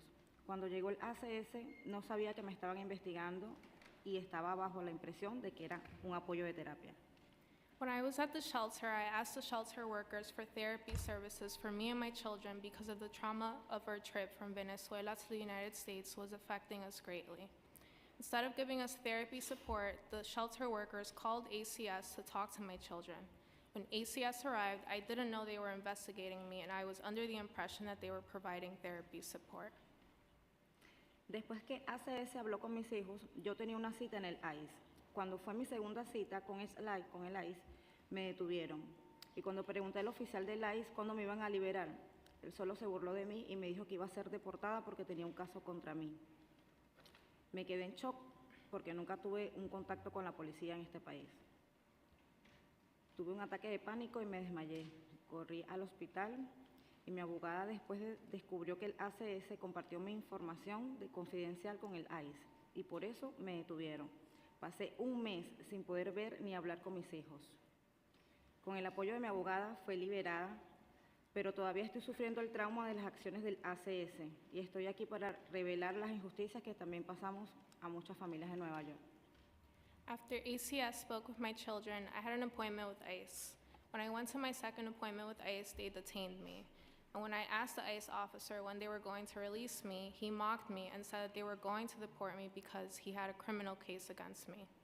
I was shocked because I never had any contact with the police. I had a panic attack and passed out and was taken to the hospital. My lawyer later discovered that ACS shared my confidential information with ICE, and that's why they detained me. A month passed without being able to see or talk to my children. With the support of my attorney, I was released, but I am still suffering from the trauma of the actions of ACS. I'm here to reveal the injustices that also happen to many families across New York.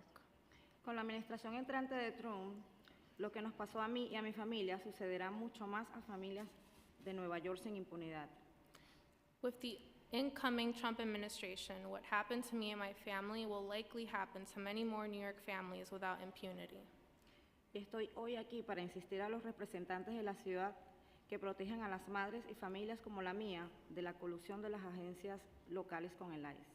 I stand here today to urge city officials to protect mothers and families like mine from local agency collusion with ICE. Hago un llamado a nuestro consejo para que apruebe la ley del concejal Hanif, Introducción 214, para crear un sistema de rendición de cuentas por la violación de las leyes santuarios que existen en la ciudad de Nueva York. I call on our council to pass Council Member Hanif's bill, Intro 214, to create a system of accountability for the violation of the sanctuary laws that exist in New York City. Ninguna agencia debería sentirse empoderada para violar la ley y debería haber consecuencias cuando lo haga. Hagamos lo correcto para mantener a las familias en Nueva York seguras y unidas. El momento de que nuestro Consejo Municipal actúe es ahora. Gracias. No agency should feel emboldened to violate the law, and there should be consequences for when they do. Let's do what is right to keep families in New York City safe and together.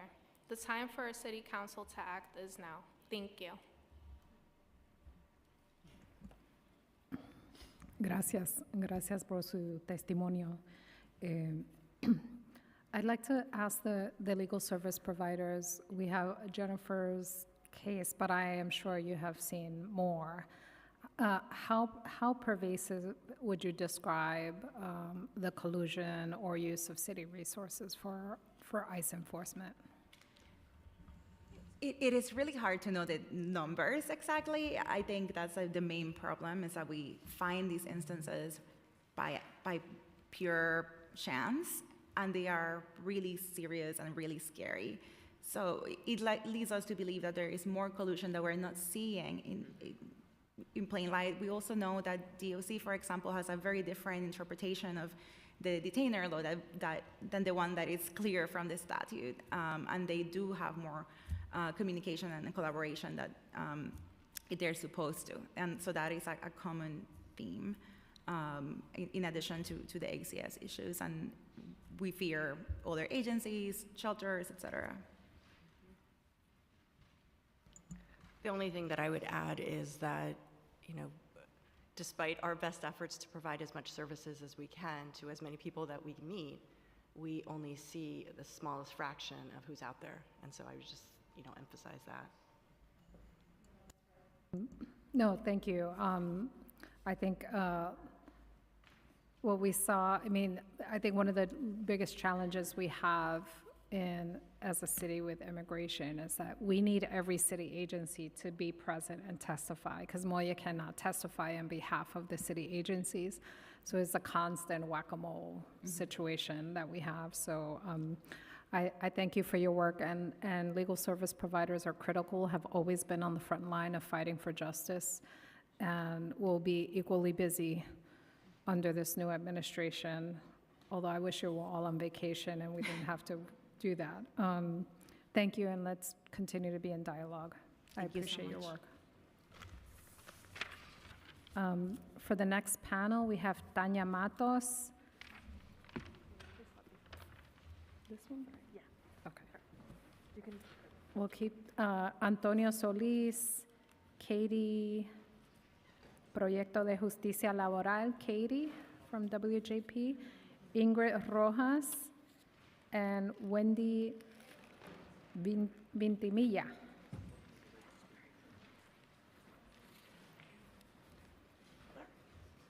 Wendy from WJP, Ingrid from WJP, Kaylee from WJP, Antonio está aquí, de Veleristas, and Tanya from Unlocal.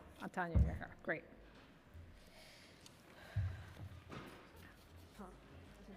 I guess, Tanya, if you would like to start.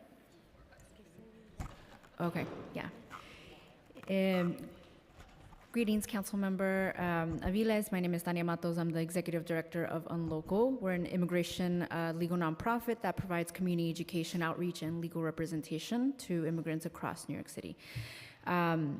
So everything that has been said today, I would repeat, but quite simply, New York City must do everything to remain a sanctuary city. It's just not a matter of fairness, but a public safety necessity, as you understand. And we're part of the Pro Se Plus project, which, by the way, I know the Mayor's Office of Immigrant Affairs was working on payments, but we're actually still waiting for payment for work that we've done in 2023. You know, that is a huge issue for us that we continue to face. And so we cannot do the work if we're not being paid for the work of representing New Yorkers across New York City. So the people that we help with the Pro Se Plus project, they face, right now there's a lot of uncertainty and fear, and there's actually a lot of extreme rumors that are being spread in the shelters right now on what's gonna happen on Monday, starting Monday. So I wanted to let the council know that this is what we're hearing from clients, and I think it is very imminent that the shelter staff and Moya and the city council know that, you know, the rhetoric that currently is happening right now is from the mayor, from other entities, is not helping people in the shelters with their fears and calming their anxieties. We're also part of the Rapid Response Legal Collaborative alongside Make the Road and NILAG, and we provide urgent advice and counsel for immigrants facing imminent deportation and detention. And so every day we hear about devastating the psychological toll that right now people are experiencing because of the threat of deportation and their families. And these group of individuals face heightened level of threat of deportation and detention. So we've witnessed extreme bouts of depression, psychosis, and even suicide attempts. And so this is why it's important for the council and the city to continue to be a sanctuary city. And I'll skip to our recommendations, which basically are asking you to support the city council to support Intro 214. And we thank you for your historical support of legislation such as Dignity Not Detention, New York for All Access to Representation. We ask that you continue to fund legal services committees, because the Pro Se Plus project, for example, we have less people applying for asylum, but it doesn't mean that these individuals don't need continued support for their legal services. So there's still thousands of people that need continued support on their asylum cases.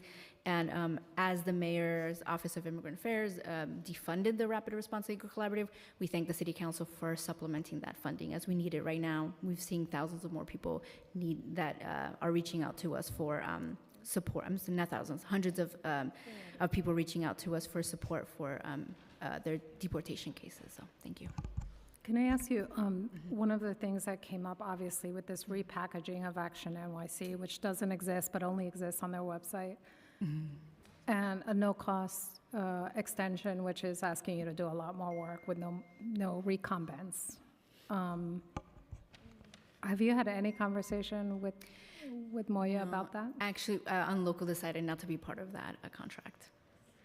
We understood the downside of it. Thank you. Next.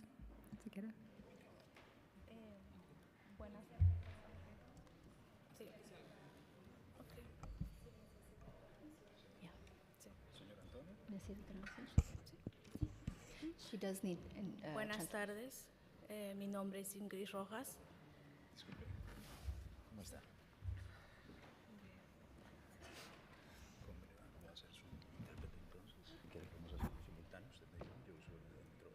Muy bien. Okay. I want to thank you from the bottom of my heart for giving me the opportunity to speak.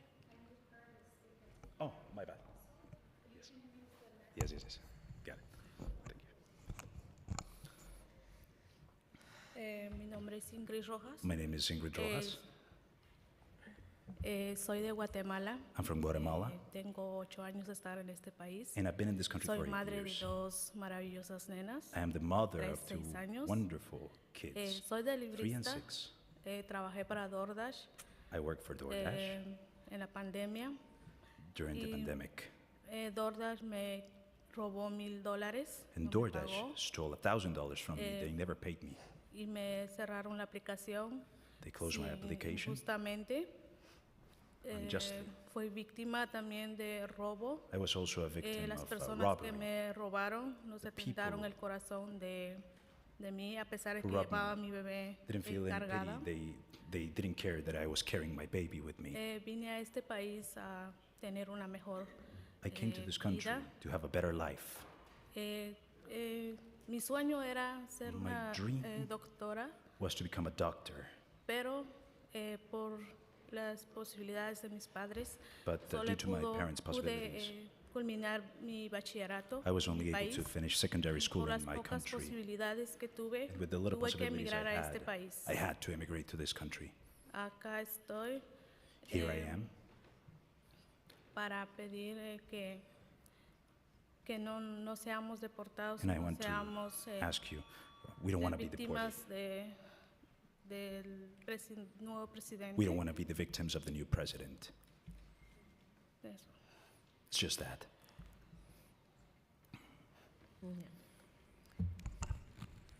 Buenas tardes, Good mi nombre afternoon. es Wendy My Vintimilla. name is Wendy Soy Ventimiglia. ecuatoriana. I'm from Eh, Ecuador. Ya tengo 2 años en este país. I've been here in this country for 2 years. Afortunadamente Fortunately, sigo con vida porque still vine alive huyendo de mi país. because I had to Todo flee lo my que está country pasando. because of Fui everything what's going amenazada, on. torturada, I was tortured, I was en threatened. la cual vine con toda la familia de mi esposo. I came with acá. my husband's family. Dejé toda mi familia, I left allá, mis my whole family, amistades, my trabajo. friends, Tenía work. una posición I had a position, para vivir, un it was a good negocio. position. I had my own business. Whoever's phone, please silence all devices. Thank you. Trabajaba para el gobierno 17 años, I worked for the government for con la 17 niñez y years. adolescencia, en la cual pedí ayuda para no poder trabajar con ellos de casa en casa. I asked for Me negaron la from ayuda, house to house. They tuvimos que denied venir me porque the mataron help. a un familiar de mi marido. We had to come because they killed a Intentaron family matar al member of otro. my husband. They tried to kill another Tuvimos one. que venir por la frontera So we 16 had to personas, cross the border, 16 people. toda la familia de mi pareja. My husband's Gracias a family. Dios Thank conocí el proyecto de justicia laboral, I, la cual me ayudó I was able to get acquainted with the para justice project, with poder labor justice denunciar project, a to be able to unas denounce personas que nos robaron a some más de people 50 personas, that mujeres stole from y, more than 50 y varones también. There El also sueldo. men, they stole our El wages. negocio ha sido clandestino, no lo It sabíamos, was a pero por la clandestine necesidad de business. We didn't trabajar, know, but we had the need pagar to la work renta, and to pay pagar rent la alimentación, and to pay for estudios food de nuestros familiares, for our obviamente family todos los members. gastos, porque Obviously, aquí all the expenses. hay que trabajar para poder sobrevivir. Because you have to work in order to No queremos survive. ser una carga We don't para want este to be a país, burden porque for no lo this fuimos country, en nuestro país because we tampoco. were never a burden in our own country. Y gracias a la thanks justicia laboral, to labor me justice, ayudaron a sacar el permiso de they trabajo helped me get recién. a work Fue mi regalo de authorization. Navidad. So that was my Pero Christmas tengo present. miedo, aunque tenga But eso, tenemos I'm miedo still todos, afraid. porque no We're all sabemos qué vaya a afraid pasar because ahora con we don't know what's going to el happen nuevo presidente. with the new president. Todo mundo hace tener miedo, hay memes. Everybody's afraid. De verdad no There's sabemos. memes all over Por the eso place. We don't know. quiero pedir So I want to ask, sin embargo, necesitamos el apoyo we need the para support poder contar con las to herramientas be able to count with the necesarias tools, the necessary para tools defendernos, to pero defend también para ourselves, asegurar but que, also to no seamos ensure blancos de that we are deportación. not the target of deportation. Muchas de nosotras tenemos miedo, A lot of de us, seguir aquí. we are afraid to continue living here. y la cual también de pensar de regresar de nuevo a And nuestro also país, just to think morirnos, about going porque back to our está countries and difícil. die there because situation is really hard. Ay, de verdad estoy nerviosa. De I'm verdad very pido a nervous. todas las autoridades But I que no beg solo all the apoyen authorities a las not mujeres, only to sino a support todos, women, todos los but to inmigrantes. support No all somos immigrants. cargas de este país. We are not a burden for Queremos this tener country. un We permiso para want poder to have aportar, a permit aportar en los taxes, en todo lo so we que sea can give necesario. back, so we can pay Pero siempre y taxes, cuando everything that is los necessary. concejales, But el alcalde, council members, the nos mayor, ayuden y comunidades want you to help como el us. proyecto o otras asociaciones que Associations ayuden like the a project and all the todos associations a that poder work vivir everybody to dignamente live with como dignity ser humano as human beings y no tener ese miedo, and not porque to ya have nos that cansamos de vivir fear. con el miedo. We're Miedo a tired morir, of living miedo with fear, a fear of dying, escondernos, fear of miedo a hiding, no salir, tal vez como una fear of, paloma libre not to sin go que nos out. pase nada. We want to Entonces, live free like quiera a dove, Dios with nothing bad happening llene to su us. corazón So de paz may God y fill your armonía heart al nuevo with peace presidente and harmony, and y also, ya no nos to the new vea president. como gente mala, And, gente terrorista, for him gente not to see us que as bad venimos people, a as dañar este terrorists, país. No, people el that come to inmigrante this viene a country to trabajar, damage it. el We are people inmigrante that come to viene this a country cuidarse, to el work, inmigrante viene a aportar. to Es give lo back único to que puedo society. decir. Y que Dios nos cuide a todos And los may God inmigrantes take en care este of all of país. us. Gracias. Thank you.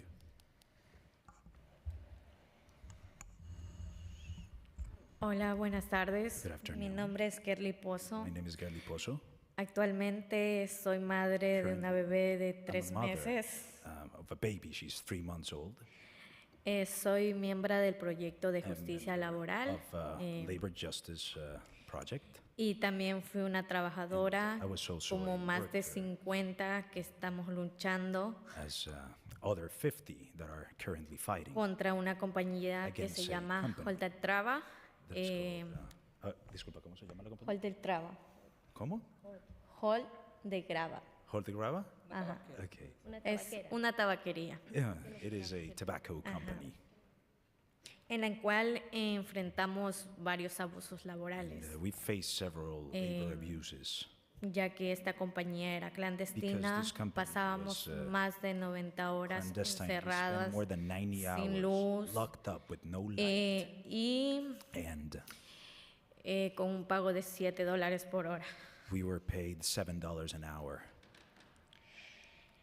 Yo y de muchas de mis compañeras estamos Me and luchando many of my actualmente coworkers are contra fighting against esta compañía. this company. Ya pusimos un reporte contra We already filed a OSHA, report contra OSHA Justicia, against fue el Departamento de Labor y the Department of actualmente Labor, la and Fiscalía de currently, Brooklyn está Brooklyn's, siendo District investigada, Attorney's Office haciendo investigaciones is investigating para esta compañía. this company.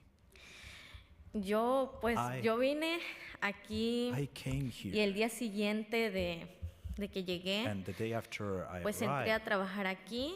I started working Sufrí here. muchos I abusos, suffered incluso many abuses. llegué a tener adormecimiento de I mis even brazos had numbing in my arms por el producto because of the que product. era muy fuerte, It was el tabaco. the tobacco was very strong. Entonces, yo como So, muchas de mis compañeras también sufrimos. and many Algunas se other les my hinchó la coworkers, cara, los pies, We had lacerations in our feet. se les fue el habla, o sea, no eran condiciones These adecuadas. were in adequate conditions. Actualmente el proyecto de justicia laboral nos está ayudando The con Labor un Justice permiso Project de trabajo is helping us with the Eh, work authorization. que se llama DAY, Day, Programa de Acción Diferida, Program el of cual Deferred yo Action. no aún actualmente no he sido aprobada And, y I'm muchas still de not mis currently compañeras approved. tampoco. And many of my Entonces, coworkers les vine a are pedir approved. que nos ayuden So con eso, I beg you to help us with that. porque es muy duro Because estar con it's el miedo. very hard to be constantly in fear.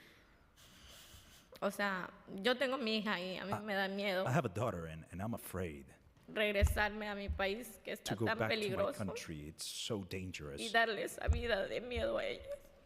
And also I'm fearful for her life. Eso es todo. That's all.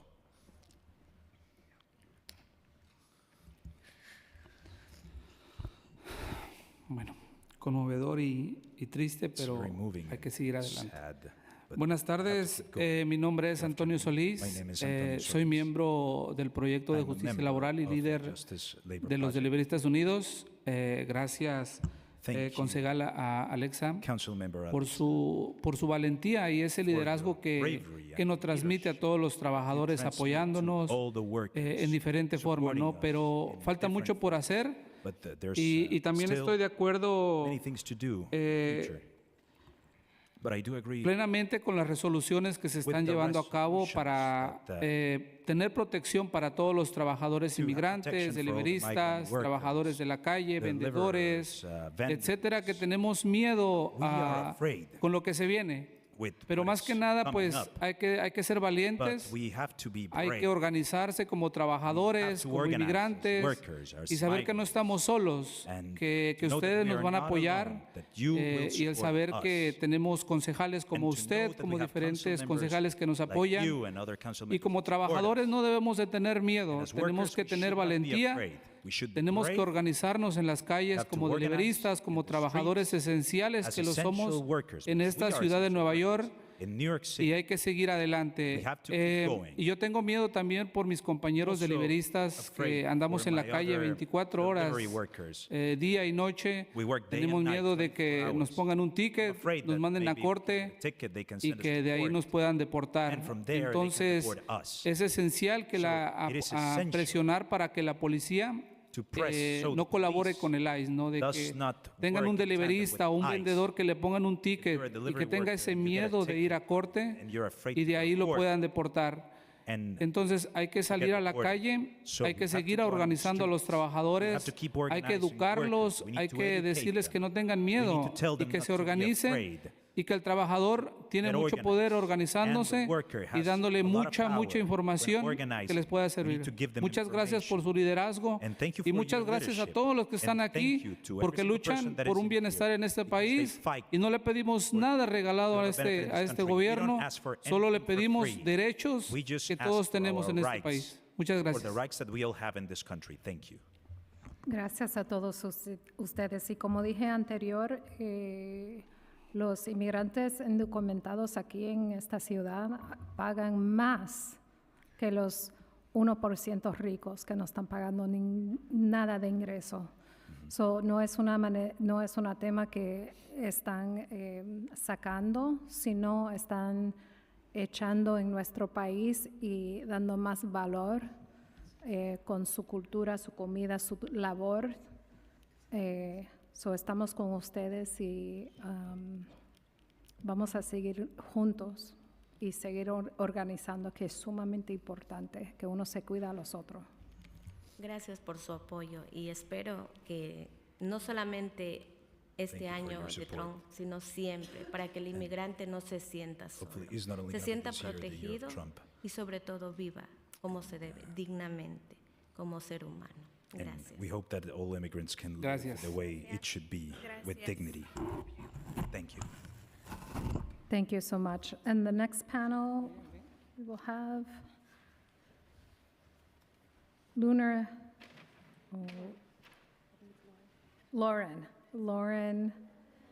Mitigaccio. I'm so sorry, Lauren. Margaret Martin, Lauren Reef, Kaylee Rector, Rosa Cohen, and Finley from the Korean American Family Service Association. I recognize when I mispronounce your names, I'm offending the ancestors, so I really do not want to do that. I thank you all for being here. And please state your names before you testify for the record.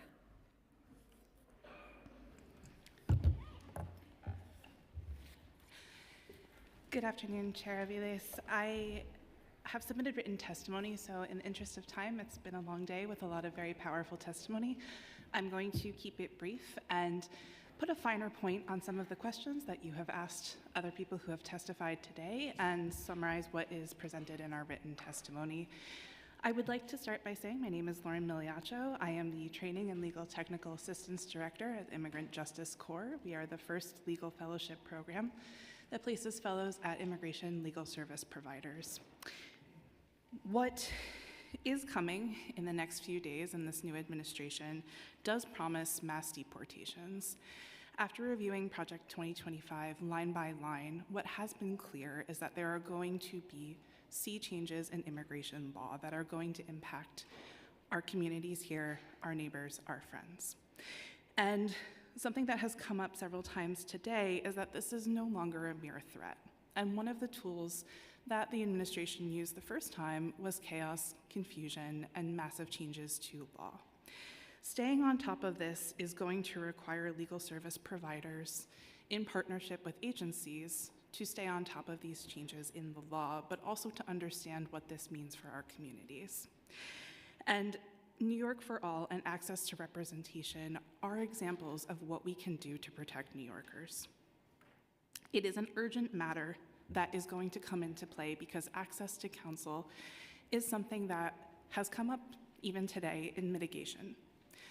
When there is harm done to our community members and state and local law enforcement agencies cooperate and collude with immigration agencies, mitigation no longer speaks to what can be undone.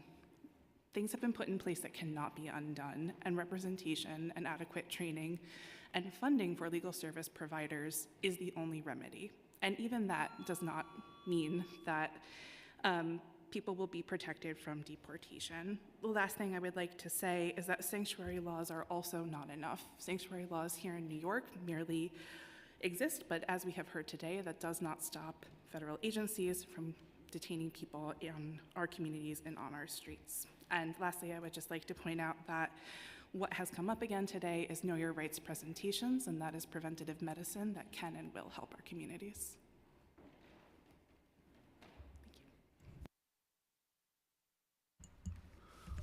Good afternoon. I would like to thank Chairperson Alexa Aviles and the members of the Committee on Immigration for the opportunity to testify today. I am Thinne Wangchuk, Data Analysis and Communications Coordinator at the Korean American Family Service Center, KAFSC. For over 36 years, KAFSC has provided life-saving services to immigrant survivors of gender-based violence, domestic violence, and other forms of violence, along with their children.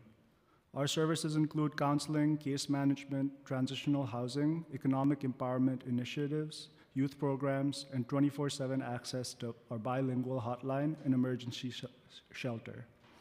KFSC is also a member of The Collective, the only coalition of culturally specific gender justice organizations in New York City.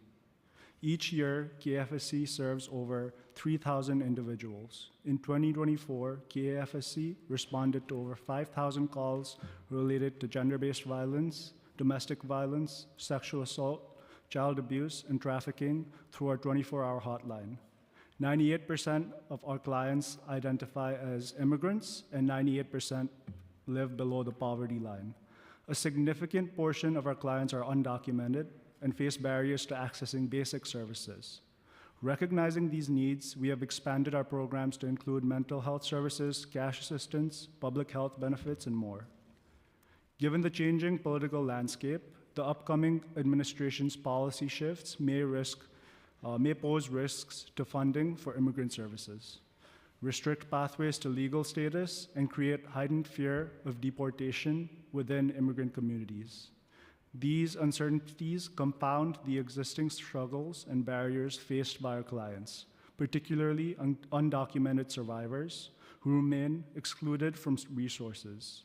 To address these barriers, KFSC, along with our community-based partners, urges the city to invest in culturally and linguistically competent services by prioritizing funding for community-based organizations that provide culturally tailored, language-accessible, and survivor-centered approaches. Lastly, implementing inclusive local policies that protect undocumented survivors and ensure access to basic income, healthcare, and other support is imperative. KFSC remains committed to working collaboratively with the City Council and our partners to address this issue and the pressing needs of immigrant survivors and their families. Thank you.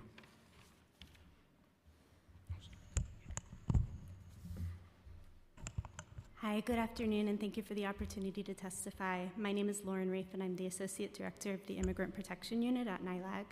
I will be submitting written testimony, so I just want to highlight a couple of key points here that I think are important in light of what has already been said. So as a member of the Rapid Response Legal Collaborative, together with Unlocal and Make the Road New York, NYLAG has been in a position to see that since the election, ICE has already substantially ramped up enforcement efforts and has already begun what we're all talking about as a fear for the future. It's actually present right now. That people are being deported at a rate we haven't seen in a while, that raids are occurring at a rate that we haven't seen in a while, and that for the first time in my memory, it's not only adults, but families with children who are being collectively removed from the country in violation of current policies of the Biden administration, because ICE understands that those won't be in place very much longer. So this is a matter of significant urgency right now, and I really appreciate that this committee is overseeing data collection to make sure that the city isn't contributing to this problem. NYLAG is also proudly partnered with WIN, a shelter provider in New York City, and through our partnership with them, we've also seen that the city has increased its data collection with regard to immigrant families in shelter, in particular through the Host NYC database. Shelter providers are required to collect information such as A numbers, countries of origin, dates of entry for people residing in shelter, and that database is available to not only the city agencies, but also all the contractors can see information about the residents of every other shelter who's using this database. And that information has been shared with, for example, the National Guard, which has gone into shelters and knocked on doors for the purpose of scheduling appointments at the Asylum Seeker Navigation Center. But nevertheless, the information is being collected and shared freely without regard for the privacy laws and the sanctuary laws that the city has implemented. And so we would ask that the council take steps to cause the city to cease to collect unnecessary data, add enforceability measures such as Intro 214, and invest in legal services. We appreciate that Moya is expanding Know Your Rights and screenings, but information without the support of legal services is insufficient, and to the extent that the provisioning of these additional services is coming at the expense of funding for legal services, it's actively harmful. Thank you for your time. Hello again. My name is Rosa Cohen-Cruz. Now I'm testifying in my capacity as the Director of Immigration Policy for the Bronx Defenders. At the Bronx Defenders, we represent many people who face harm at the hands of New York agencies colluding with ICE. The NYPD and New York DOC are two of the worst actors, not only colluding with ICE, but doing so with explicit anti-immigrant animus, as this council witnessed during the February 2023 joint hearing of the Immigration and Criminal Justice Committee. And since then, we've only witnessed increased violations for the protections of immigrants that this city put in place years ago. With no private action or other enforcement mechanisms, these agencies continue to violate the protections that exist with impunity. As lawyers working both the criminal and immigration courts, we know that when ICE is involved, they don't care about the interests of the city or about New Yorkers, and their involvement undermines due process for those who have been charged with crimes and really creates chaos in both systems, both immigration and criminal. When someone's detained by ICE with an open criminal case, ICE routinely fails to bring the person to court for their appearance, but then meanwhile in immigration court, immigration judges routinely deny bond because of the open criminal case. The case basically remains open because of ICE's inaction, and people are trapped between these two systems without an opportunity for liberty. Immigrant New Yorkers, like all New Yorkers who face charges, have a right to due process and to defend themselves and to be presumed innocent. Our city also can't function if millions of our community members fear interaction with city officials. All New Yorkers want to know that their neighbor will not hesitate to call for help if there's a fire or a medical emergency or something else.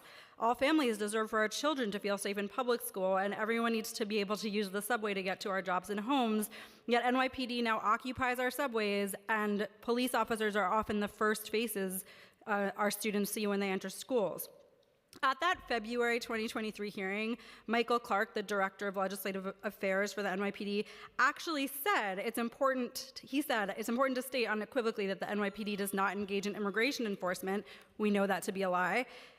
He also went on to say, if certain groups of New Yorkers do not feel confident they can interact with the police, they will become permanent victims to be preyed upon by criminals with no fear of the consequences of their actions. The reality that we've all heard today is that city agencies working with ICE that have violated our city's laws and preyed on immigrants with no fear of the consequences of their actions. With all due respect to Moya, written guidance is not going to be enough to create real accountability. We need the solutions that are at hand, at the disposal in the city and state. That includes Inter 214 pending before the City Council. It includes laws at the state level, such as New York for All and the Dignity Not Detentions Act, which disentangle New York State resources from aiding in ICE enforcement and detention. We have the power to make sure state resources are not being funneled into enforcement and detention, and we just need to have the courage to do it. We also need to make sure we're fully funding NIFUP and ensuring that the policies against collusion with ICE are not only being shared across agencies, that we have clear policies from agencies, that there's clear training on implementation, but also that that guidance is public. And I will reserve the rest of my comments for my written testimony. Thank you. Good afternoon, and thank you, Chair Aviles. This is not part of my testimony, but I just want to thank you so sincerely. I've been sitting here for many hours. You acknowledged that we've been here for many hours, but you have too, and it's been a dark few months in the advocacy space for our non-citizen neighbors, and I think this was a really needed breath of fresh air just to see what it can look like when our government, when our representatives genuinely care. You heard from so many people today, obviously legal service providers, but members of the community, and the care and intentionality that you took to respond to each one of them was just really moving, and I want to just acknowledge the time and emotional energy that goes into that, and thank you. My name is Kaylee Rector. I am the director of the Immigration Project at Volunteers of Legal Service, or VOLS. And we partner with New York City's leading law firms and corporations to provide free legal services to low-income New Yorkers through our in-house team and by leveraging pro bono attorneys. Our mission is to increase access to justice for the city's residents, including immigrant youth and their families.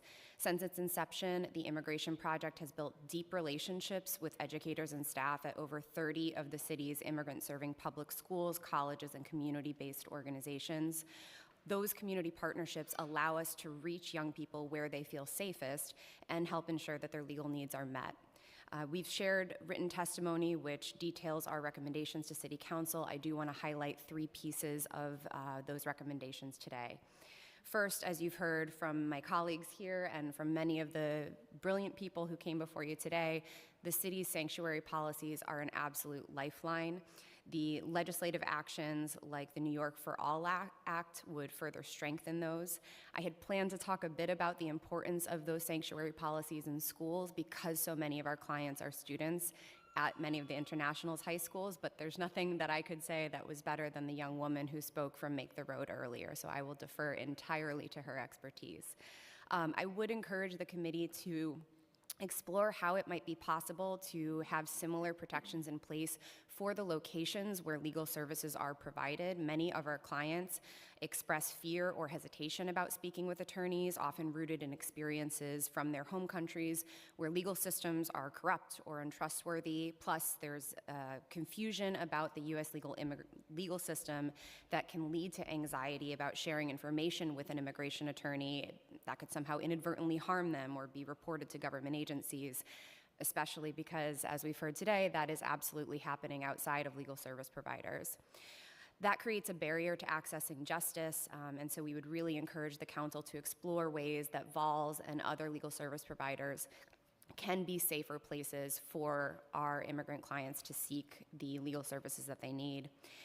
Second, we need to increase support for long-term non-citizen residents. There's been a lot of funded initiatives in the past few years to focus on recently arrived individuals, and not to minimize the importance of that at all. But those who have been here often for decades are overlooked in the current funding structure, even though they face great, if not greater, risks under the new administration. An example of that would be Client A, who's been here since 2023. They filed their asylum application, they have their work permit. Their next hearing in immigration court isn't for several years.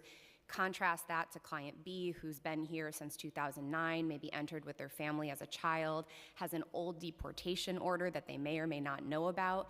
They are at imminent risk of ICE enforcement and reinstatement of that order or enforcement of that order. Yet legal service providers who are funded to be focusing on recent arrivals may feel obligated to deprioritize client B because of what they're being told by their funders to focus on. Finally, I want to emphasize the topic that that's already been talked about a lot today, the rhetoric that we're seeing from city leadership. And the recent murder of 17-year-old Jeremy Colino is a stark example. So on December 5th of last year, Jeremy was fatally stabbed in downtown Manhattan. And there were initial reports suggesting that the assailants asked Jeremy and his friends if they spoke English before they attacked them. That suggested, obviously, a potentially racially based motivation. But then subsequent statements from city officials shifted that narrative, cast doubt on the account, and suggested, seemingly without evidence, possible gang affiliations among the young victims.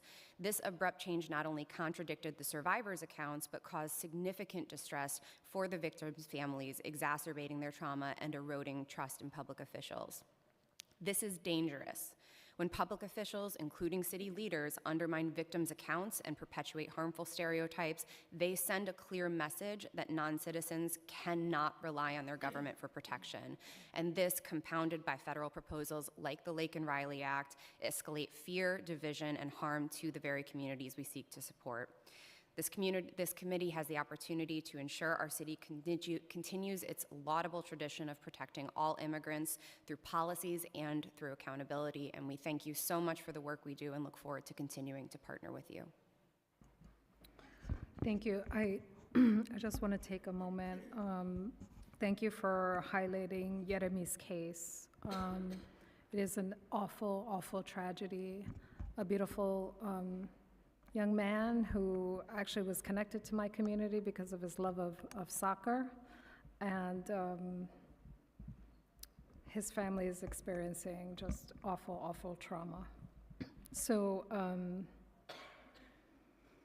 we must do better, and thank you for the recommendations, for the work you do. We will certainly follow up. And thank you in particular also for flagging long-term immigrant residents who have been saying, don't forget about us, and you're absolutely right. We want to make sure we ensure a full continuum to support all New Yorkers who've been here multiple decades and 10 minutes. So thank you for the work that you do. Thank you. Good afternoon.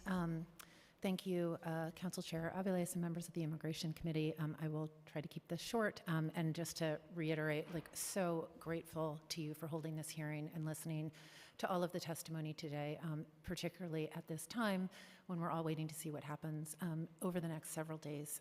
My name is Margaret Martin. I'm the co-director, excuse me, I have a little bit of a cold. I'm the co-director of the Immigrant and Refugee Services Division at Catholic Charities Community Services with the Archdiocese of New York. Catholic Charities is proud of our decades-long tradition of welcoming New York's immigrants and refugees. We have a long history of partnering with New York City, New York State, and other nonprofit organizations on protecting New York's immigrant communities through a wide and robust variety of legal services programs, case management services, ESOL programs, and day laborers support and programming in the Bronx. These programs directly impact tens of thousands of New Yorkers every year. Like everybody else in this room, we are concerned with how best to protect and assist New Yorkers and our immigrant communities in the coming days, weeks, and years. And so just to highlight a few items from my testimony, I'm going to skip over all the reasons why it's important that we have sanctuary policy law in New York, and not only have it, but as other people have so well articulated, ensure that it is actually upheld and followed. We are getting reports at Catholic Charities, as I'm sure others are as well, of people who are concerned with whether they should send their children to school, with whether it is okay to interact with a police officer, or should they encounter somebody, walk to the other end of the platform, or even call the police in an emergency, if that will somehow entangle them in the immigration system. So we are very concerned with the communication that's coming out about our sanctuary laws in New York and what may happen with those. Wow, I thought I was being really quick. Okay, I just will say very quickly, on legal services, thank you for bringing that up. We are an Action NYC legal services provider as well as many other programs.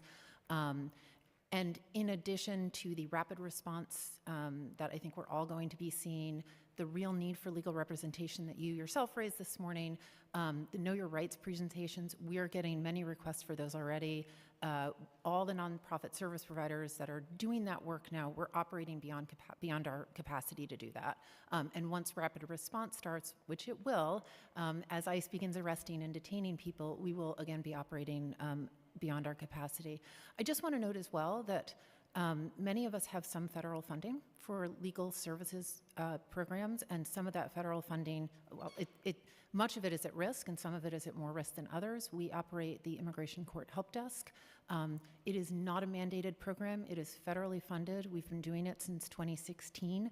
It's also not a very expensive program, but it has proved critical to unrepresented people in removal proceedings, and immigration judges rely on us to be able to send confused respondents down the hall to see Catholic Charities to get information and a legal screening, and then whenever possible, we will take those cases. Even though the federal government won't pay for representation, we will try to take them in-house or send them to a trusted provider. I will save the rest of my comments for my written testimony. Thank you. Thank you. Thank you so much, particularly for flagging this other very important point of intervention in the immigration court. Thank you. So I guess with that, we're going to call the next panel. We're going to have Marie Mark, Ashley Peguero, Tina Wagner, Zad Ahmed, McKinney Vickery, and Sierra Kraft.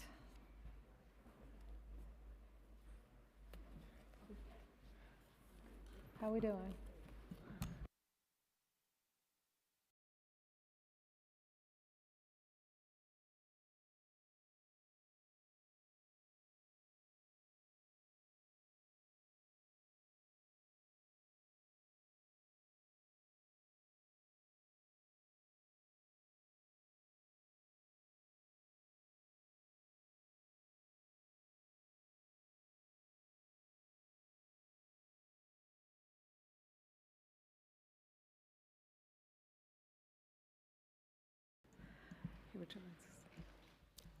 Hi, good afternoon, Chairperson Aviles and members of the Committee on Immigration, and for the opportunity to speak today and for holding this hearing and the very invigorating rally this morning. I really didn't realize how much I needed that, and just feel very much part of this community, so thank you for taking the time to do that.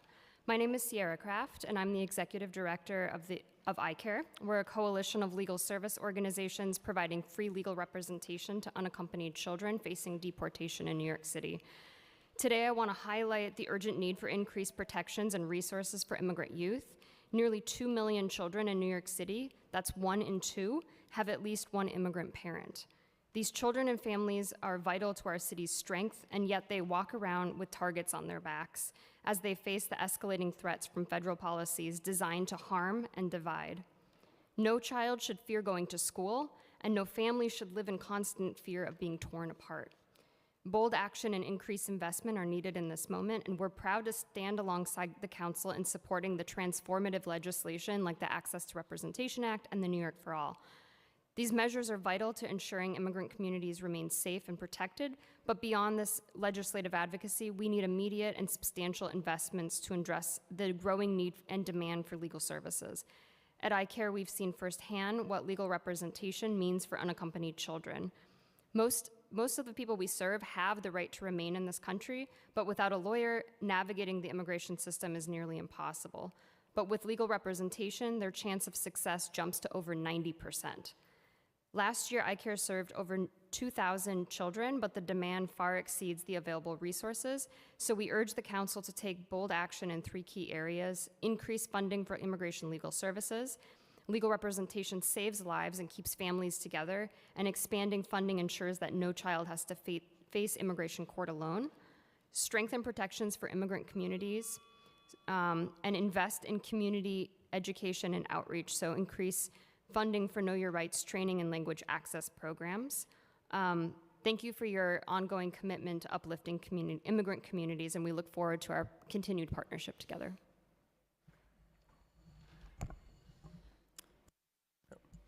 Hi. Is my time starting yet? Okay. Good afternoon. My name is Zachary Ahmed. Sorry? Good afternoon. My name is Zachary Ahmed. I'm a senior policy counsel at the New York Civil Liberties Union. I know time is very limited today, so I'll try to be brief, and I did submit written testimony in advance, so I'd refer you to that for more robust recommendations. We are all aware of the context of today's hearing with President-elect Trump's inauguration coming up in a matter of days, and the anxiety about what lies ahead is only heightened by Mayor Adams' disgraceful embrace of Trump and apparent eagerness to work with his administration to detain and deport people. For more than 3 decades, our city has had in place policies that limit how city employees can interact with immigration authorities. These policies have been in place in different forms under Democratic and Republican mayors and have more recently been codified into law. Yet the mayor appears poised to abandon this legacy. Notwithstanding some of the more positive testimony we heard from the Mayor's Office of Immigrant Affairs this morning, we have also heard and observed the mayor's words and actions. The mayor has cozied up to Trump. He has gone out of his way to criticize and undermine the city's well-established sanctuary laws, and he has repeatedly hinted at rolling back those laws while remaining vague about how he might try to do so. This is a dark moment for our country and an uncertain moment for our city, but it's also an opportunity for the City Council to exercise its authority and both maintain and strengthen our city's commitment to immigrants. Threats by the mayor aside, I want to focus on just a few things that the council can do right now to make sure that our duly enacted laws that we have in place serve their purpose. First, if others have testified to, it's imperative that the council take up and pass Intro 214 of 2024, sponsored by Councilmember Hanif. Our laws can't function without accountability, and this bill would serve as an important deterrent for those who might maliciously violate the law and turn people over to ICE, as we know has happened and as others have testified to.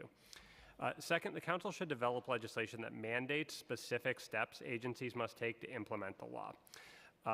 We heard earlier from the administration that they have issued some general guidance to agencies and begun to roll out some kind of training. That is a step. I would love to know what that says, but it's really unclear it's unclear whether employees know about their obligations with respect to these laws or know what it means in the context of their day-to-day jobs. So the council should explore legislation that specifically mandates certain types of implementation.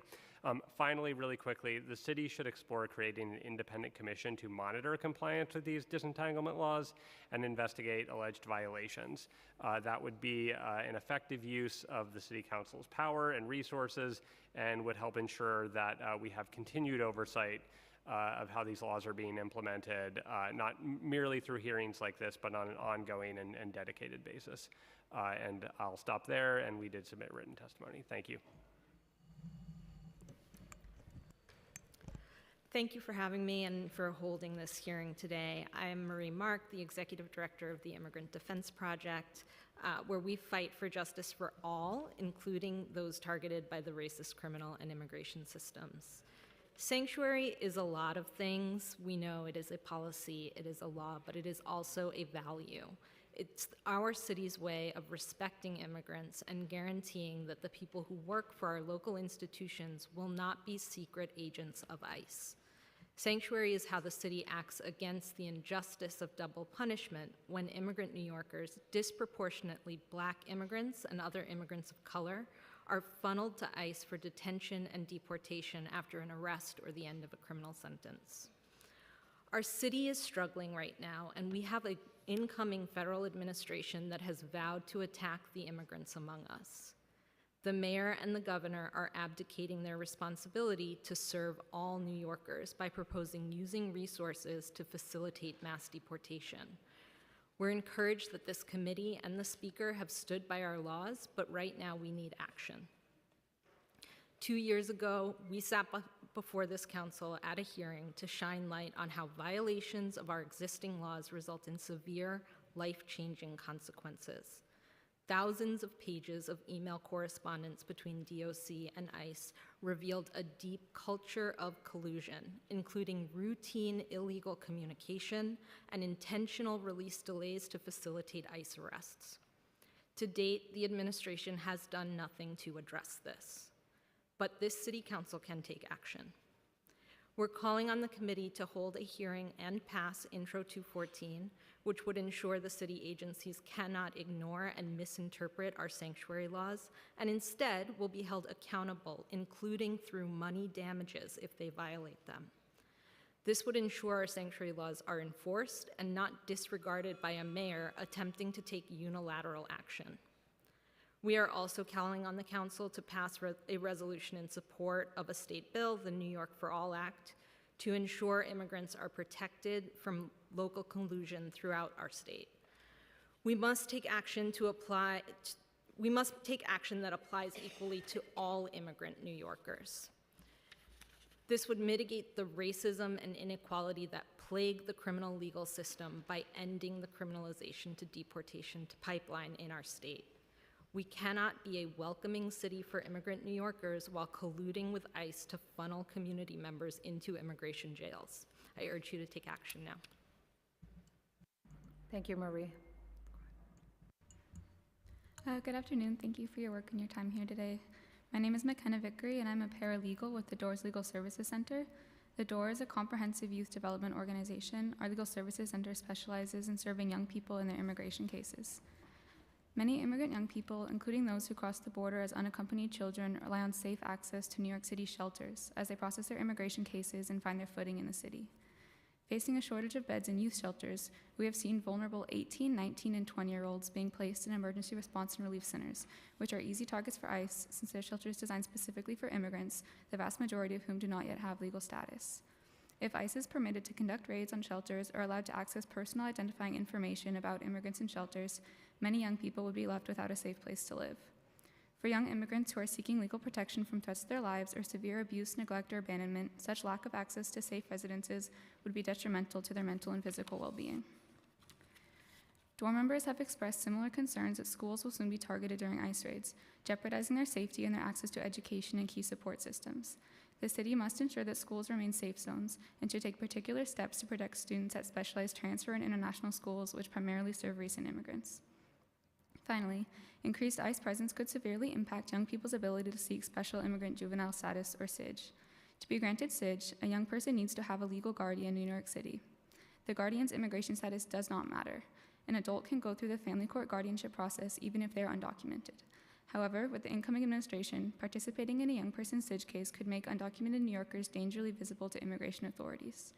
Such a shift could leave many young people without viable guardians, depriving them of their right to obtain legal status. In the interest of protecting young people's rights to seek legal status, attend schools, and access shelters, it is imperative that the City Council adopt today's proposed resolutions and bills that promise to maintain New York's position as a sanctuary city. Thank you.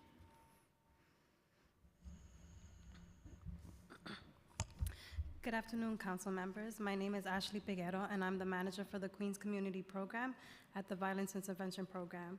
VIP is the only organization in New York City providing culturally specific services to address domestic and sexual violence in Latinx communities. Our programs serve over 1,700 survivors plus their children yearly, impacting over 4,000 individuals annually. VIP also is a member of The Collective, the only coalition of culturally specific gender justice organizations in New York City that are dedicated to supporting immigrant and BIPOC survivors through policy-making efforts to address gender-based violence. The individuals we serve are mainly single mothers of color, many having 2 or more children or an annual income less than $15,000. More than 70% of our survivors are ineligible for governmental relief programs or subsidies due to their status. Immigrant survivors served by VIP face extremely low wages. They live in overcrowded apartments due to high cost of living. They're exposed to worsened health outcomes due to the lack of healthcare access. Immigrant survivors face greater risk of violence and isolation out of fear they may be retaliated against due to their legal status. Perhaps one of the most difficult obstacles they face is the risk of deportation, especially since there is little to no legal representation they can afford. Families are living in a constant state of anxiety that something terrible will happen to them and their families. Many survivors have escaped their countries from an abusive partner, a family member, or authorities where they found no justice. Often they find themselves in a city with many promises that fall short, looping them back into a cycle of trauma, uncertainty, and feeling less than human. One of our clients is Anna. a 42-year-old survivor from Ecuador. Since leaving her abusive husband, Ana has spent significant time seeking employment. However, she's always faced with discrimination and ridicule. On one occasion, a retail job offered her $6 an hour part-time, which is impossible to support 2 young children with. Ana struggled for years to find legal support because she cannot afford it. And many legal aid clinics do not have the capacity for additional clients. I urge this committee to champion stronger protections for immigrant survivors of gender-based violence. It's critical for the council to preserve that New York City remain a sanctuary city, push for expanding legal aid, and clear pathways to citizenship. These crucial steps empower survivors and their children to break free from abuse. Thank you for your consideration. Bonsoir, Chair Aviles. Thank you so much for your commitment and dedication to immigrant New Yorkers. My name is Taina Wagnak. I am the Senior Manager of State and Local Policy at the New York Immigration Coalition, which is an umbrella policy and advocacy organization for more than 200 groups serving immigrants and refugees. Thank you for the opportunity to testify today. Myself, along with my colleagues and everyday New Yorkers, are here to urge this council to act decisively and boldly in the face of hatred and to not be intimidated by any scare tactics from the right wing. You are not alone. We stand here with you. Simply put, when immigrant New Yorkers, especially those from communities of colors, cannot trust that city agencies will act in their best interest, then no community is safe. And we've seen this before with the Black, African, and Caribbean communities who go through constant surveillance and harassment from NYPD, as well as the LGBTQIA community who face constant erasure and denial of their basic human rights. And so we know this story. We know when one community is denied their rights, then we are all impacted. Governor Hochul talks about building a New York that is livable, but how can we have public security when immigrant families fear interaction with city agencies because the staff could share the case to ICE or the landlord could report them to ICE? That's not a way to live. So in moments like these where people may feel emboldened to hate and tear down their neighbors, we need strong protection in place. We need strong local policies like Intro 214 to create a private right of action, hold local agencies and law enforcement accountable, but also empower New Yorkers to be able to come forward who were armed by these violations to seek justice and not hide.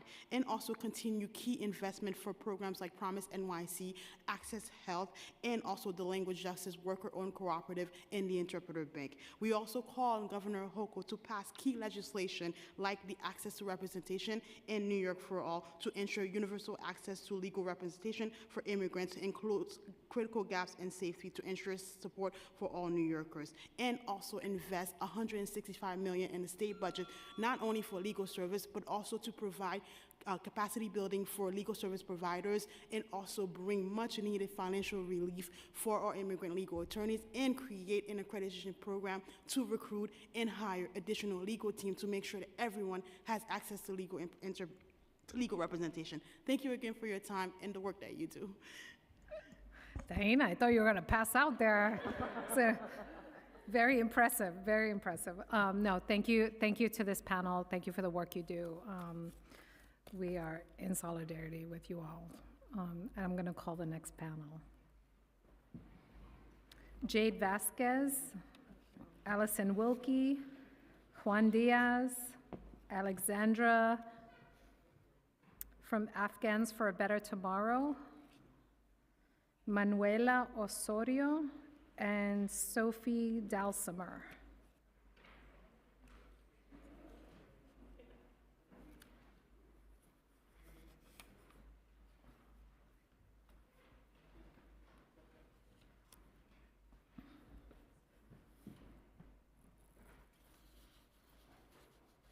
I think we have. Okay, everyone. Again, thank you for your patience and your stamina. Yes.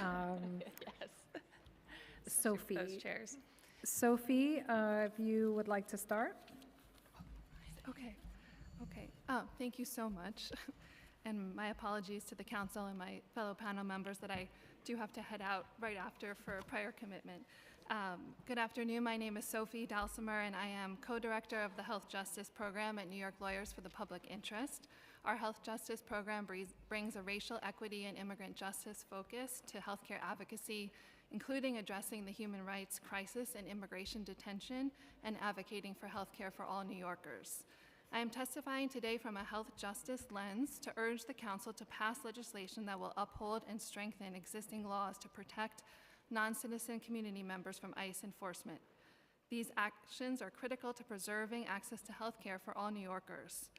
When immigrant New Yorkers lack confidence that city agencies and their representatives won't communicate and collude with ICE, they hesitate to access health care. These fears are compounded when ICE shows up in local hospitals. This chilling effect was well documented during the first Trump administration. Medical providers themselves observed that ICE presence in the community led to increased fear of deportation, not only among undocumented immigrants, but also among their U.S. citizen children and networks of families and friends. This pervasive fear led to healthcare avoidance, stress, and anxiety, all of which have profound effects on physical and mental health. Far from keeping us safe, immigration enforcement has disastrous impacts on the health and well-being of New York City families and communities.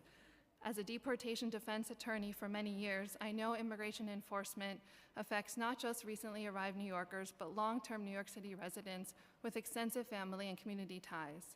When a non-citizen New Yorker is arrested and detained by ICE, they lose access to health care that they received in their communities. At the same time, their children and other family members frequently experience worsening physical and psychological health outcomes with the removal of a primary caretaker or provider. Equally concerning, NILPI has for years documented the egregious conditions within ICE detention centers where many New York City residents have suffered medical neglect and lack of disability accommodations, causing severe health consequences and other dignitary harms. Tragically, worsening health outcomes, including preventable deaths due to inadequate medical care, are not exceptional occurrences in ICE detention. The Council must act swiftly to protect New Yorkers from these harms. We urge the Council to pass Intro 214 and the resolutions introduced today to ensure that city employees receive proper training on ICE enforcement guidance and continue to expand legal services support, including the Immigrant Health Initiative, which supports our vital work. Thank you so much for your time and your continuing cooperation. Thank you for lifting up the compounding impacts on all of the family members, friends, community. It has profound consequences. Thank you. Yes, thank you. Allison, would you like to? My name is Allison Wilkie. I'm the Director of Government Affairs and Strategic Campaigns at the Coalition for the Homeless. Thank you for holding this hearing, Chair Aviles. I'm going to focus my testimony on our newest New Yorkers, and particularly those who are still living in shelters. You know, over the past few weeks, the city has made a lot of announcements about closing of new arrival shelters, but the fact remains there are still 50,000 people living in new arrival shelters, and we are still seeing over recent months an average of 400 to 500 people newly arriving in the city, seeking sanctuary and shelter and a new life in New York City. And we are happy that the city has moved quickly to close sites that are only housing new arrivals, and particularly the larger facilities and facilities for families with children like Floyd Bennett Field. But we remain very concerned about single adults in these facilities. The city just announced they are opening a facility in the Bronx that will have 2,200 beds that will be for single adults, and we're really concerned that that will be a target for deportation efforts of the new administration. It's really imperative that the city continue its efforts so that there are no shelters that are solely new arrivals, and also the city needs to do more about making sure that all shelters know their obligations under our sanctuary laws, including shelters for DYCD, all the emergency shelters, and the domestic violence shelters. In addition to that, the city needs to do more to make sure that people can move on to permanent housing and move out of shelter. The lack of case management and lack of the legal services that many people have talked about are dire. In shelters that we have been in, there are one case manager for every 200 people, if there is a case manager at all. And those case managers are typically exit planners who do little beyond asking people about their plans.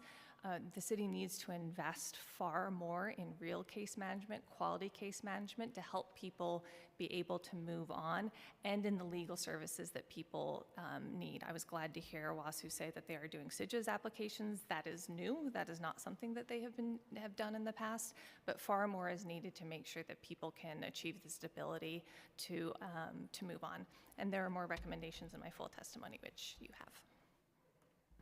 Thank you. Thank you for highlighting DYCD in particular. That is another conversation.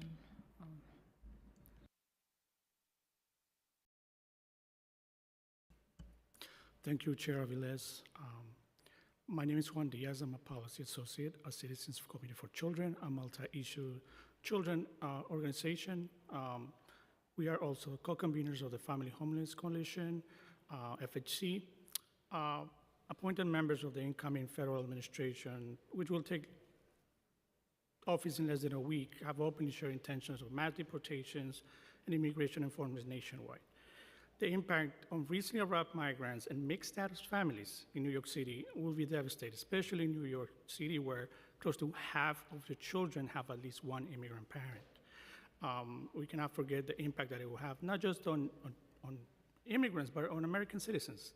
Right, which impact, they're everywhere, they're social workers, they are teachers, they have family members that have been impacted by deportations. In our written testimony, I will highlight more recommendations, but today I really want to highlight policies that will support mixed status families and recently arrived migrants, such as implementing and funding the city FEPS expansion, which will allow more and more families to relocate or also remain at home to eliminate the 60-day shelter limits for migrant families. 60 days is not enough time for case managers to provide resources and exit plans as well.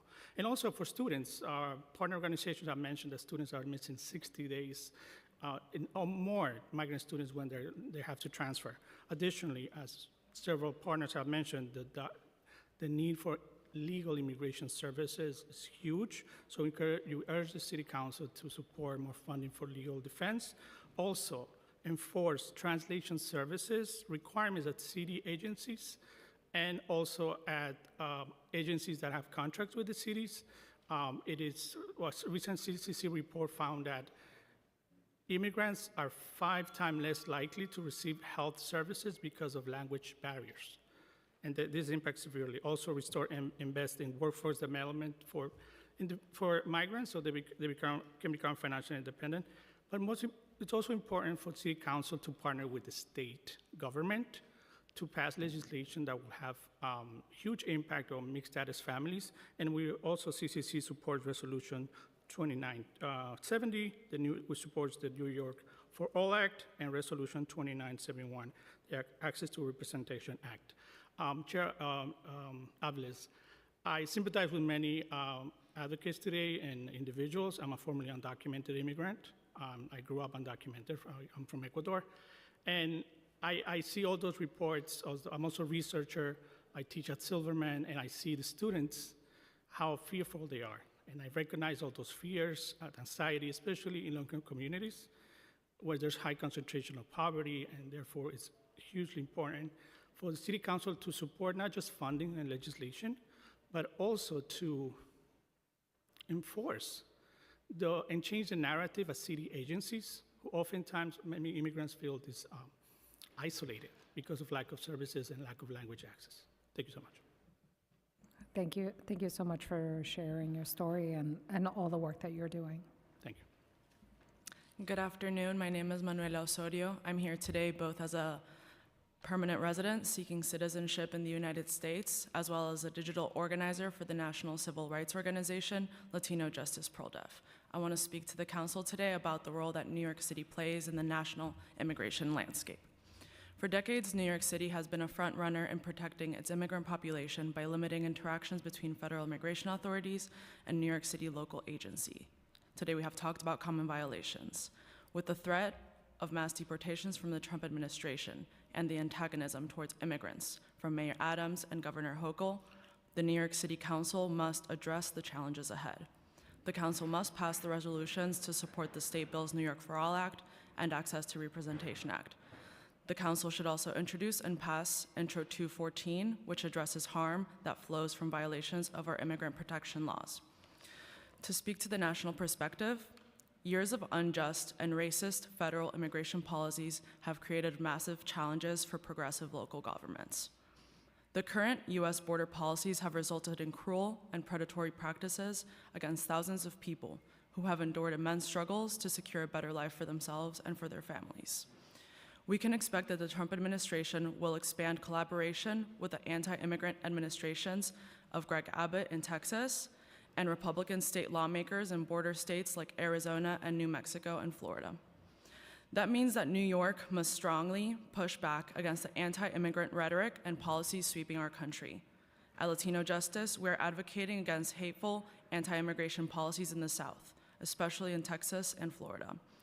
Other states look to New York to see what we are doing for progressive policies.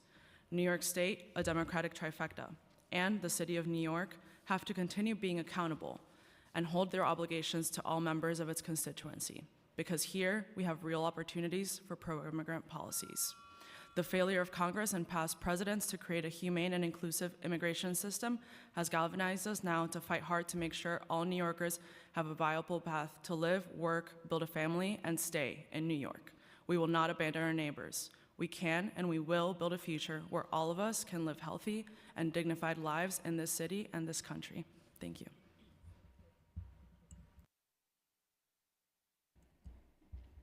Good afternoon. Thank you, Chair Aviles, for holding this hearing on protecting immigrant communities from the harmful policies of the incoming Trump administration and for the opportunity to testify. My name is Jade Vasquez, and I am the Director of Policy and Research at WIN, the largest provider of shelter and supportive housing for families with children in New York City and in the nation. We operate 16 shelters and nearly 500 supportive housing units across the 5 boroughs. Each night, nearly 7,000 people call WIN home, including 3,600 children. A significant portion of WIN's households are led by immigrants, including mixed status families, recent arrivals legally seeking asylum, and undocumented families. Last week, WIN released Project Hope, a report outlining administrative and legislative actions that New York City and state lawmakers can take to protect low-income, homeless, and immigrant New Yorkers from the draconian policies laid out in Project 2025. Project 2025, published by the conservative think tank, the Heritage Foundation, proposes extreme immigration policies, including mass deportations and cutting federal funding to sanctuary cities. If implemented, the policies of Project 2025 could lead to the deportation and family separation for tens of thousands of New Yorkers, as well as the loss of crucial public benefits for immigrant communities. To resist Project 2025's violent and dehumanizing immigration policies, that will disproportionately impact low-income and homeless New Yorkers, we urge this council to take the following actions. First, strengthen the city's sanctuary laws to protect immigrant New Yorkers by passing Councilmember Powers' Intro 396 and Intro 395 to limit DOC and NYPD communication with ICE.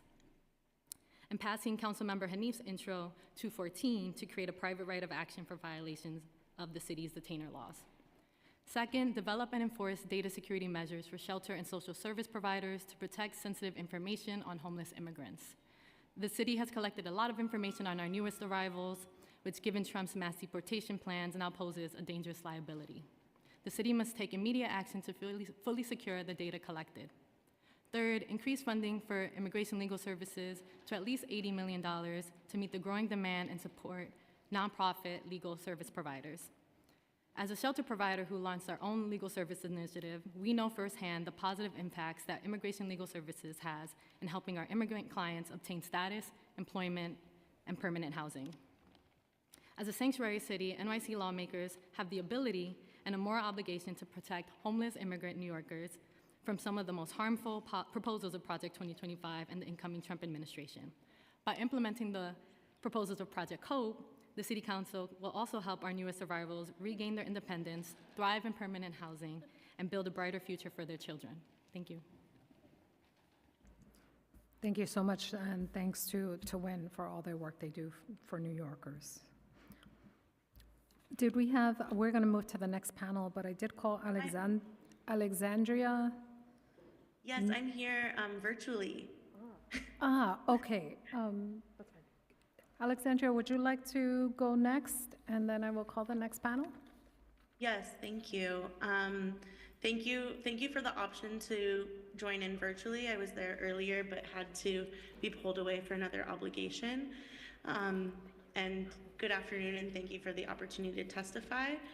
My name is Alexandra Malatmo, and I am a daughter of immigrants from Afghanistan and Germany, and I am also a community organizer with Afghans for a Better Tomorrow, an Afghan-led advocacy organization. I'm here to strongly urge the City Council and the City of New York not only to oppose the cruel policies proposed by President Trump to target, detain, and deport people seeking asylum in the United States, but to affirm and support the resolutions put forth by Chair Aviles and others. Since 2023, we have supported nearly 1,200 Afghans and other asylum seekers in the city. Our community members have fled famine, brutal persecution, and climate devastation, conditions all created or worsened by U.S. policies. These families are humble and kind. They look out for and help one another and have had little rest from doing so, even after arriving to relative safety. Now they face and fear the threat of a Trump administration. One mother of two who legally prosecuted members of the Taliban back in Afghanistan said, "My family and I are hopeful that the City of New York will use any and all measures to protect and defend us from any potential harm. We deserve dignity, respect, and a chance to live in safety and security in this country." Today, I speak on behalf of our community and organization to urge the city not to cooperate with federal immigration enforcement whatsoever. Furthermore, immediate passage of the Access to Representation Act and the New York for All Act are crucial in ensuring that newly arrived Afghans can find a pathway to safety and permanent legal status in this country. The folks we assist are part of New York City's fabric. They are translators, people who deliver and prepare your food, servers, students. In our community, Your time has expired. Thank you. You can finish up. You can finish up. Yeah, sorry. Thank you, I appreciate it. In our community, those who came to the US just 12 months ago are the ones that are helping those who arrived a few weeks ago. I urge the mayor and city council to reject the fascist and racist plans of mass detention and deportation heralded by the incoming administration. Afghans who seek safety in the country that helped displace them deserve freedom and legal protection, not to have to again live in fear of a brutal police force looking to separate their families, replicating the repression they left in Afghanistan. Thank you so much. Thank you. And for the next panel, we will have Karina Kaufman, Isis Mireles, Mohammed Atia, Marlene Ensaldo, and Ahmed Mahmoud? Ahmed.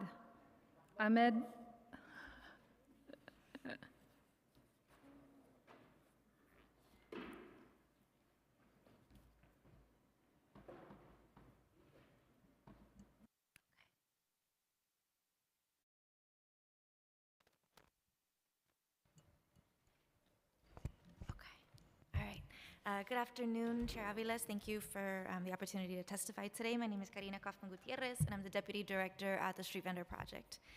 I wanted to share about a call I received on New Year's Day from a vendor who called crying because she'd been selling hats and glasses for New Year's the night before when an NYPD officer stopped her and asked for her vendor license. She didn't have one through no fault of her own, and the officer gave her a ticket.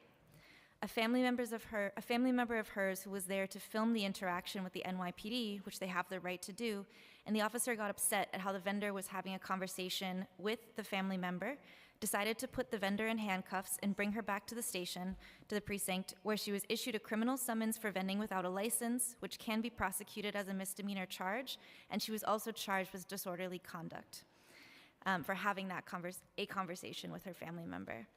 Now this vendor is undocumented. She is terrified that when she goes to criminal court on January 21st, the day after Trump takes office, that she won't make it home to her family, that she will be picked up by ICE or get a criminal record. This type of interaction happened because city government for too long has failed our city's smallest businesses and has allowed vendors to be caught up in a system like this, which is designed to fail. This particular vendor was caught up in one of our mayor's ongoing quality of life operations, showing just how real it is that these harsh enforcement actions can quickly ensnare vendors and have much more drastic consequences. Of note is that the Department of Sanitation, the lead vendor enforcement agency, has publicly stated in front of this council in this very room that they will not issue criminal summonses. However, the NYPD, with the same commissioner now, is playing an outsized role in vending enforcement and does routinely issue criminal summonses. In the last year, in 2024, criminal summonses to street vendors has skyrocketed. In the first 3 quarters of 2024, NYPD surpassed the number of criminal summonses issued to street vendors that were issued in all of 2023. There were 1,244 criminal summonses in 2023 as a whole, and in just the first 3 quarters of 2024, over 1,500 were issued. This inconsistency in policy is not just poor management of the city's operations, it's dangerous. And just to close, there's action that City Council can take to change this. We do not have to wait for the mayor, because it's not going to happen. This City Council has legislation before you, the Street Vendor Reform Package, which will protect New York City's immigrant communities, will improve the safety of goods sold, and increase compliance in our sidewalks, raising tax and revenue fees for the city during this fiscal time. Thank you. Thank you. Siguiente. Sí, sí, buenas tardes. Mi nombre es Isis Mireles, mexicana. Llegué a los Estados Unidos en el año de 1999 como inmigrante con el deseo de estudiar, pero existía una barrera que me lo impedía por la falta de documentos legales. ¿Todo? Ok. Ah, bueno, ahí va. Ok, perdón. Ok. Eso hirió mis sentimientos. Me sentí triste al ver cómo los ciudadanos avanzaban y yo me quedaba viendo cómo ellos progresaban. Me vi sola y sin esperanza. Mi mayor anhelo era ser abogada. En el 2018 obtuve mi ciudadanía y hoy mi meta es obtener mi GED. Ya han pasado ya muchos años, quizás hoy no sea lo que deseaba ser en aquel entonces, pero hoy vive en mí la esperanza de obtener un puesto de oficina como secretaria. Bueno, obviamente, ¿verdad? Después de eso. Dice, por hoy también estoy asistiendo a Food Vendors, la organización para poder obtener la oportunidad de obtener una licencia como vendedora ambulante. Pero aún siendo ciudadana, me enfrento con la gran barrera de la oposición de la oportunidad. Y me siento frustrada al igual que ellos, que las personas que están luchando por esta misma causa. Y comprendo la frustración de ellos. Food Vendors, yo ahora represento a Food Vendors en apoyo a la comunidad inmigrante para que se cumplan sus derechos en el país de la libertad, por el bien de ellos mismos y de sus familias. No es para nada agradable ver cómo les persiguen, cómo les acosen y cómo les violentan, violentándoles como si fuesen delincuentes. Como inmigrantes solo buscamos trabajar y proveer para nuestras familias. No queremos criminales con placa. Dejémosles vivir, dejémosles trabajar. También pagan taxes, también lo pagamos. Protejámosles. No sé decir muy bien esa palabra. Protejémosle. No sé, discúlpenme. Protect them. Ya, protejámosles. Disculpe, me falta todavía. Dice, los inmigrantes también cuentan. Y pues mi mayor deseo es que aprueben las leyes de reforma para vendedores ambulantes, reforma migratoria, ¿verdad? Queremos solución y acción positiva, ¿verdad? No queremos cuentos, ya basta de cuentos, queremos acción. Y queremos un mejor entrenamiento para los oficiales para que respeten los derechos del inmigrante. Gracias por su atención y su tiempo y gracias a todos por su paciencia. Mi nombre es Isis.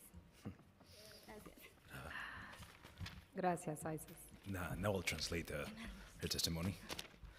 Hello, my name is Isis Mireles. I'm Mexican.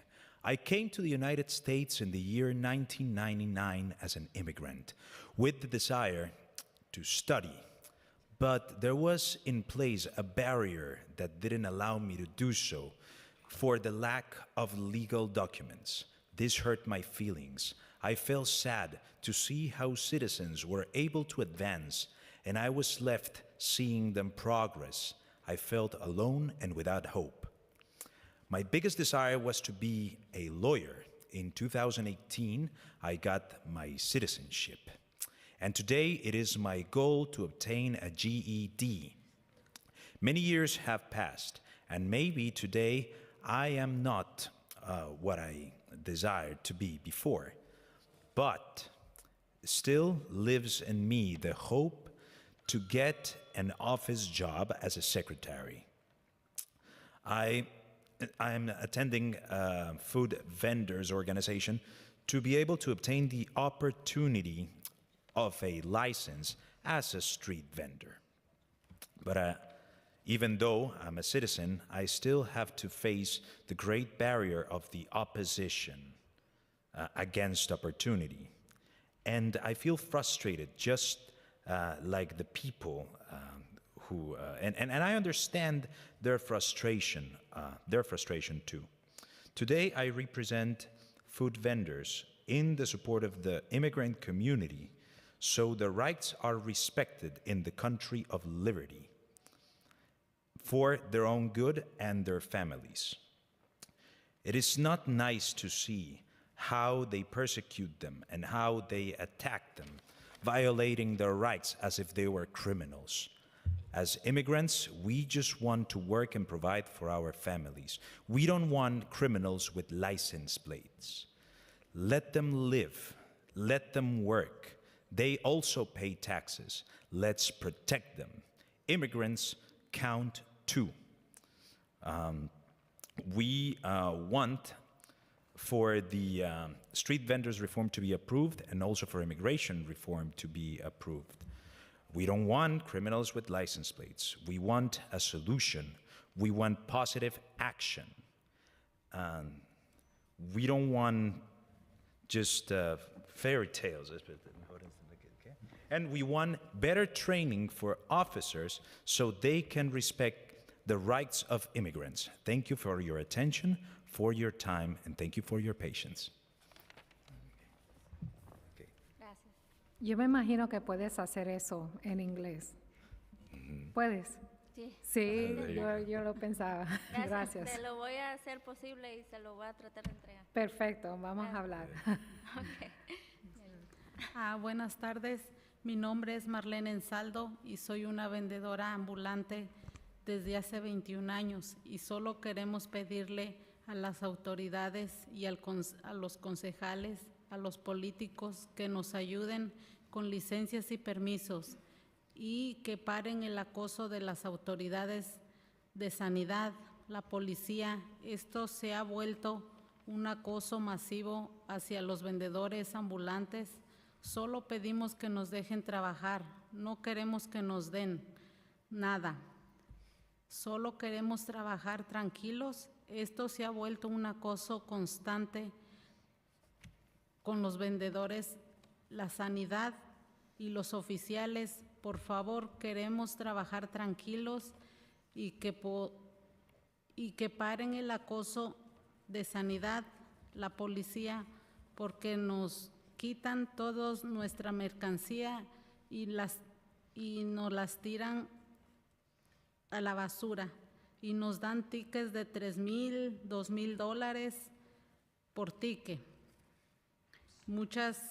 Y es mucho dinero. Gracias a todos ustedes y nos ayuden con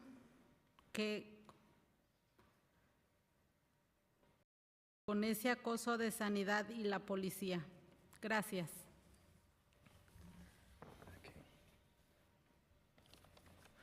My name is Marlene Ensaldo, and I'm a street vendor. I've been doing it for 21 years, and I just want to ask the authorities, the council members, the politicians, to help us with licenses and permits, to stop the harassment of the authorities, of sanitation, the police. This has become a massive harassment against street vendors. We just ask you to let us work. We don't want anything for free. We just want to work in peace. This has become a constant harassment with the authorities, sanitation, and officers. Please, we just want to work in peace and to stop the harassment from sanitation, because they take our merchandise and they throw it in the garbage, and they give us tickets from $2,000 to $3,000. That's a lot of money. Thank you very much to all of you, and we want you to help us stop the harassment from sanitation and the police. Blessings to all of you.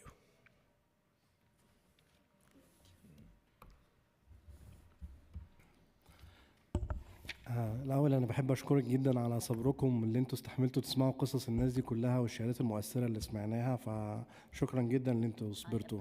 I appreciate your patience.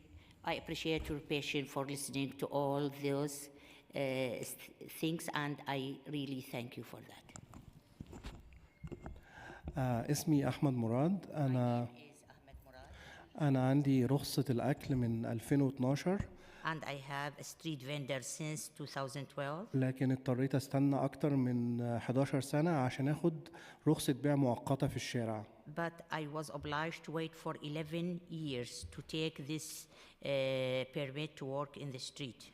بالنسبة لينا كمهاجرين، As for us as immigrant, العمل مش مجرد طريقة لكسب العيش بس. The work is not like a way to sustain our بس هو life, وسيلة للحفاظ على كرامتنا. but it is a way to keep our dignity وإعالة أسرتنا. and sustain our families. معظم المهاجرين معظم البائعين المتجولين هم مهاجرين جاءوا من بلاد بعيدة للبلد دي عشان Most street vendors are immigrants who have come to this city looking for a better life. عشان وهم بيساهموا بجد في اقتصادها رغم ان بيتعرضوا لظلم كتير واقع عليهم. بس اللي انتوا يا ريت تعرفوا ان الزياده في الغرامات على البياعين في الشارع زادت 71% من سنه 2022 لغايه دلوقتي. And they make significant contribution not just to the local economy but also to social textures of the city. Despite this, on a daily basis, we face challenges and dangers to our safety and livelihood, and also there is increases in the taxes since 2022 by 71%. Not taxes, the ticket. The ticket? Yeah. Okay, it's not in the taxes, sorry, it's in the ticket.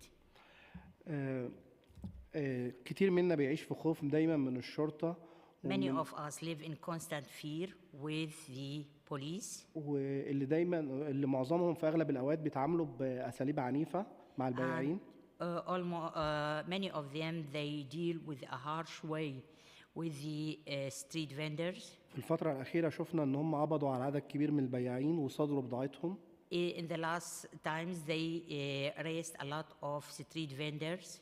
والمخاوف بتاعتنا بتتضاعف وخصوصا مع قدوم ترامب للبيت الأبيض. And our fears are increased with Trump's coming to the administration. لأن بالإضافة للمشاكل اللي بنعانيها مع الشرطة العادية والسانيتيشن. To the difficulties that we struggle with the ordinary police. هيخش على الخط خوف البياعين من شرطة الهجرة. And the fear of the street vendors from the immigration police. لأن كتير من البياعين بيخافوا من شرطة الهجرة لأن ده بيأثر على وضعهم القانوني. Because a lot of street vendors fear the immigration police because that affects their work. And العواقب بتاعت شرطة الهجرة بالنسبة للبياعين بتكون عواقب أشد كارثية من عواقب الشرطة والسانيتيشن. And the sequences of the police is much more severe than. يعني بيعانوا أكتر عشان ده ممكن يأثر على مستقبلهم ومستقبل عائلتهم. Because of that may affect their future and the future of their children. اكتر المشاكل اللي بتواجه البائعين في الشارع هم ان مفيش بيرميت زياده، فيا ريت ان انتوا تحموا البائعين اللي في الشارع وتدوهم بيرميت عشان ما يكونوش عرضه للمشاكل مع الشرطه او الهجره او the most street vendors, they don't have like permits, so we want you to help them to give them permits in order not to be affected from the police. شكرا جدا لصبركم مره تانية. Thank you very much again. Shukran. Thank I want to thank this panel for both lifting up a current condition, right? Most of the conversation is anticipating the future, and we have a current condition that we need to address, of which there are proposals on the table. So I want to acknowledge that that is here and that is what is being requested. And that can begin to change the dynamic. So it's a double challenge that you all are facing as the smallest businesses on the curb where you have no structure to protect you. So we're going to continue to work at it. But thank you for your patience and spending all the hours here, because I know you were all here this morning too. Yeah. Thank you. Shukran. عفوا. Gracias. The next panel, Nathan Gargan, Cynthia Katz, Kevin Lee, Leisha Kai. And then can we just make sure, I know we announced him, just to make sure. And we'll call Mohammed Atia again, and I know he's here. Okay, sorry. No, that's good. Okay. Do you have any more?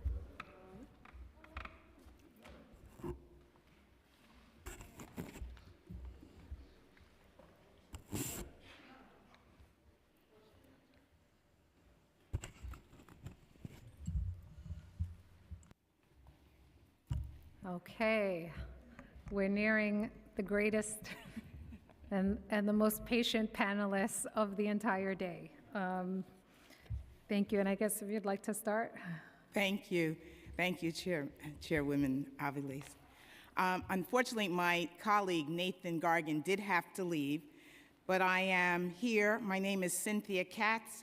Thank you again. I am the managing attorney at Highest, and Highest has been in New York probably from near the start of immigration, or at least in modern record.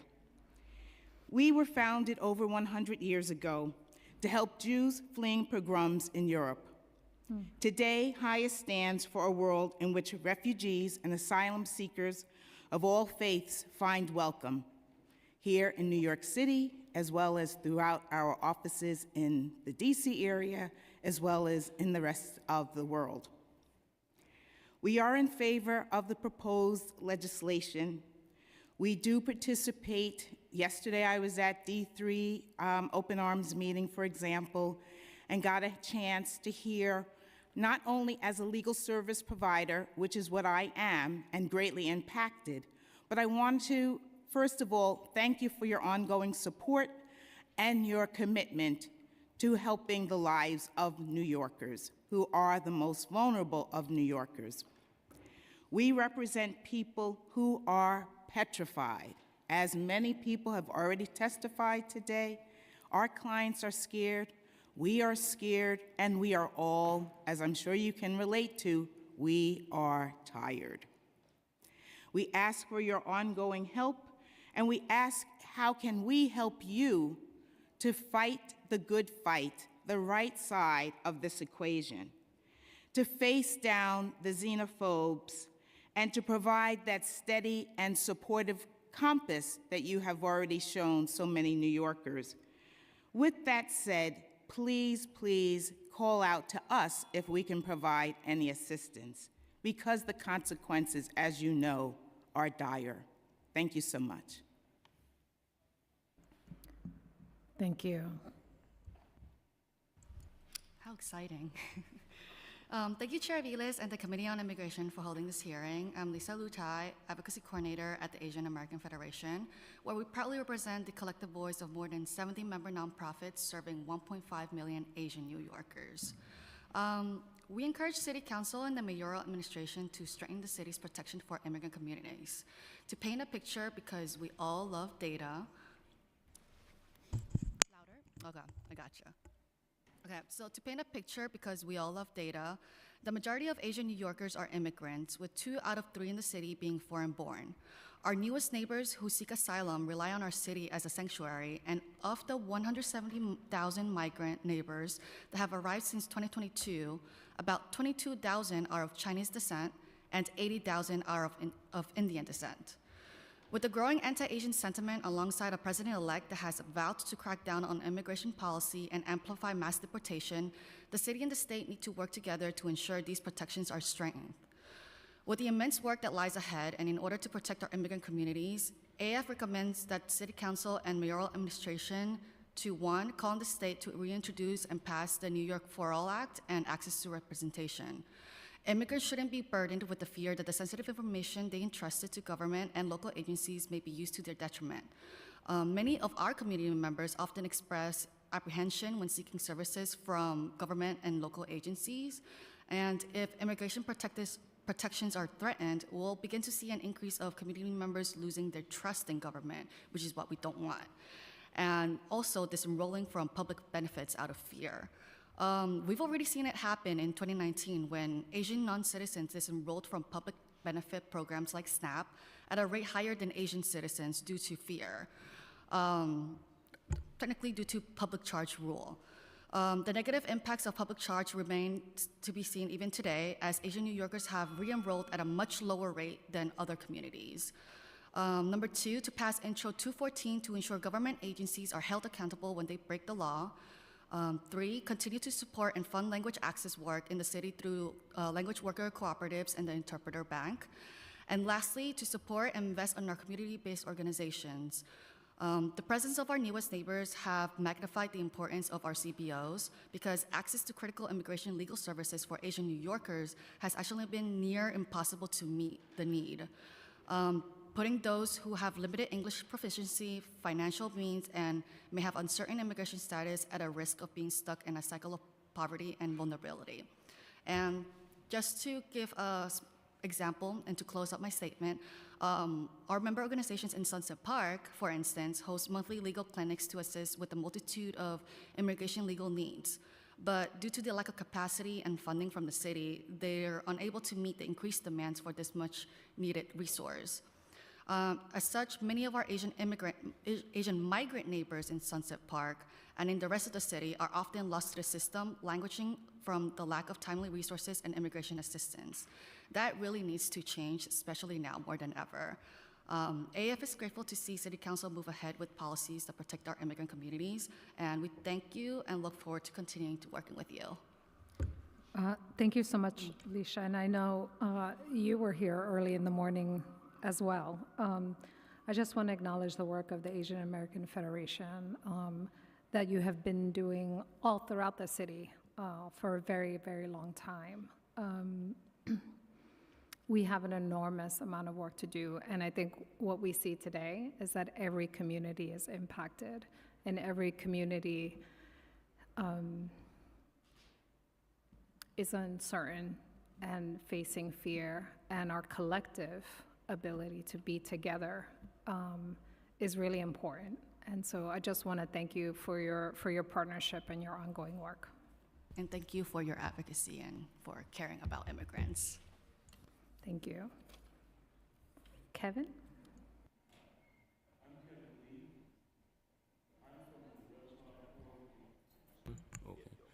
I'm Kevin Lee with the RevCom Corps for the Emancipation of Humanity and from Revolution Books in Harlem. And I'm here to speak to you today from the heart about this condition and problems of thousands of our immigrant sisters and brothers here in New York, and literally millions more who are across the country. These are people who are forced to flee their countries because of wars, economic devastation, climate disaster, caused by the very system of capitalism, imperialism, of which the United States is the main purveyor in the world. When Eric Pig Adams says he is excited to work with border Nazi Thomas Homan and the fascist Donald Trump, he is joining up with these deranged fascist lunatics that are dehumanizing and demonizing the human beings as rapists and criminals and what he calls from shithole countries. I'm just being blunt here and frank. They're telling bold-faced lies, accusing people of stealing and eating American pets. They blame immigrants for every problem the system creates here in the United States, from, you heard some of it here today, from inflation to the rotten schools and hospitals. And straight out of Hitler's playbook, he spits out the racist lie that immigrants are poisoning the blood of our country. People are being rounded up now. They're being rounded up, down, shipped out, over and around, demonized, terrorized, and none of this is necessary. In a city that was literally built on the graves of enslaved people, this is a disgrace. In a city with more empty offices, apartments, and buildings than are homeless people and immigrants combined, this is a shame.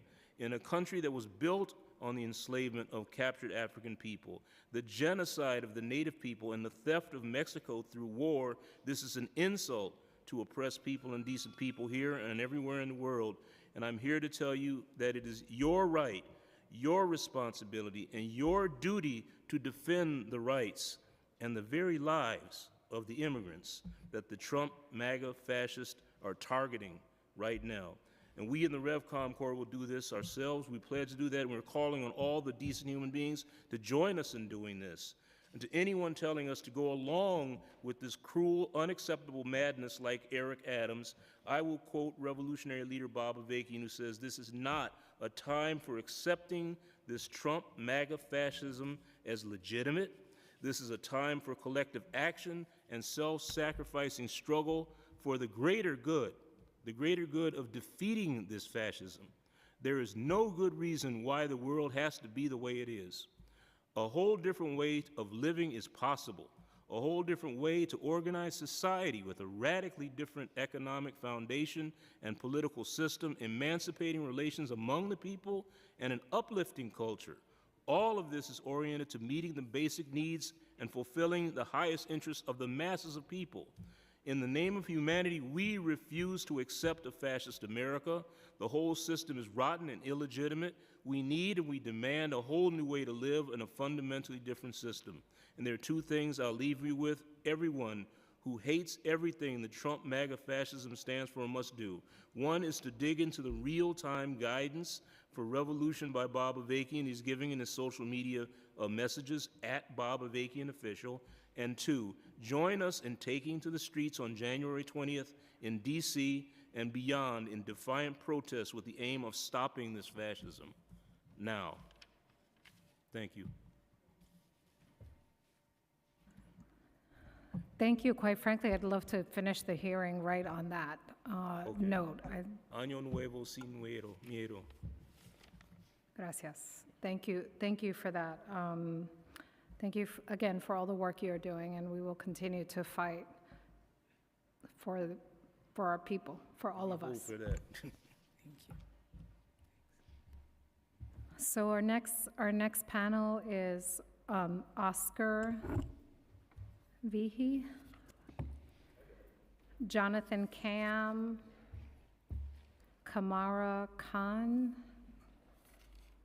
Gaspar Avedaño, Carrie-Ann Pauls, and Raul Rivera. You might want to remind people that there's no audio or video recording at the witness table. Yes, and for a reminder, there's no audio or video recording at the witness table while anyone is testifying. I will make the call again, just very quickly.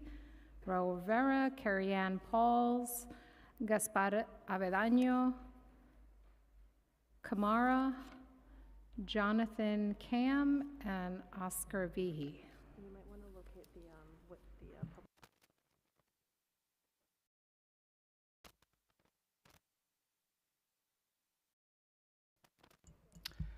Good afternoon. My name is Raul Rivera. I'm a TLC driver and a TLC driver advocate. I'm a native New Yorker. And for the record, we don't have anything personal against the chair.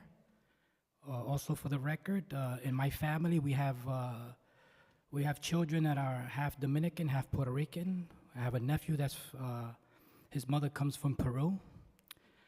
When I was 23 years old, I lost a child. Her mother was from El Salvador, just for the record. We say legal migration, no discrimination, and justice for all. We also want to say congratulations to the new incoming ICE director, Tom Homan. We want Mr. Homan to receive this message. If this committee and if this city council cannot follow the Constitution, we ask that anyone that gets in his way to be arrested. He said he will do so himself. So if this chair violates the Constitution, chair, if you violate the law, we ask that he lock you up. We also ask that he investigate any legislation that you approve or pass in this city council. I don't believe you're a councilman that can be trusted. You're a councilman that cannot be trusted. Any legislation, I repeat, any legislation that you try to pass in this city council must be investigated. And we're gonna get this message over to Tom Homan. And we also challenge you right now, if you dare to say close the border, can you say that, Chair? Can you say close the border? Do you know that if you have a country without borders, you don't have a country? Even if it's a communist country, you don't have a country. That's what makes a country, borders. It's people and borders, all right? We demand safety for the New Yorker and all citizens of this country. We don't preach hate. We see all the gaslighting that's happening here and all these nonprofits that show up. Can you say close the border? Can you say you love America? Can you say you love America? You see? Thank you, You Mr. cannot. Rivera. Your time Because is you up. are a traitor. That's why you can't say it. And we're You moving are to a the traitor. next That's why you can't say I love testimony. America. Thank you very much. Next, we will go to the online panelists. Excuse me.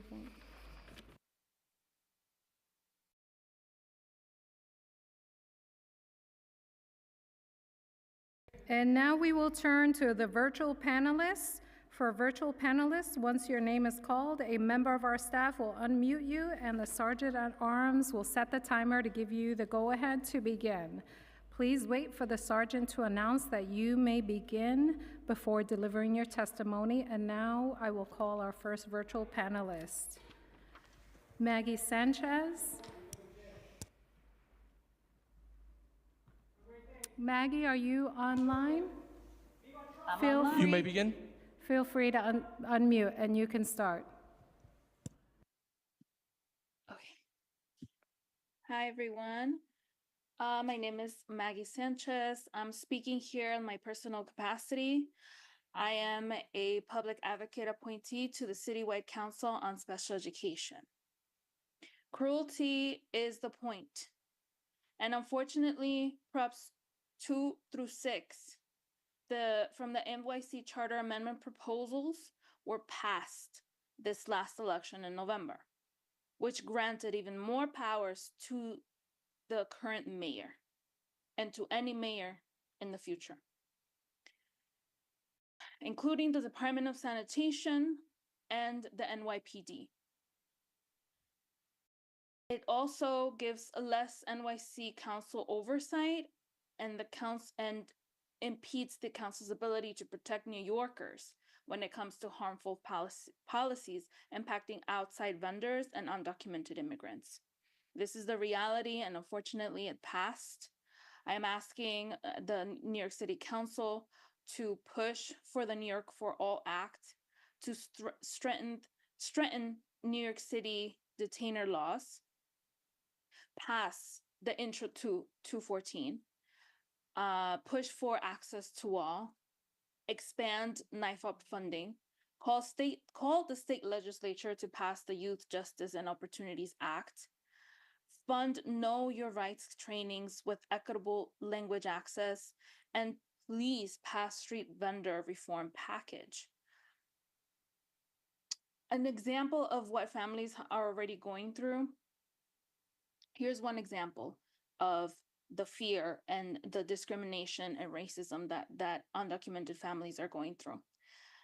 A school district representative told a parent They had to wait until the Trump administration because the city will be trying to save money. The time has expired. Thank you. If you could finish I'll up. wrap it up. Ms. Sanchez, thank you. Go ahead. Go ahead, We'll Ms. be trying to- Sanchez. Oh, I'm sorry for the delay. Go ahead. When the parent asked about services for their severely disabled student, this is a newly arrived family, and birthright citizenship was brought up by a New York City DOE district representative in Queens. So this is one of the examples, as many others, that is happening to students with disabilities, newly arrived students with disabilities and their families.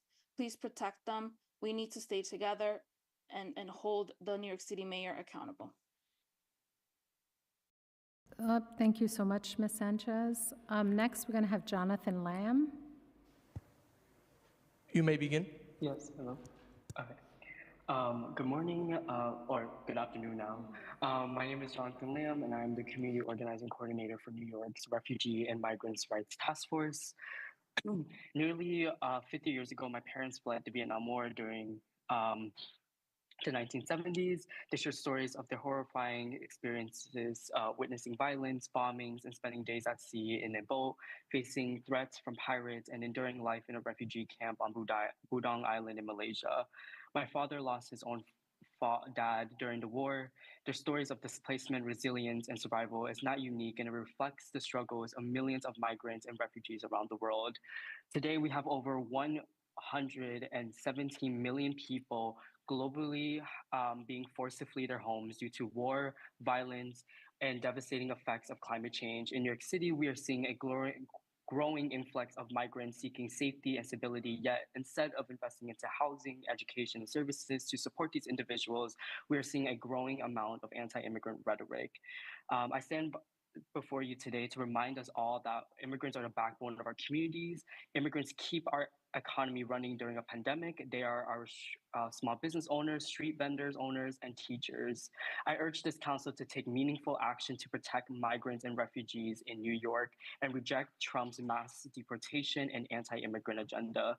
Last year, Amnesty International released a human rights blueprint, a framework that outlines key research and recommendations that help both local and national leaders in addressing immigration and the over-militarization at our U.S. southern border. In October, we organized and mobilized over 70 New Yorkers to attend a regional activism conference here in New York City and organize around the Destination Reception Assistance Act on a federal level, which would improve our resettlement programs to properly support newly arrived asylum seekers. We need to ensure a humane response to the needs of arriving migrants, invest into immigrant services, affordable housing, and education. Thank you for your testimony. Your time has expired. Thank you. Thank you so much. Next, we will have Darnell Benoit. You may begin. Hello, thank you. Finally, I'm happy to be here. I was there in person, but unfortunately, I couldn't stay. I had another engagement. But hello, members of the New York City Council, and thank you so much for the opportunity to address the critical issues that impact the future of our city, the safety and well-being of immigrant students in New York City public schools. My name is Donnell Benoit from Flamboyant Haitian Literacy Project, a CBO serving Haitian immigrant youth. Our job is to help immigrant youth get access to an education. Unfortunately, the schools that young adult immigrants attend today are overcrowded and underfunded.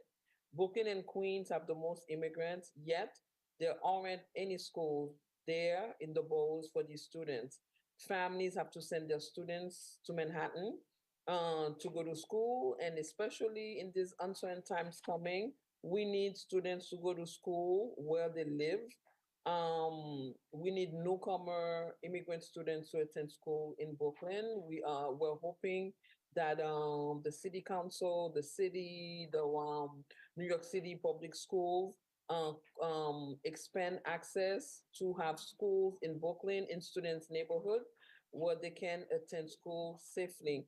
But more importantly, I'm here today to speak on behalf of the many immigrant children who call the city home and are the foundation of its diverse and vibrant communities. New York City is known for its cultural tapestry built in part by generations of immigrant families.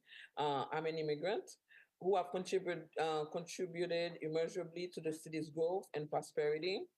It is a city that stands for justice, equality, and the protection of all its residents, Thank you for your regardless testimony. of their Time has expired. immigration status.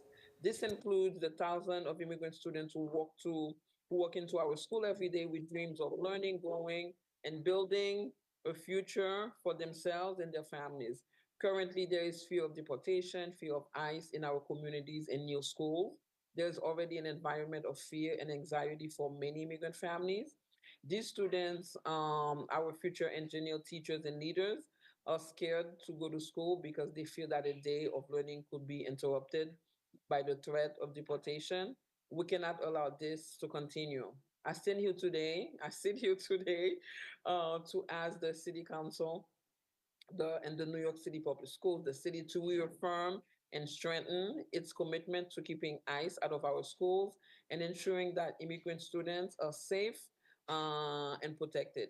Our schools should remain a place where all students, regardless of their status, can receive a quality education without fear of separation from their families. I call on the council to enforce and strengthen policies that prohibit ICE from entering schools without a court order. We haven't seen anything yet from the DOE. This protection should be reinforced with clear guidelines that prevent any interaction with ICE. It is essential that student families and school staff are educated on their rights in the event of an ICE encounter. Students should be aware that they have the right to attend school without fear and that they should never be questioned or detained by ICE. Schools should also offer access to legal resources and assistance to help immigrant families navigate potential ICE interaction and know their rights. Every school should be a safe space for immigrant students. We urge the City Council to fund and support initiatives that create supportive environments for immigrant children, places where they can access resources and counseling, like community organizations. Collaboration between schools, local immigrant rights groups, and legal services providers is key. Representation is key to ensuring that all immigrant students have the legal representation and support that they need. Finally, the safety of immigrant students is not just a legal obligation, it's a moral imperative. These children are not just students, they're our neighbors, our future, essential part of what makes New York City one of the most dynamic and diverse city in the world. I ask the City Council to stand up for immigrant students by keeping eyes of our schools, by creating schools where students live, by providing legal resources, ensuring that schools remain safe. And thank you so much for your consideration. Thank you so much, Ms. Benoit. Next, we have Christopher Leon Johnson. You may begin. Yeah, hello. My name is Christopher Leon Johnson, and I'm here to support the resolution for New York for All. Yeah, we need to make sure that the NYPD doesn't cooperate with ICE to arrest the wrong migrants, like the ones that sell mangoes in the subways and the ones that deliver our food and medicine, like deliveristas, and the ones that be outside Home Depot and Lowe's trying to make a living through day laboring.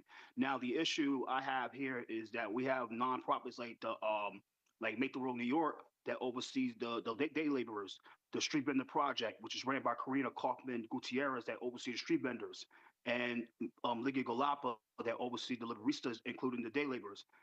They need to start telling those members, their members, that Trump will not have ICE deport them because they're selling mangoes inside a subway. Trump is not going to deport them because they're delivering food or medicine, like capsule medicine, on a sidewalk, or someone like to ride e-bikes on the sidewalk. Trump is not going to deport them because they outside of Home Depot or Lowe's or Harbor Freight trying to solicit. I'm trying to get work. I work with people that hire these guys to do work for the United Nations, but they're not going to be deported because of that. They will be deported if they commit violent crimes. What the city council needs to start doing, Mrs. Viles, I respect you, even from this morning with the rally with Brad Pander. You need to start telling these nonprofits to start educating their members about what's the difference from a violent crime and a non-violent crime. Trump is getting inaugurated on the 20th, on the 21st, or the 22nd. None of them, like the member from the Street Vendor Project, you need to tell her, you need to send an email to Kaufman to tell that lady that, well, she is not going to be picked up by ICE on Tuesday or Wednesday or Thursday or Friday because she was at a courthouse under Bragg or any of these district attorneys. ICE will not Thank you pick for your that lady up. testimony. Time has expired. So, okay, please, but thank you for this hearing. Education is needed, violent crime versus nonviolent crimes, and I support New York for All. These nonprofits need to start educating their members, all of them that get government money. But what's the difference from a violent crime and a nonviolent crime? Trump Thank you. will only deport these people. Wait, one second. Trump will only deport these people if they commit a violent crime. Thank you. Have a great day. Thank you, Christopher. I wish you were correct, but Trump's track record says otherwise. But thank you for being here. Thank you for being at the rally this morning, and thank you for supporting the resolutions that are being put forward. And I would like to now call on the last remaining testimony to see if they are still in the room. Oscar Vihi, Kamara Karn, Jonathan Cam, Gaspar Avedaño, and Carrie-Ann Pauls. Seems like we have now heard from everyone who signed up to testify. If we inadvertently missed anyone who would like to testify in person, please visit the Sergeant at Arms table and complete a witness slip now. If we have inadvertently missed anyone who would like to testify virtually, please use the raise hand function on the Zoom, and a member of our staff will call on you in the order of hands raised. As a reminder, the following languages are available for interpretation, but we are at the end of our hearing, so we do not need to do that. And we have made the final call for those who were registered to testify but who have not appeared. And, oh, okay. And seeing no one else, I would like to note again that written testimony will be reviewed in full by committee staff and may be submitted to the record up to 72 hours after the close of this hearing by emailing it to testimony@council.nyc.gov. And with that, thank staff, the public, and the administration who came here to testify. We stand to protect immigrant New Yorkers, and we will not participate in Trump's xenophobic, racist, bigoted agenda. With that, the hearing is closed.